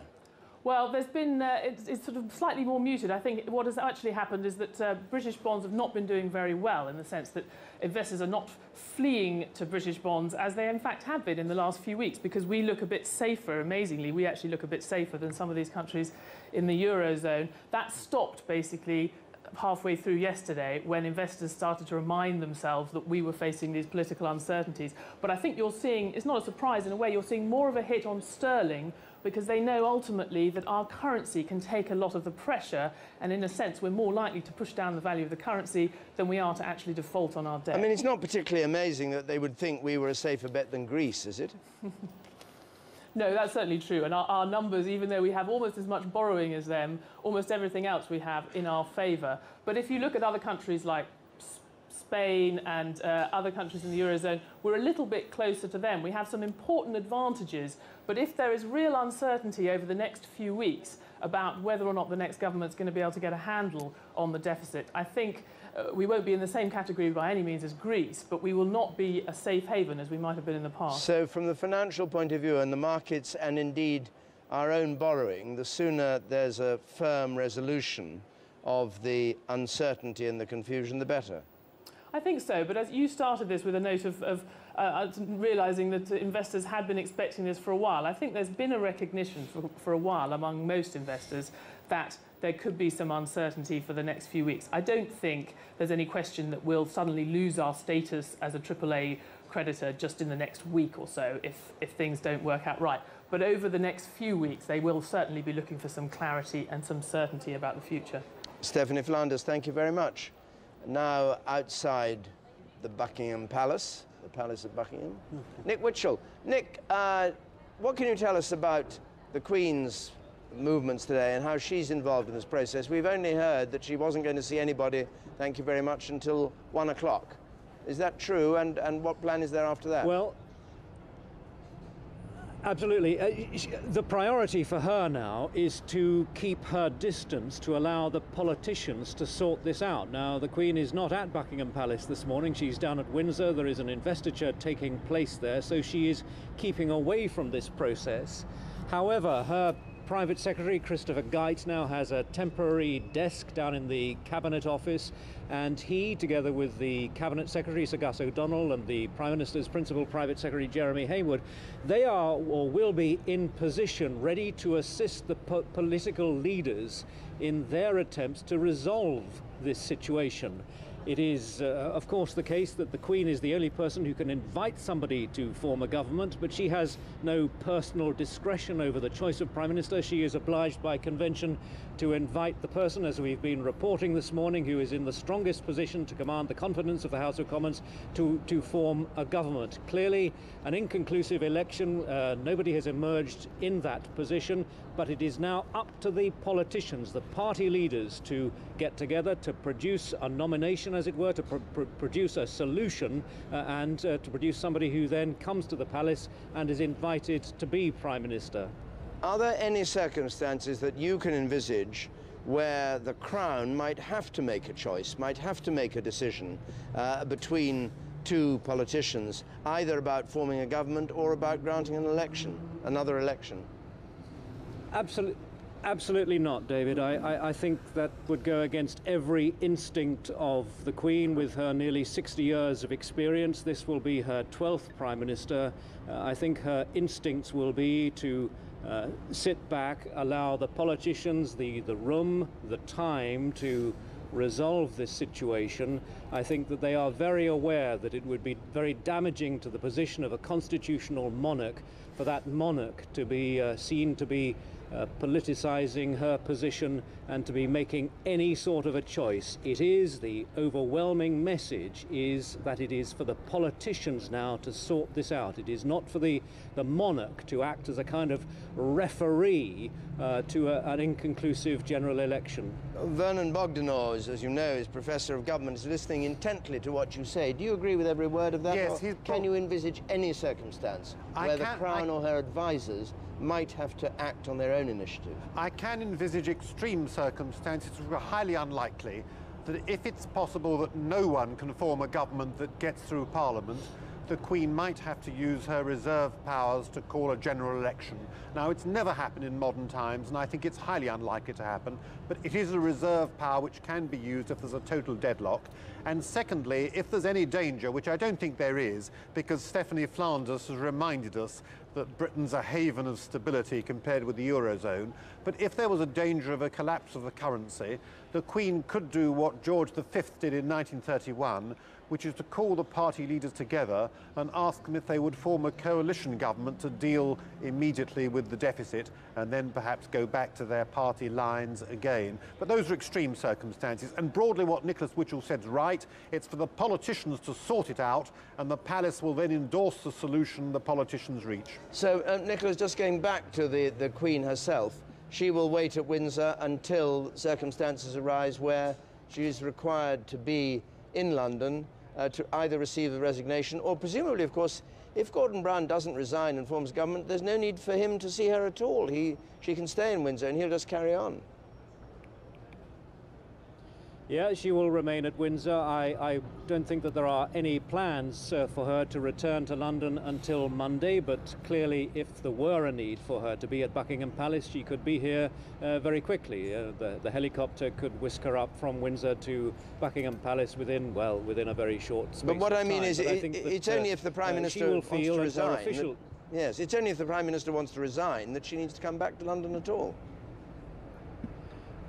Yeah, she would return to London if there were a decision from Downing Street that Gordon Brown did wish to come to tender his resignation, then clearly she would be on hand and available to receive that resignation and to take the steps that would be consequential upon that resignation.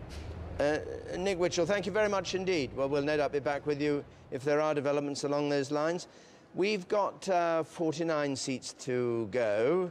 And 49 seats for you to watch, Emily. Yeah, we're going to take you right back to the battleground, because fewer than 50 seats, then these are ones you might want to watch intently. We certainly are. I'm going to take you into Hampstead and Kilburn. Some well-known faces in all of these. Glenda Jackson has been the MP here nearly 20 years, but this is a very tight, we call this a three-way marginal, actually.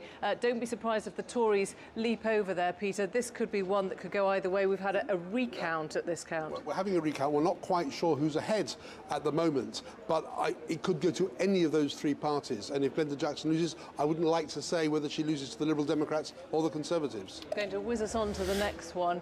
Morecambe and Lunesale. This is Geraldine Smith. Now, this is the kind of seat we were saying at the beginning of the night, all those many months ago, it seems, that this is the kind of seat in the north that the Conservatives really have to take to make those inroads. Absolutely. It needs a 6% swing. Now, in most Labour marginals, they've been getting a bigger swing than 6%, but not so much in the north. So if the Conservatives take this, it'll be really good for them. Going to take you on now to Aldermeads. Now, this is Phil Woolas's seat, the immigration minister. Interesting to see if there is any tendency to punish the incumbent Labour ministers. Will the Lib Dems unseat him here? This, again, is a recount. This is a recount. I'm told that Phil Woolas is just a handful of votes ahead, but they're doing a full recount, so it's not all over. Incidentally, cabinet ministers have not done as badly as other Labour MPs. There hasn't been that much unseating, certainly. And Norwich North, now this is quite a curious one because it was won by Chloe Smith, who became the youngest MP in the House in a by-election which favoured the Tories. Now it seems that this is up for grabs. Don't be confused by this. She won in a by-election, but of course this is the result from 2005, and Labour seemingly about to, if you like, take it back. Well, Labour would be hoping to take this back, but Chloe Smith, the Conservative, is the incumbent. But looking at these together, I mean, it's very tight at the moment. Labour plus the Liberals look as if they're going to have 5, 6, 8 more seats than the Conservatives. So every one of these seats, which way it goes, affects that arithmetic. But I make one other point, if I may, which is that every time Labour loses a seat, every time the Liberal Democrats lose a seat, it lays them open to the charge that if they were to try to get together to form a coalition, these are two parties, both of which have lost seats. So the allegation, these are two losers clinging together in adversity and denying the Conservatives the victory the public has given them. I'm not saying that argument is right, but I'm sure that argument will be heard a lot. Much harder to then argue that you've got that mandate. Thanks, Emily. Well, Laura Kunsberg is in Downing Street.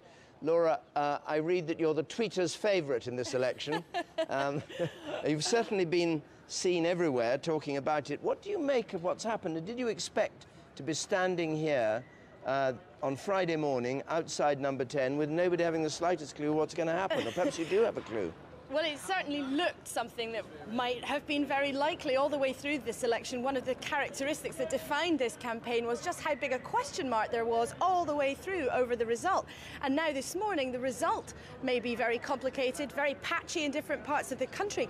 But what's interesting is the strategies of the political parties this morning, at least Labour and the Conservatives, seem to be crystal clear. We've heard from senior Labour voices again and again that essentially they're promising electoral reform if the Liberal Democrats would be tempted to work with them to try to keep the Conservatives out.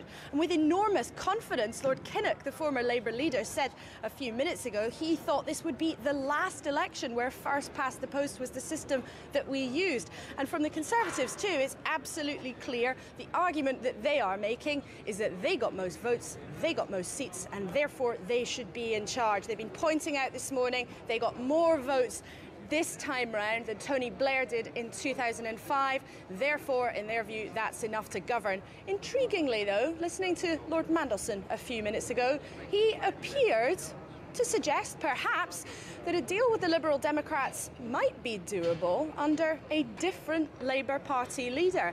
There has, of course, been speculation in the last few weeks, because the polls have been so tight, that the Lib Dems might go with the Labour Party in some kind of coalition, whether informal or formal, if they agreed to change their leader. Intriguing to hear Lord Mandelson, such a powerful figure in the Labour Party, not ruling that out this morning. Yeah, he appeared. Jeremy Paxman asked him whether there was whether it would make a difference if Gordon Brown stood down or whether he should stood down. And he, instead of saying, no, that's not so, he's the Prime Minister, he's there, he said, oh, well, there are all sorts of possibilities, didn't he, or something like that. I couldn't get the exact words, but something like that. There are all kinds of possibilities. Certainly, yes, that's certainly right. not real. Now, one other thing, what about the Liberal Democrats? What are they saying or doing, or are they keeping mum? So far, they are keeping mum, and I think they're in an enormously difficult position. Firstly, of course, they're dented. Their hopes and dreams of the kind of result they might have seen have been dashed overnight. Many senior Lib Dems going into this campaign thought they might lose seats. That looked quite likely, but the roller coaster of the last few weeks suggested very different. So, of course, they are disappointed with that. But they have this very difficult line to walk over the next couple of days. Do they give in to the temptation of the possibility of a once-in-a-generation chance of electoral reform, that thing that's been at the top of their priority list for so long? But they do that and risk being seen as propping up Gordon Brown or propping up a Labour Party that has not won this election. It's a very difficult balance to strike, and no doubt there will be people in the Liberal Democrats who do not agree with each other about the strategy to take. Paddy Ashdown this morning has been saying the important thing is to get some sleep, give it some time, and not rush into anything. Very difficult situation for the Lib Dems. I wonder how much account all politicians at Westminster will be taking of what you might call public opinion about, what's fair and what's not fair, and taking into account, regardless of the constitutional position, that actually the Conservatives have many more seats and 2 million more popular votes than Labour, and that, to use that old-fashioned English expression, it's just not cricket to stay on. Well, the Conservatives are already trying to deploy that strategy, essentially. They got more votes, they got more seats, and in their view, therefore, Labour lost this election and cannot stay in power. And it will be, for them, their strategy to try to build momentum in that sense, to try to whip up a sense of the public mood, to persuade people that it's just not fair for Gordon Brown to try to cling on. And I think every single interview that we've heard from a senior Labour figure in the last 24 hours, even just as the polls were closed, they were already talking about what is constitutional. And the point of what is constitutional is to create strong and stable government at this time when we're only just crawling out of a recession. The two sides are stacked up against each other, but clearly the Conservatives' tactic is going to be to try to whip up some kind of momentum to get the public mood on side, suggesting that Gordon Brown somehow morally cannot try to cling on because he did not win this election, even though that fuzzy constitutional reality says he's got every right to try. Laura, thank you very much indeed. Laura Kunsberg there from number 10 Downing Street, and here is Jeremy Vine. from the election studio with an overall look. There are some interesting things, Jeremy, aren't there? Scotland, only one more seat to be declared, and there's been no change at all in Scotland. Oh, extraordinary. And you want to see Labour stronghold. There it is in Scotland, David, absolutely.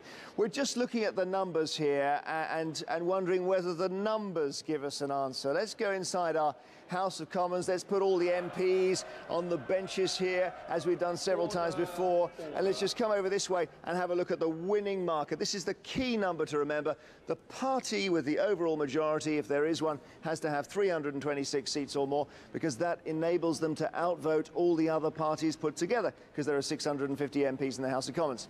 So our projection, I stress this is still a projection with 50 seats to go, has the Conservatives clearly as the largest party. And let's just count their seats now and bring them on. Those blue MPs on the government benches now, how many have they got? We think 307 they're going to end up with. Amazing that that's roughly what our exit poll was saying all the way back at 10 o'clock last night.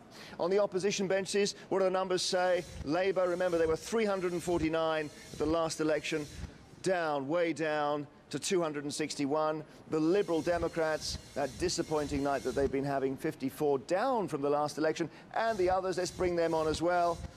There we are, Scottish and Welsh nationalists and Northern Irish MPs, 28 others. So, nobody has an overall majority, nobody can govern untrammeled. And if you come over to the other side of our studio here, we will have a look at our data table and see if we can work these numbers and find out where they take us.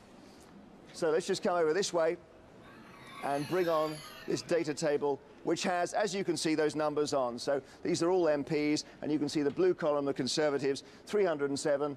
The most MPs, 261 Labour, and Liberal Democrats, 54, and so on. Then you've got DUP, SNP, Sinn Féin, Plaid Cymru, and so on, smaller parties. And these are, I stress, projections still, because we still have a few results to go, and goodness knows anything could happen in this election. So the first thing to say is it possible for the Conservatives to get up to 326 if they move somebody else into their column? And the obvious first ally for the Conservatives would be the Democratic Unionists in Northern Ireland. So let's place them in the Conservative column. At this point, you can see that the largest, tallest column is 315. Still some way short of 326. I guess we could say the Sinn Féin MPs, Jerry Adams and co, don't normally turn up at Westminster. If you take them out, you could call it 324, but they're still short. What do they do now? They could look at the others, two others in the House of Commons. That's the Alliance Party, who took Peter Robinson's seat. Very unlikely to go with the Conservatives, more likely to side with the Liberal Democrats. We can't include them. We could try Sylvia Herman, the unionist in Northern Ireland, but she's failed to go, disagreed with going into a pact with the Conservatives in the past. So also we can't really just slide the others in. So the Conservatives look stuck a bit there on 315. So let's undo that and let's see what Labour can do here. The first thing to say about Labour is that the SDLP, the Northern Ireland Party, take the Labour whip, so it's an automatic thing, really. Stick them in the Labour column, and up they go to 264. They're still some way short, aren't they? 264, they need 326. Where do they go? Well, at this point, the phone rings in Nick Clegg's office or home, and there's a conversation, let's say, and let's say it all goes swimmingly from Labour's point of view, and he says yes. And then you have this dramatic moment when, if it happens, suddenly the Liberal Democrat MPs go into the Labour column along with the SDLP, and now you see they're on 318. Well, it's fascinating, isn't it? They're still not there. They're still not on 326. So if we really want to get them up there, we might have to do something slightly fanciful. Let's take the Scottish nationalists, and maybe they could be persuaded to help Labour out. And they're on 324, and why don't we throw in the Welsh nationalists as well? Not that they would be keen to do this. You can discuss the politics of this later. Plaid Cymru in there as well. And suddenly they're through. 327. But it's a rather unusual coalition you've got there, to say the least. Let's come back into the House of Commons and see what this looks like. You now have Labour on the government benches, albeit in coalition. Those red lines are Labour and the Liberal Democrats and the Scottish nationalists and the Welsh nationalists altogether. 327 just through the line, and all the other parties on the opposition benches. But that shows just how hard it is to get an overall majority in this situation. These parties are falling too far short to make it easy. Even if you put Labour and the Liberal Democrats together, the two losing parties, main losing parties, don't get there. So it really is an extraordinary situation, David. Jeremy, thanks very much. We've had another result in Hampstead and Kilburn, and Glenda Jackson has held on to that. There appear to be recounts going on, and her majority is tiny, 42 only. Previously, she had 474. Glenda Jackson, who's been on the back benches, critic of Tony Blair, critic of the Iraq War, 6.7 swing to the Conservatives from Labour in Hampstead and Kilburn. Labour in second place, Liberal Democrats in third place, quite close behind them. A Conservative gain for Angie Bray in Ealing Central and Acton. Angie Bray, the leader of the Conservative group in the London Assembly, and she takes that seat. Bassam Mahfouz is out, and the swing 5% to the Conservatives. There's 2 more seats in. And as Jeremy was talking about, we've had most of Wales, we've had all of Wales indeed, and most of Scotland.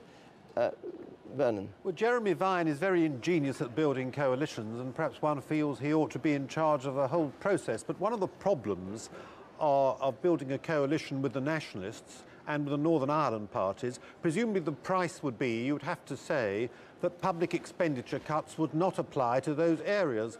And what would England think of that? And this raises one of the fundamental problems of a Cameron minority government. It will be an English government without much support outside England. No support in Scotland, just 1 MP, 8 MPs in Wales, no MPs in Northern Ireland. So you think there'd be more problems from a Cameron government than there would from a coalition of Labour with others? No, I think a coalition of Labour and the Liberal Democrats is equally problematic because it wouldn't itself have a majority. And as Peter Kellner said, it was a loser's coalition. Though I suppose Labour and the Liberal Democrats might say, together we won well over 50% of the vote. We got 54% of the vote. But they still wouldn't have a majority. You don't seem to like any of the possibilities, but we'll come back to you in a moment.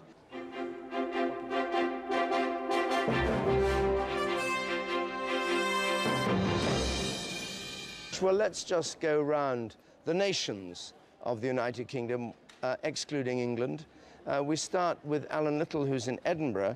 Alan, first of all, the story in Scotland and what the impact on a hung parliament would be, what parties in Scotland would be prepared to play a part in this, and which ones would resolutely stay out. Well, of course, the 3 UK parties will all take direction from their leadership in London. The one party that doesn't have leadership in London, in a sense, is the Scottish National Party, and they've already said that they're not interested in a permanent coalition or a deal with any one party to keep them in government, that they will vote on an issue-by-issue basis in the House of Commons. The SNP only have 6 MPs in any case. Very disappointing night for them. They entered this election saying they planned to win 20 seats, more than double or nearly double the highest amount they've ever had at Westminster. But what's remarkable about the election in Scotland is that not a single constituency, and we've had 58 out of the 59 now declared, not a single constituency has changed hands on the 2005 election result. It is a carbon copy of 2005. And something else that's quite remarkable about this, while England and Wales have both moved away from Labour towards the Conservative Party, Scotland has moved in the opposite direction.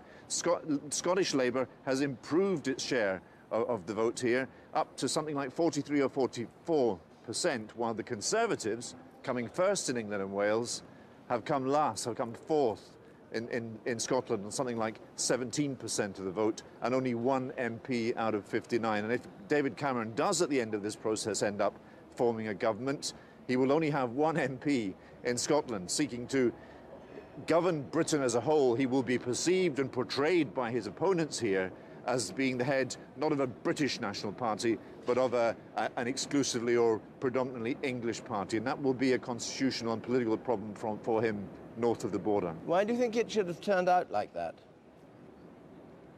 Do you know, one former Labour cabinet minister said overnight that it had become somehow un-Scottish to vote Conservative in Scotland. And when you speak to people here, people talk about Margaret Thatcher. It is nearly 20 years since Margaret Thatcher left 10 Downing Street, and yet she still, in a sense, dominates the political landscape here. And the memory of the Thatcher years is still something that people talk about unprompted very readily. And it accounts for why the Conservative Party continue, it certainly goes a long way to account for why the Conservative Party continue to poll so badly in Scotland. Alan, thank you very much indeed. Let's go down to Cardiff. We must go there quickly because Colette Hume is freezing to death by the waterfront there and has been standing waiting. So, good morning. Good morning from tropical Cardiff Yes. Bay. Now, let's just answer that question that Jeremy posed a little bit earlier to us about what would the Celtic bloc, the Scottish Nationalists and Plaid Cymru want in return for their support for a new government. Remember that here in Wales, Plaid Cymru have 3 seats. Well, the answer is very simple. £300 million. That's what they want. Plaid Cymru say that's the amount of money that Wales is currently being shortchanged. And in return for their support, they say that's the amount of money they want to see coming along the M4 from Westminster to here in Wales. So that is exactly how much money they want in return for their support. Remember, let's go back to 1979, the dying days of Jim Callaghan's administration when he was in minority government, scrabbling for every vote he could get. Then the Plaid Cymru, the 3 MPs, including David Wigley, gave their support to Jim Callaghan's government. In return for that, we got something called the Workers' Compensation Act, and that has dished out more than £200 million in compensation for slate quarry workers and other miners, a hugely important part of the North Wales constituencies for those Plaid MPs. So it proves that a small party can get a big deal when those votes are at stake. What do you think the reaction of English voters would be to paying that kind of money to keep the Conservatives in power? Well, that is certainly one question that I have put to Ieuan Wyn-Jones, Plaid Cymru's leader. He says that 4 independent studies have come back saying that Wales is not getting enough money, it's not getting the right amount of money, and he says that Wales deserves that amount of cash. Now, look at it from the other side of Cardiff Bay, over towards Bristol. Of course, at a time when public spending is under the focus, at a time when we know cuts are on the way, that isn't going to go down very well with the English voters. But quite frankly, if you're the leader of Plaid Cymru, you simply don't care. You're looking to try and solidify your position.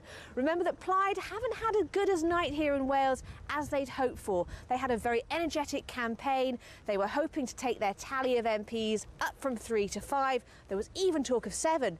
But they just stayed at 3. They worked very, very hard, a very energetic campaign and really big promises. Some people in Wales called them political chancers. Other people described them as a small party with a big ambition. But when it came to it, it just didn't happen. Colette, thank you very much indeed. Let's go to Northern Ireland now, where Ben Gagan is this morning. Ben, good morning. Just talk us through how you see what's happened there. There were some fairly sensational results in Northern Ireland, the defeat of Peter Robinson. Lady Herman taking her seat as an independent. Yes, exactly.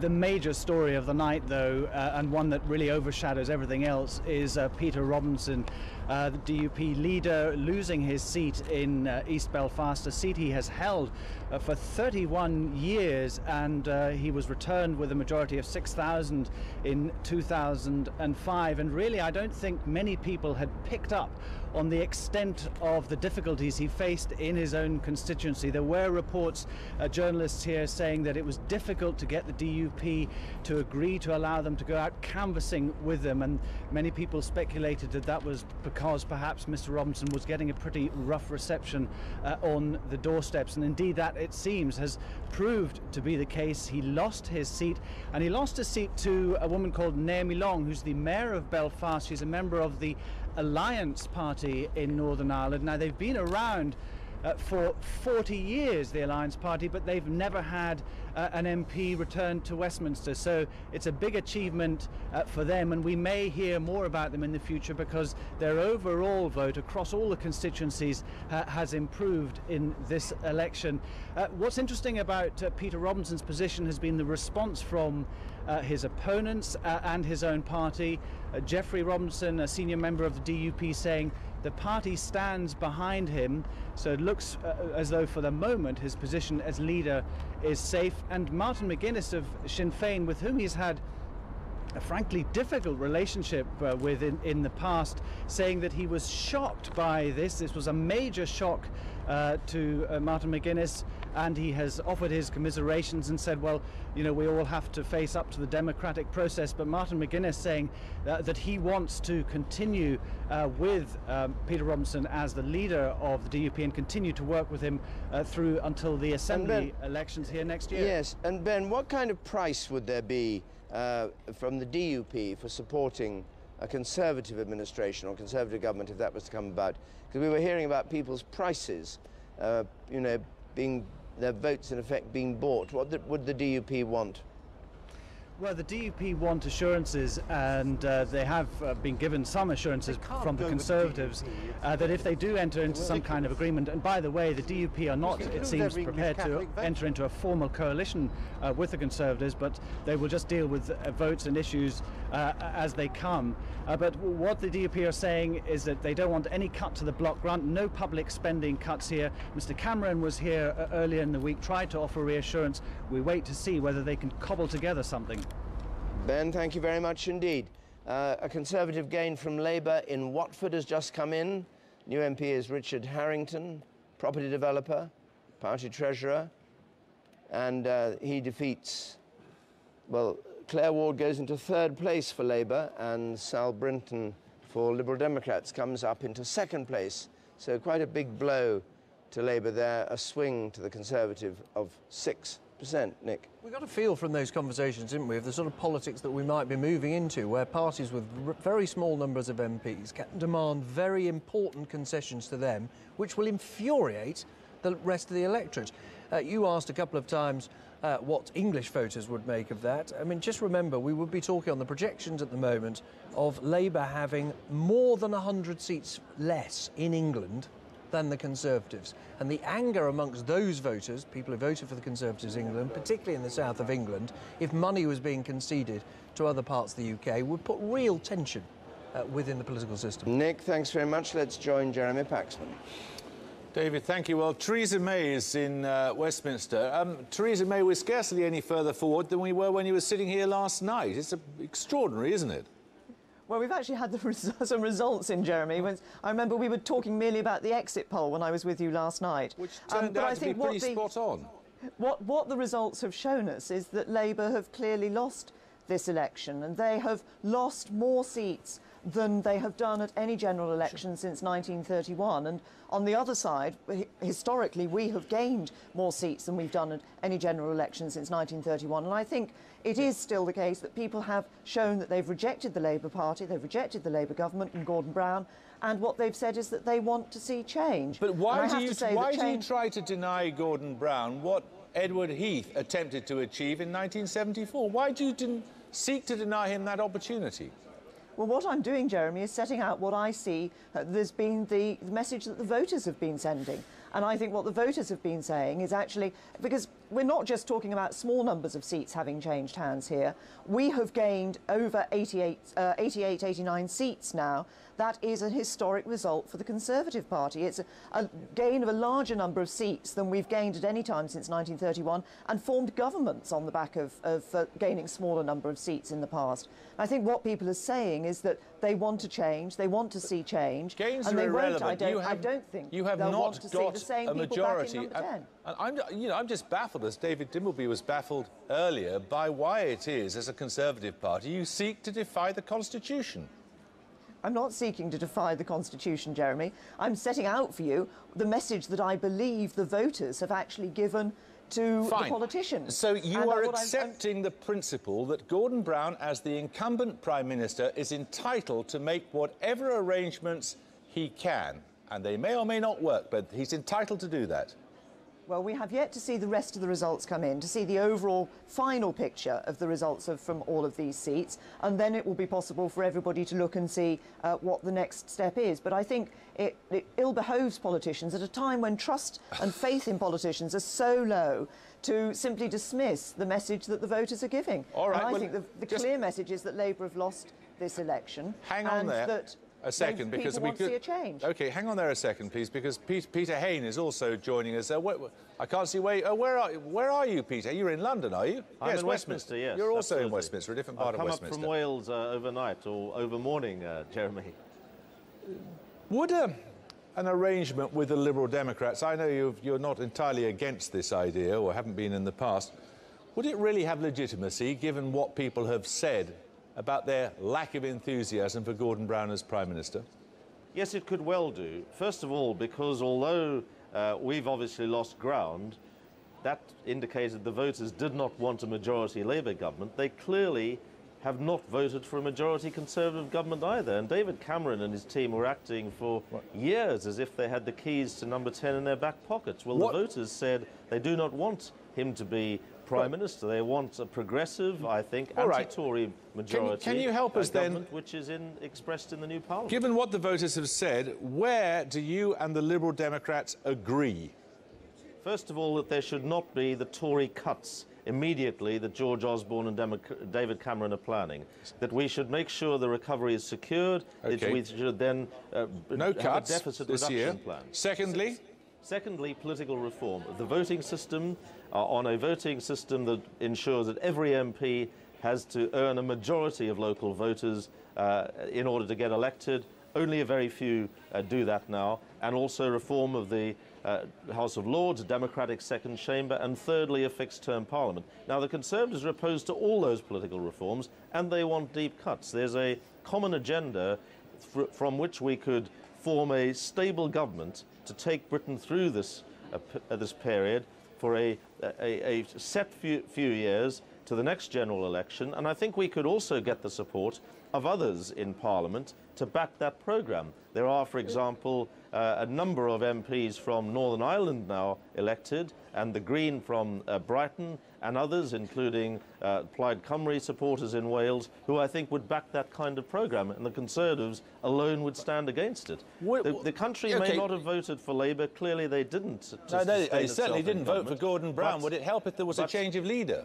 Well, constitutional precedent dictates, Jeremy, as you know, that the incumbent Prime Minister, Gordon Brown, in this case, should seek to form a government in the absence of an alternative government ready and waiting. Now, there isn't an alternative government ready and waiting because David Cameron has not won this election outright. Therefore, Gordon Brown is quite right to seek to talk to the Liberal Democrats, and then beyond that, if we can secure that as the heart of a new leader of such a government? Sorry? Is he the only conceivable leader of such a government? He's the only conceivable Prime Minister because he is the Prime Minister able to negotiate it. The Queen would not go to somebody else to negotiate a progressive partnership government. She'd probably go to David Cameron. And therefore, I think it's incumbent on all of us, and Gordon Brown is clearly seized of his duty, his constitutional duty, to try and form a progressive majority government in Parliament that reflects the wishes of the people. That, it seems to me, is eminently possible around the twin pillars of an economic programme that does not deliver immediate cuts like the Conservatives, and a wide-ranging fundamental political reform programme that rebuilds trust between voters and their politicians. Okay, thanks very much. Thank you. David? Well, we've been joined here by Simon Sharma, the distinguished historian. I wouldn't call him a television historian because it would insult him, but you'll have seen him on the telly from time to time. This is a fascinating and extraordinary moment in British politics. What do you make of it? It is. Well, there's really no precedent. We've had hung parliaments before. Vernon will correct me, but usually the gap between... they've often been difference between the majority of seats and the plurality of votes. The gap between the seats of the two parties has seldom been of this magnitude. It may be Back to the Future in 1929, when George V really had to be quite assertive in trying to persuade Ramsay MacDonald to form a national government. Do you think the palace may get involved directly in this? Not just obviously. Poor Queen, you know. The problem is, David, that the country has not just spoken. It's held its nose, of course, at all of the above. And the second huge problem is that if we can sort of poke our heads above the parapet into the wider world, there is turmoil out there of the kind that really hasn't happened since 1929. The 1951 hung election happened in a much more placid condition. Wall Street lost at one point nearly 10% of its value. There is absolute panic on the other side of the Atlantic about what's happening in Greece.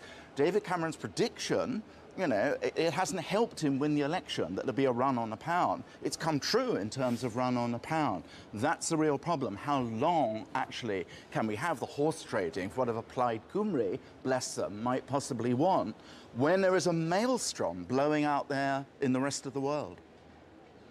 That is I'm just going to hear what's happening on the train that Nick Clegg is coming down from Sheffield to London with Kirsty Walk, and she's on the train. I don't know, Kirsty, have you picked up anything about the plans or proposals Nick Clegg may have? So there's a delay on this. I'm not quite sure what kind of delay. Wonderful. Last train back from Sheffield to London St Pancras. Down the carriages there, Nick Clegg and his wife Miriam and some of his press team. It's fair to say that our advances for any kind of comment have been very unwelcome. In fact, there's been a categoric no. I speak to Nick Clegg. He doesn't want to be filmed on the train. So this is a very different Nick Clegg to the one we saw in the last 4 weeks. What's happening now is they're going straight to Liberal Democrat headquarters, where he will make a statement, we're told, from the steps, and then go inside and address party troops and officials. Fair to say they'll all be feeling a bit banjaxed because the night, of course, has not gone according to plan. Indeed, the ebb and flow has not stopped. So, as to what happens next, we have absolutely no idea whether Nick Clegg has been talking to the Cameron camp, talking to the Labour camp, perhaps to Gordon Brown, or even perhaps to Peter Mandelson. It is not clear whether Nick Clegg might be part of any coalition government which emerges in the days ahead. It's fair to say that he is saying that he is taking no chances with rushing at this, and they want to keep calm and make their decision in the cold light of day. So he's going to arrive at St Pancras, and I'm afraid no interview for us. So Kirsty Walk there with Nick Clegg. Just going back to what you were saying. So what do you think ought to happen? I'll tell you what will happen. It'll be a Conservative government with Liberal support. The only issue is... that's what you think will happen? That's my tentative prediction. I don't see any other solution, really. Of course, it's constitutionally entirely proper, but we have not ever had a situation in this country where a party that actually had so large a gap between themselves and the party which had larger seats dared to form a government with minor party support. That would be a shockwave through the whole country at a very, very bad time. Do you agree with that? Well, I think there'd be a real question mark about legitimacy. We talked about the problem in England too.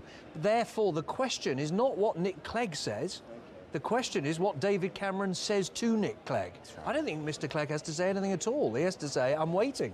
I'm by my phone. Here, I've got a mobile. Why don't you give me a call? He has a party meeting on Saturday with his MPs, and he also has a meeting with his party executive, which he could have a kind of negotiating mandate. But the real person we're waiting for is what David Cameron is willing to offer in order to get the Liberal Democrats on board, not necessarily, of course, for a coalition, but on board for some sort of arrangement whereby the Tories can govern as a minority. Okay. It also depends what Nick Clegg's going to accept at some point. Right. Well, we come temporarily to an end here in the studio with this breakfast election special. There's going to be a separate breakfast special at 9 o'clock for a couple of hours. We're going to be back here at 11 o'clock. I doubt whether things will have got much clearer, but perhaps they will. There are 43 results still to come in, so I hope you'll stick with us here on BBC One.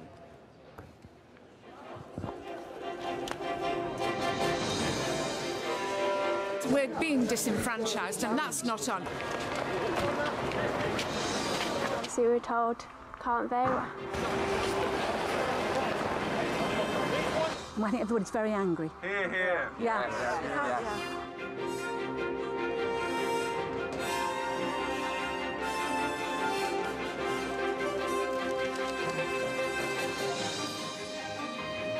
Disappointing night for you, Mr. Clegg.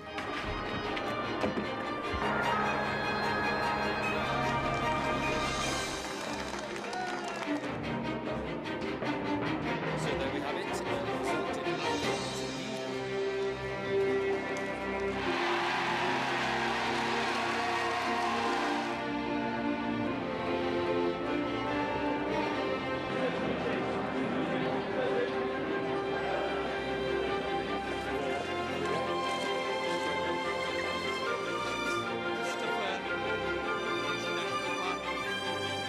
The outcome of this country's vote is not yet known.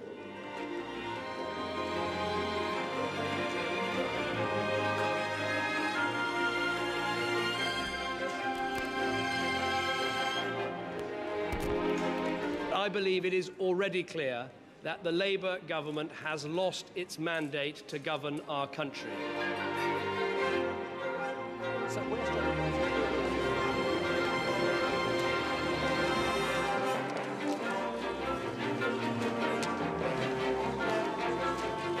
Jackie Smith, Labour Party, 13,317. Conservative, 19,138.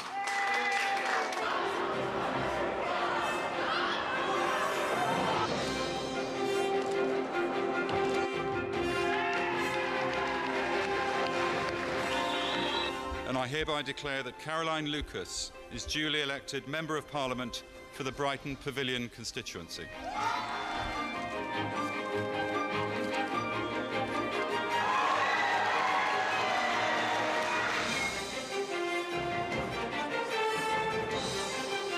I think it'd be bad if people were to rush into decisions or rush into making claims which don't stand the test of time.